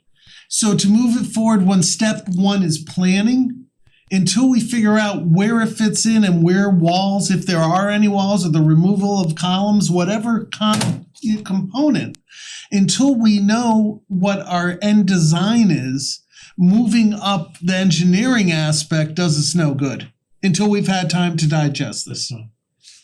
But- I Sorry. just wanted to put that out. My point being is, and I'm not saying we're gonna discuss it now, I just wanna throw out that I would like to start seeing things like, I'm gonna bring up the two big things, Eno and Squadron Line on our out year budgets. Cause if we can't start planning for those, we can't ultimately, like, we're gonna be so far out and surprised in something, like, they need to be somewhere on a budget. It doesn't have to be in this year, yeah. Not to belabor it, March 2nd, 2026, this is not the time for that. No, I'm big- asking a request that it goes in out years at some point, like up to 20, I'm not saying to Who are you discuss it now. asking? well, the board, let me just I'm weigh in asking- on, I'm gonna weigh in on the squadron because Finance I to was put it in on a- the out years. in a discussion on Squadron and the Board of Ed is not asking us to put that on the plan right now, so Right. we're not putting it on the plan because there's no plan yet. And that was per Matt Curtis and Jeff Tyndall. We're not looking at it this year, we're not considering it, but I hear what you're saying. They'll have to come to us and say, this is the year they need it Right. with a design plan or something like that. I think it Um, would be part of a workshop in the future to see what infrastructure and schools we need. So, okay, is there anything, and Tom left, in the plan, if we reduce the maintenance of neighborhood paths, let's say we make it 250 so we can still bond it. There's 130, is there something, oh, it doesn't matter because we can't bond for the 130, so it doesn't matter. Alright, forget it. Well, it matters insofar as it's less bonding. So Yeah, so we I mean, could- yeah. to Mr. Payne's point, I would recommend the board take that up because I think staff I is would saying. like to reduce that So from when 380, I staff think supports that's. that, just get it done, let's do it. I agree, there was one thing for Tom Taberski, since he showed up. The lighting, wasn't that becoming an emergency thing for the tennis courts, or did we do it, the paddle courts Yeah. is on here for next year? No, That's I think Simsbury the Farms. lighting plan that's on there is for the remaining road lighting that didn't get done in the last project. So there was phase 2, which was the golf exit road, it's the tennis court lighting, we are down to one Now light. I see it. So that's a completely different thing, that has nothing to do with court lighting at this point. My point being, is there some reason you'd need that expedited? I mean, at this point, it's been a couple of years, it's not an emergency. I Sounds mean, good. So I'm Okay. gonna ask you a question because you reminded me of something, so unfortunately I'm asking. We put aside a lot of the Terrifil Park items. Remember, we were gonna try to fund it with the leftover money from the pickleball, and this board did not vote to do more than $75,000 worth. Are there any critical items that we should do there that we should include in the budget for this year? I'm just You're talking about Simsbury Farms, you're talking about. no, I'm talking about Terrifil I thought Park. we did, I mean, Tom and I stood there, I thought we hashed this all out with you guys, and it wasn't, I mean, we only agreed on what you agreed on, and the rest of the money was just gonna get turned back. Right, but now we're looking at the budget. Is there something that needs to be, it's a new budget, right? Yeah, well, I mean, I would Okay. go back to some of the things I had on the list that you said. I know, no that's to. what I'm asking, but I guess it's on the fly, so that's what I was gonna ask. Oh, now it's good for Tom.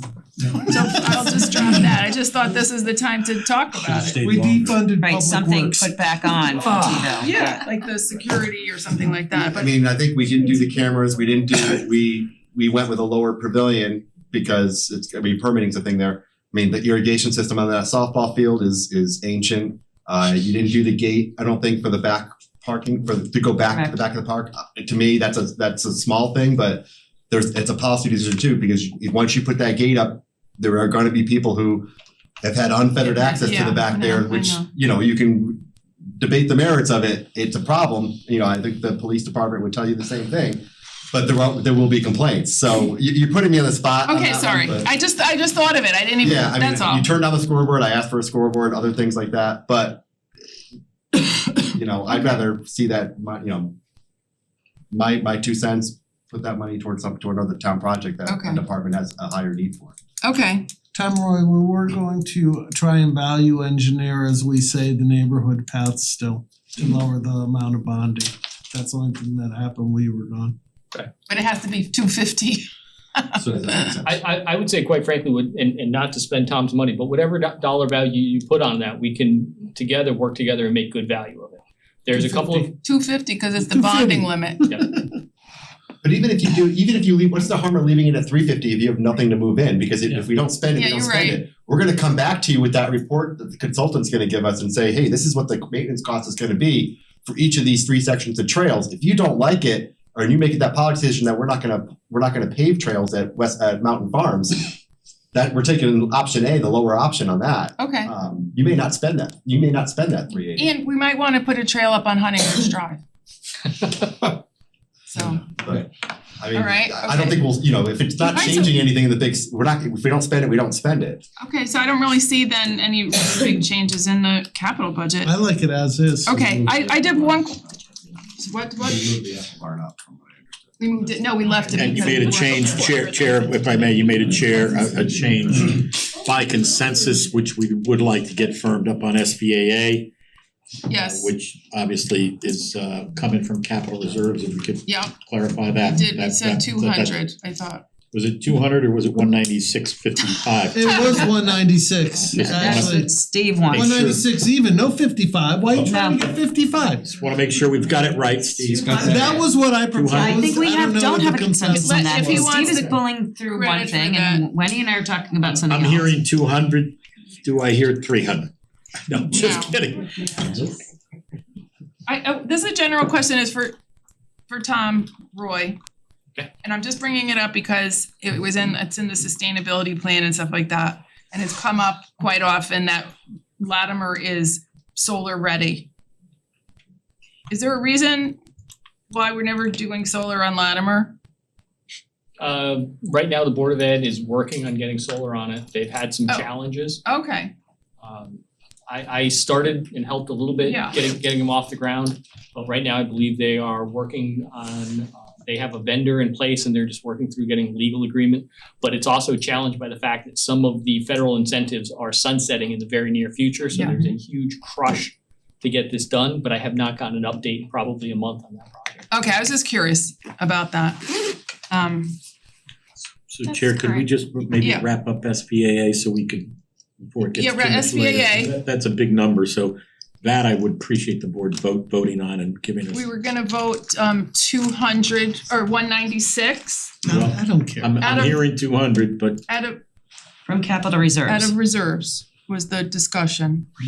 somebody's gotta make I'll 200 from, can we do it? Yeah, I'll ask for a motion to put 200 for the SBAA capital project out of reserves. So moved. Second, Oh, okay. That was quick. second, Is there yeah. is there a discussion? Yes. Work to own it and Oh, find a yes. lease arrangement that minimizes our risk. I'd recommend, maybe if I could, a friendly amendment to make it conditioned on that so that SVA is aware that the authorization is requiring them to agree to those terms, subject to the town attorney or something.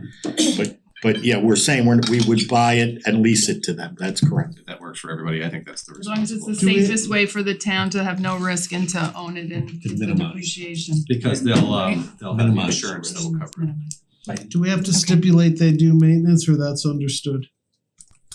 At your discretion, board, I mean, I don't wanna speak for Tom Roy, I think we could maintain an ambulance. Maintaining an ambulance. Authorize the town manager to make the arrangements that protect the asset. Yes, I'd rather do it in ourselves. the town. Okay, so I think that's the discussion? Are we, wait, quick question, are we using any of the opioid money for this? No. Not for this, no, this would be capital reserve. We are using the opioid money to Nothing support else. the MOU. Oh, Yeah, so all those in favor of funding that, say aye. Aye. Aye. Okay, no, any nays? No nays. Thank you, Chair. Alright, Not so under that one. I guess it would be nice, I think it would be nice to see where we are. The levy and- or? Yeah, and then again, we did have some smaller cuts that we could make. Yeah, it sounds like we could actually wrap it up if we're You able wanna to. go I through agree. some smaller? I think it would be helpful, staff has heard our discussion and where we're landing on these and trying to help put all that together. And then in the next several days, we can review what's presented. And then if you need to schedule a special meeting or we have it as part of our next Monday meeting, we can figure that out. I will just say that next Monday will be hard for all of us, I think, because we have we'd have to have the presentation all ready to go and plop in the numbers after Monday if we haven't done the bond motions. I think to me, I would have to have a special meeting this week to finish it up. I don't see how we're gonna do everything on Monday. I would like to get this done, to be honest. It's hard for us to move on to the charter while we're still stuck in the middle with this. That's how I feel. I'm having trouble doing both. I agree, that's why I'm saying we get some time from staff to assist us with the discussion that we've had. That tallies these changes, we review, and then probably that meeting could go quickly because we're just rehashing what we've already discussed. So is there any way we could wrap this up tonight in an hour? I don't. Staff's ready to do whatever the board wants to do, but I understand that Selectman Beal has questions that maybe we can't answer tonight, but it's up. Yeah, I would personally like to I'd like to revisit it all. I'd like to get it done. And if possible, to get as far as we can and look at where we are. Also throw in some potential small cuts, but what is everybody, But is that just what's a finishing? consensus? I'd like to get it done. I'm tired, but I'll do whatever. I just need to see what the changes that we all discussed, I know that I had the discussions, I just don't know that Yeah. we itemized on. Yeah, we have to have that as part of the final discussion. We can put something together for you in during the next break and actually staff could probably work on it as you continue your discussion in one or two areas. Is Is that okay? Can we, I mean, I'm ready to go. you're ready to go? Let me, Okay, they're telling me we're ready to go. So we would be prepared to show you what you've done in and out and the tax levy if you wanna do it. And I'm okay with that. okay, we have to discuss the Main Street because that was tabled. Are we gonna vote on all do we need to vote on all the outside agency funding, or we had consensus on most of them, but I'd like to, if we have to vote on all of them, I'd like to I get that think done. any change we have to vote on. Okay, so the only change that we've discussed is a change to the Main Street funding. Well, no, any change to what is presented, we need to vote. Yeah, okay. Your motions at the end. Correct, we changed all of Like them. if you changed the chamber from 75. Yeah, we changed them all. Alright, I gotta find my sheet. So I'm sorry, but when you do your motions to actually adopt the budget that you're gonna advance to the Board of Finance, we're gonna itemize every single change you made. So Oh, I you love don't that. necessarily have to vote on all of these individually, you will do that, you will, but you don't have to do it twice. Cause you're gonna Okay. do it at the end of the night or whenever you adopt. And you can, if you're comfortable with it, you can see what's being included up on the screen. Okay, so you're saying you have all of that, we can vote on it as we go through it and we look at the bottom line, is that what you just said, Melissa? I'm just saying you don't necessarily have to take a vote on every single one of these right now. So Saying you're- what the if final there's vote will consensus. So we can basically see where we are now, is that what we're saying? And then we'll put the motions together and then you Right. vote. Well, The motions will be very specific, adopt a budget in the amount of whatever with the following changes from the town manager's proposed budget, and it's going to itemize every single change. okay, let me before we get back to that, because I don't know where we are there any cuts to any line items that we tabled some of those, the legal fees we talked about cutting? Yeah. Reducing, do you wanna revisit that? Yeah, We didn't say an amount, but I know Kevin, you mentioned it, you did say an amount, Kevin, didn't you? I did, and It's 120, that's sounds about right, Is it yeah. reflected on there yet? Well, it says Yes. that yours. okay, oh gosh, oh, you guys caught all Kept that? up to date is what they're saying. The fastest Yeah, so step. we've just been tracking what you guys have been, I wasn't ready. Wishy-washy about? Like anything we've talked about removing and changing, they've tracked. Even if we said we're gonna come back to it, you just put it up there? Yeah, so I just Okay. put it up here and Okay. if you want, we can just go through what we have so far. You guys can correct anything that is wrong or inaccurate, and then I can just put it into the levy calc quick. Okay, it's hard to read the blue, but if you can make it bigger, and Kevin can't see, he has to crane his It's okay. neck. I trust you. Wait, I'm not gonna read. I don't think the red is better. Yeah. No. Red is not better. No, Blue, dark, or bright, make it bright bigger blue. or something. I'm just kidding. There you Or go. if we could get a quick print of that would be really helpful. Alright, so for the outside get it done. agencies, Interval House was decreased 2,500, Theater Guild was decreased 3,500. Gifts of Love, we've reduced 6,000. Modern Vintage Opera decreased 3,500. Amplify, we decreased 1,761. The Chamber, we decreased 2,500. And then the VNA contribution, we are going to increase 6,000, but there's a $6,000 offset from the Belden Trust, so it's net zero. Main Street's a placeholder right now. The general legal decreased 39,000, which was the increase. Labor, hopefully I convinced you to just leave it alone. Probate to decrease to 20,000, we're gonna offset with capital reserves. Investment income, we're gonna increase 20,000, and then SVAA, we're gonna increase from the 60 to the 140 for the ambulance, and then offset with capital reserves. How did we get to the 140, Amy? Just, I know it's Yeah. getting late. There's 60,000 in the budget Oh, yeah. already, Yeah. and then they bumped it up to 200. Oh, I got you, okay, Right, thank you, and that's sorry. exclusive of what the operating revenue, But yeah. wasn't there, Diana, offset by their? There was, so their fundraising came in just around 50,000. So We already that's did. where it's offsetting the 250 total Okay. cost. And again, if they wind up in, It's 75. right, then I we feel would, like we said it. put a contingency on to reduce, got you. yeah. Yep. And we do, Steve just said, we did have some conditions on the chamber, so I know you guys recorded those.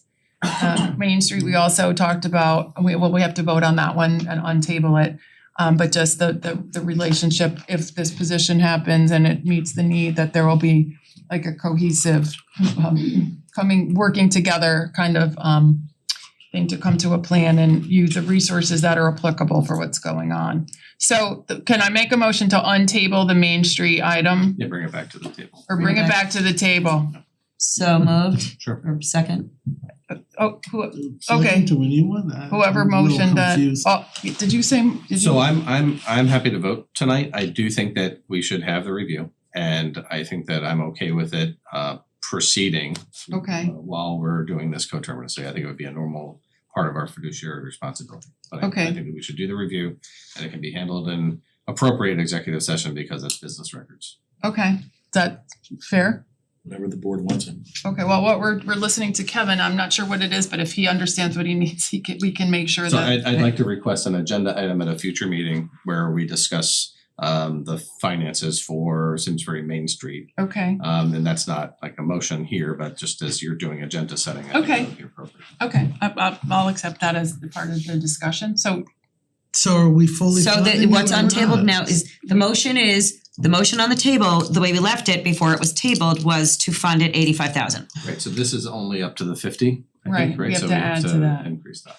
so what's the, We haven't voted, so okay, so I guess, is the Yeah, motion's we on don't the have to. table, we've seconded, the discussion's been held, so all those in favor say aye. Aye. All I'm those sorry, opposed. could you say the motion again? The motion on the table is to increase Main Street or whatever the difference is up to the 85,000 To get to 85. to get to 85. That So, would be 50,000 added. yeah, that's an easy calculation. With the conditions that Kevin made to get the information, put this on the agenda to review the financials. I think that's great. So got a motion, a second, that's the discussion. All those in favor say aye. Aye. Aye. Anybody opposed? bless you. Excuse me. That was not an opposed. And I think the rest we're just gonna do as one, right? We did that one. I just did that one because it was, That's fine. we changed it, right? If everything else. And there was an outstanding motion. Yep. So, If everything stays the same, then I think that's what we're gonna work with to see where we are, no, it was tabled. right? And you wanna take can we take a do we need a 5-minute I break? think that they've got the whole thing up here. No, cause then by the way, The whole page. that I thought we 32,000 did. that we need to find, we found, so. I don't know what you're saying, Did we do the Diana. whole page or not? I No, thought we still have to, but they're ready for No, us to but vote. did we go through all the items? You could vote for them when we write the motions Yeah. for you, Oh, so. okay. Yeah, I So just wanted to recess. make sure we Does were set with what's anything up need to there. be changed? Yes. No, No, anything that needs to be changed, I thought you said I'm fine. this is everything that we've What about agreed this to. one? The I have a labor, really compelling argument on this one. Oh, the A legal. whole bunch of data. I'm okay with bringing that back. I Yeah. trust the staff, and Yeah. I'm I fine think with that it. it might be higher. Let's take it away from the general, add it to the general. Actually, the first selectman stipend would fit Yep. that nicely. Thanks for bringing that up again, because don't make me feel guilty, Kevin.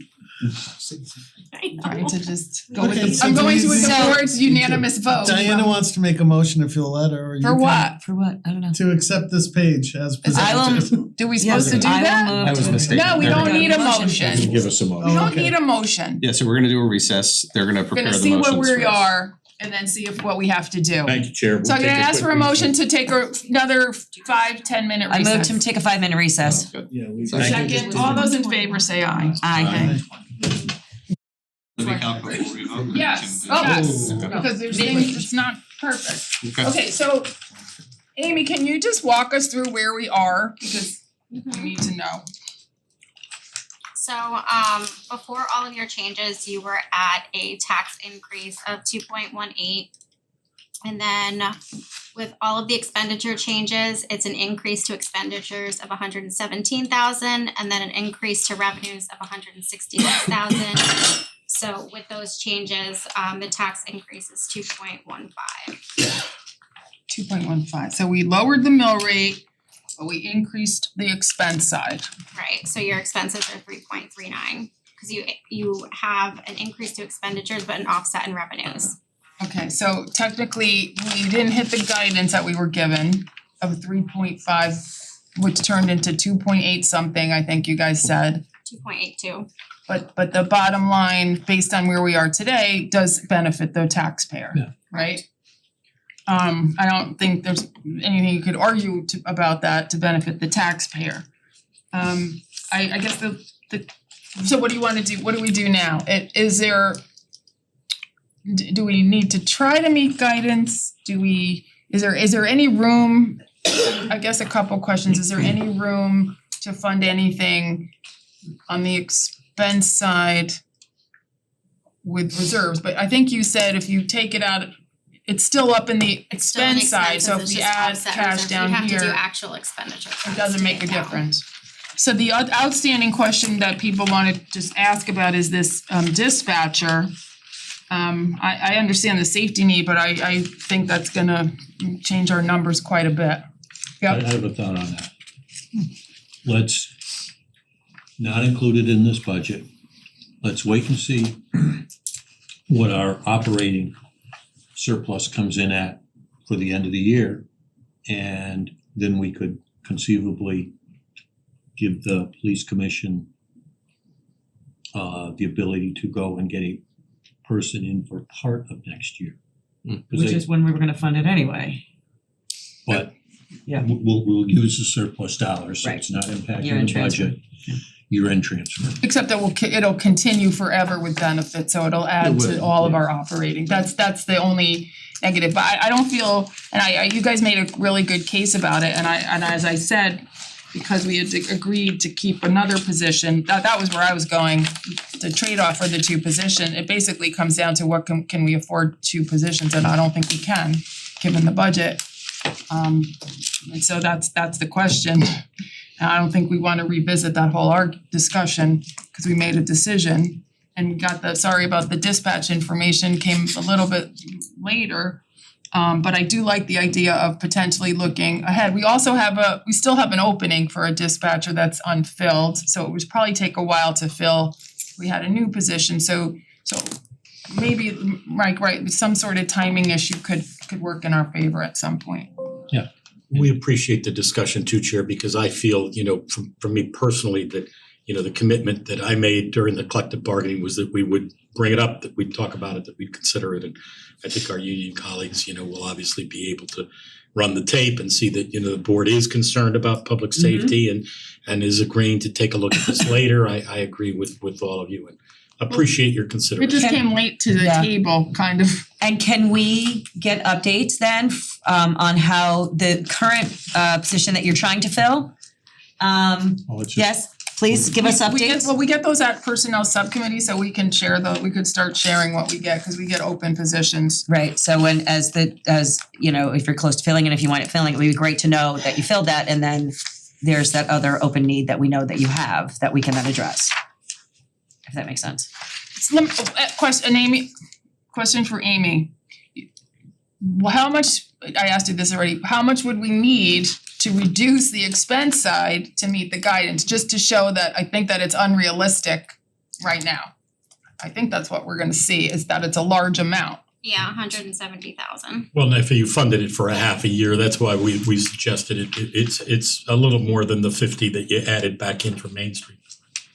Well, I'm just saying in general, You'd have to cut $170,000 to get to the 2.82. with this. So 100, we saw how much we did, there wasn't room to cut. I don't see where we could cut $170,000. I mean, even if we cut a position, it's still not gonna be $170,000. I'm trying to, get to where we justify where we are.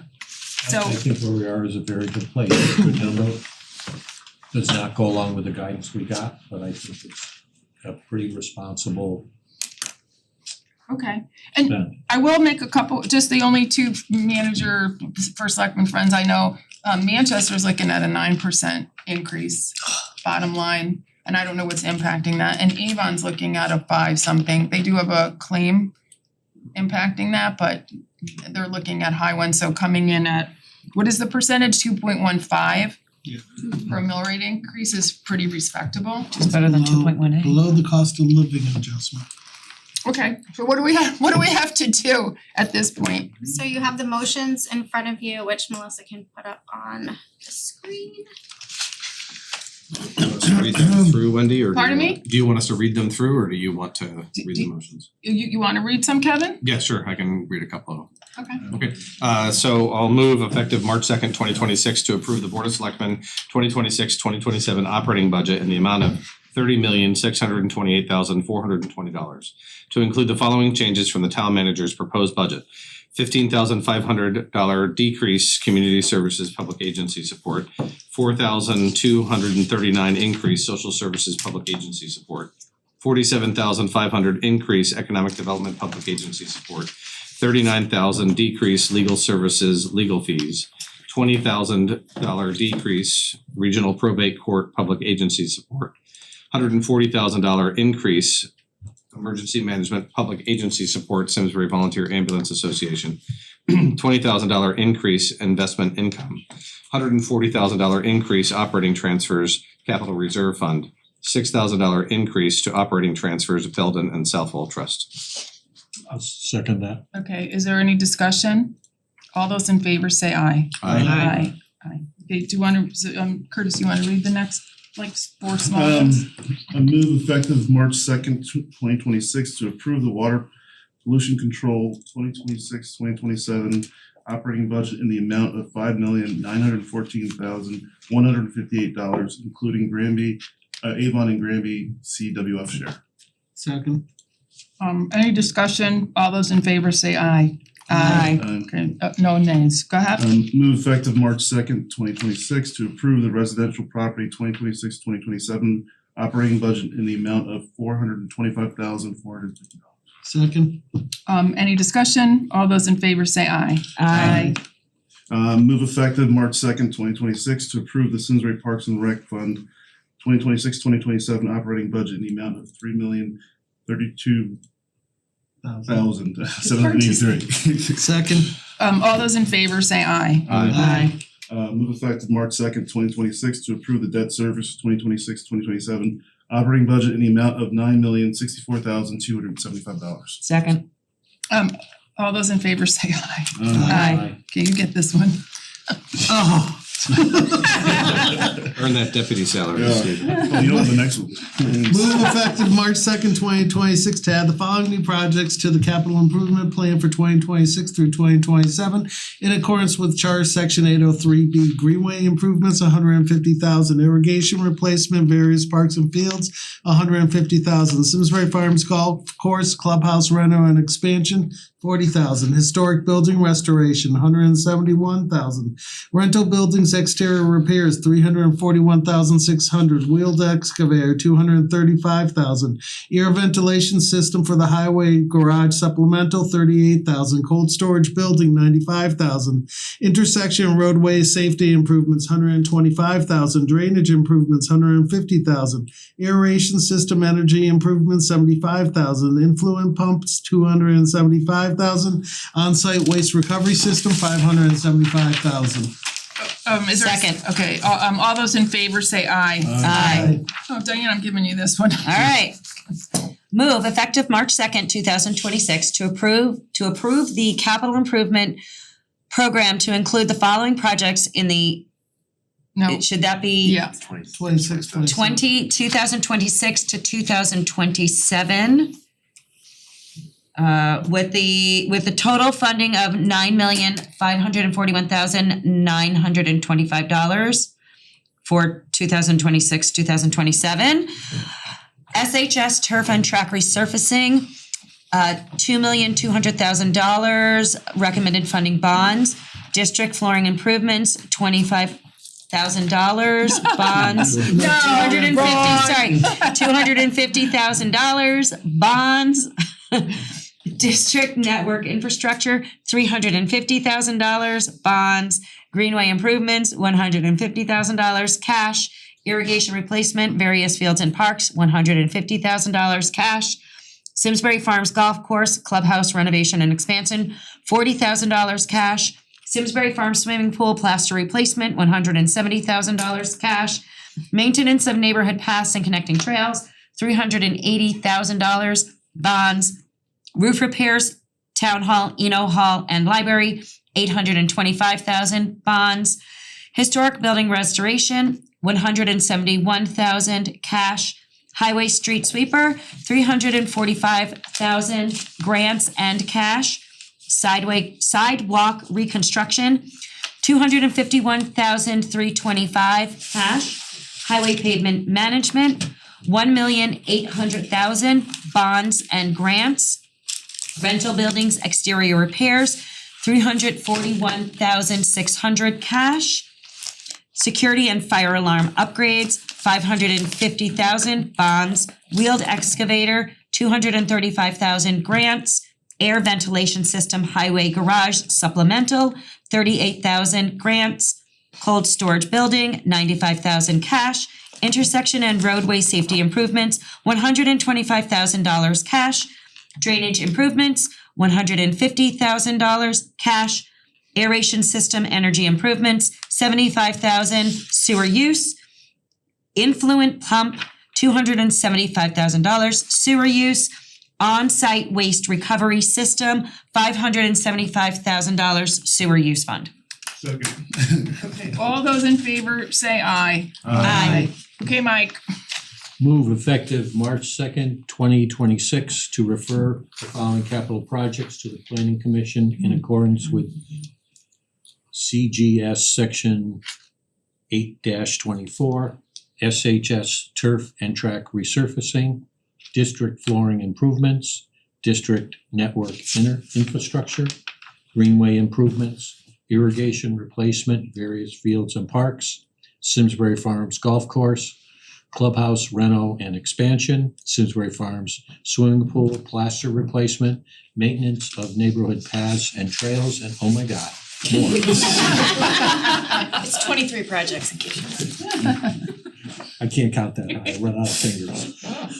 Roof repairs, town hall, Eno Hall, and library, historic building restoration, highway street sweeper, sidewalk reconstruction, highway pavement management, rental buildings exterior repairs, security and fire alarms upgrades, wheeled excavator, air ventilation system highway garage supplemental, cold storage building, intersection and roadway safety improvements, drainage improvements, aeration system energy improvements, influent pump, on-site waste recovery system. Second. All those in favor say aye. Aye. Are we done? Motion to adjourn. Oh, yeah, motion to adjourn? Second. No, okay, all those in favor say aye. Aye. For over 40 years, SCM has been the voice of our town, bringing us together through local programming, education, and live broadcasts. SCM isn't just about television. It's about empowering our community, ensuring our voices are heard during government meetings, and celebrating milestones like our high school graduations. But today, SCM faces a challenge. Our funding structure is based on television subscriptions, and it's no secret people have been cutting the cord. With a shift to internet-only subscriptions, SCM receives less revenue, even though all our programming is freely available online. We need your support. We need your support. We need your support. We need your support. We need your support. Your donation can make a difference. It will ensure that SCM remains open, continues to educate our youth, and keeps our community informed. Thanks to SCM, I've been honing my creative skills, helping me work towards my college degree. SCM is crucial for keeping our community connected. SCM isn't just here to broadcast local events. They're actually preserving Simsbury's history. Join us in preserving Simsbury's voice. Simsbury's voice. Together we can ensure that SCM continues to thrive for generations to come. Visit our website or scan the QR code on your screen to make your donation. Every contribution counts. Thank you for supporting Simsbury Community Media, where your town, your schools, and your government come together.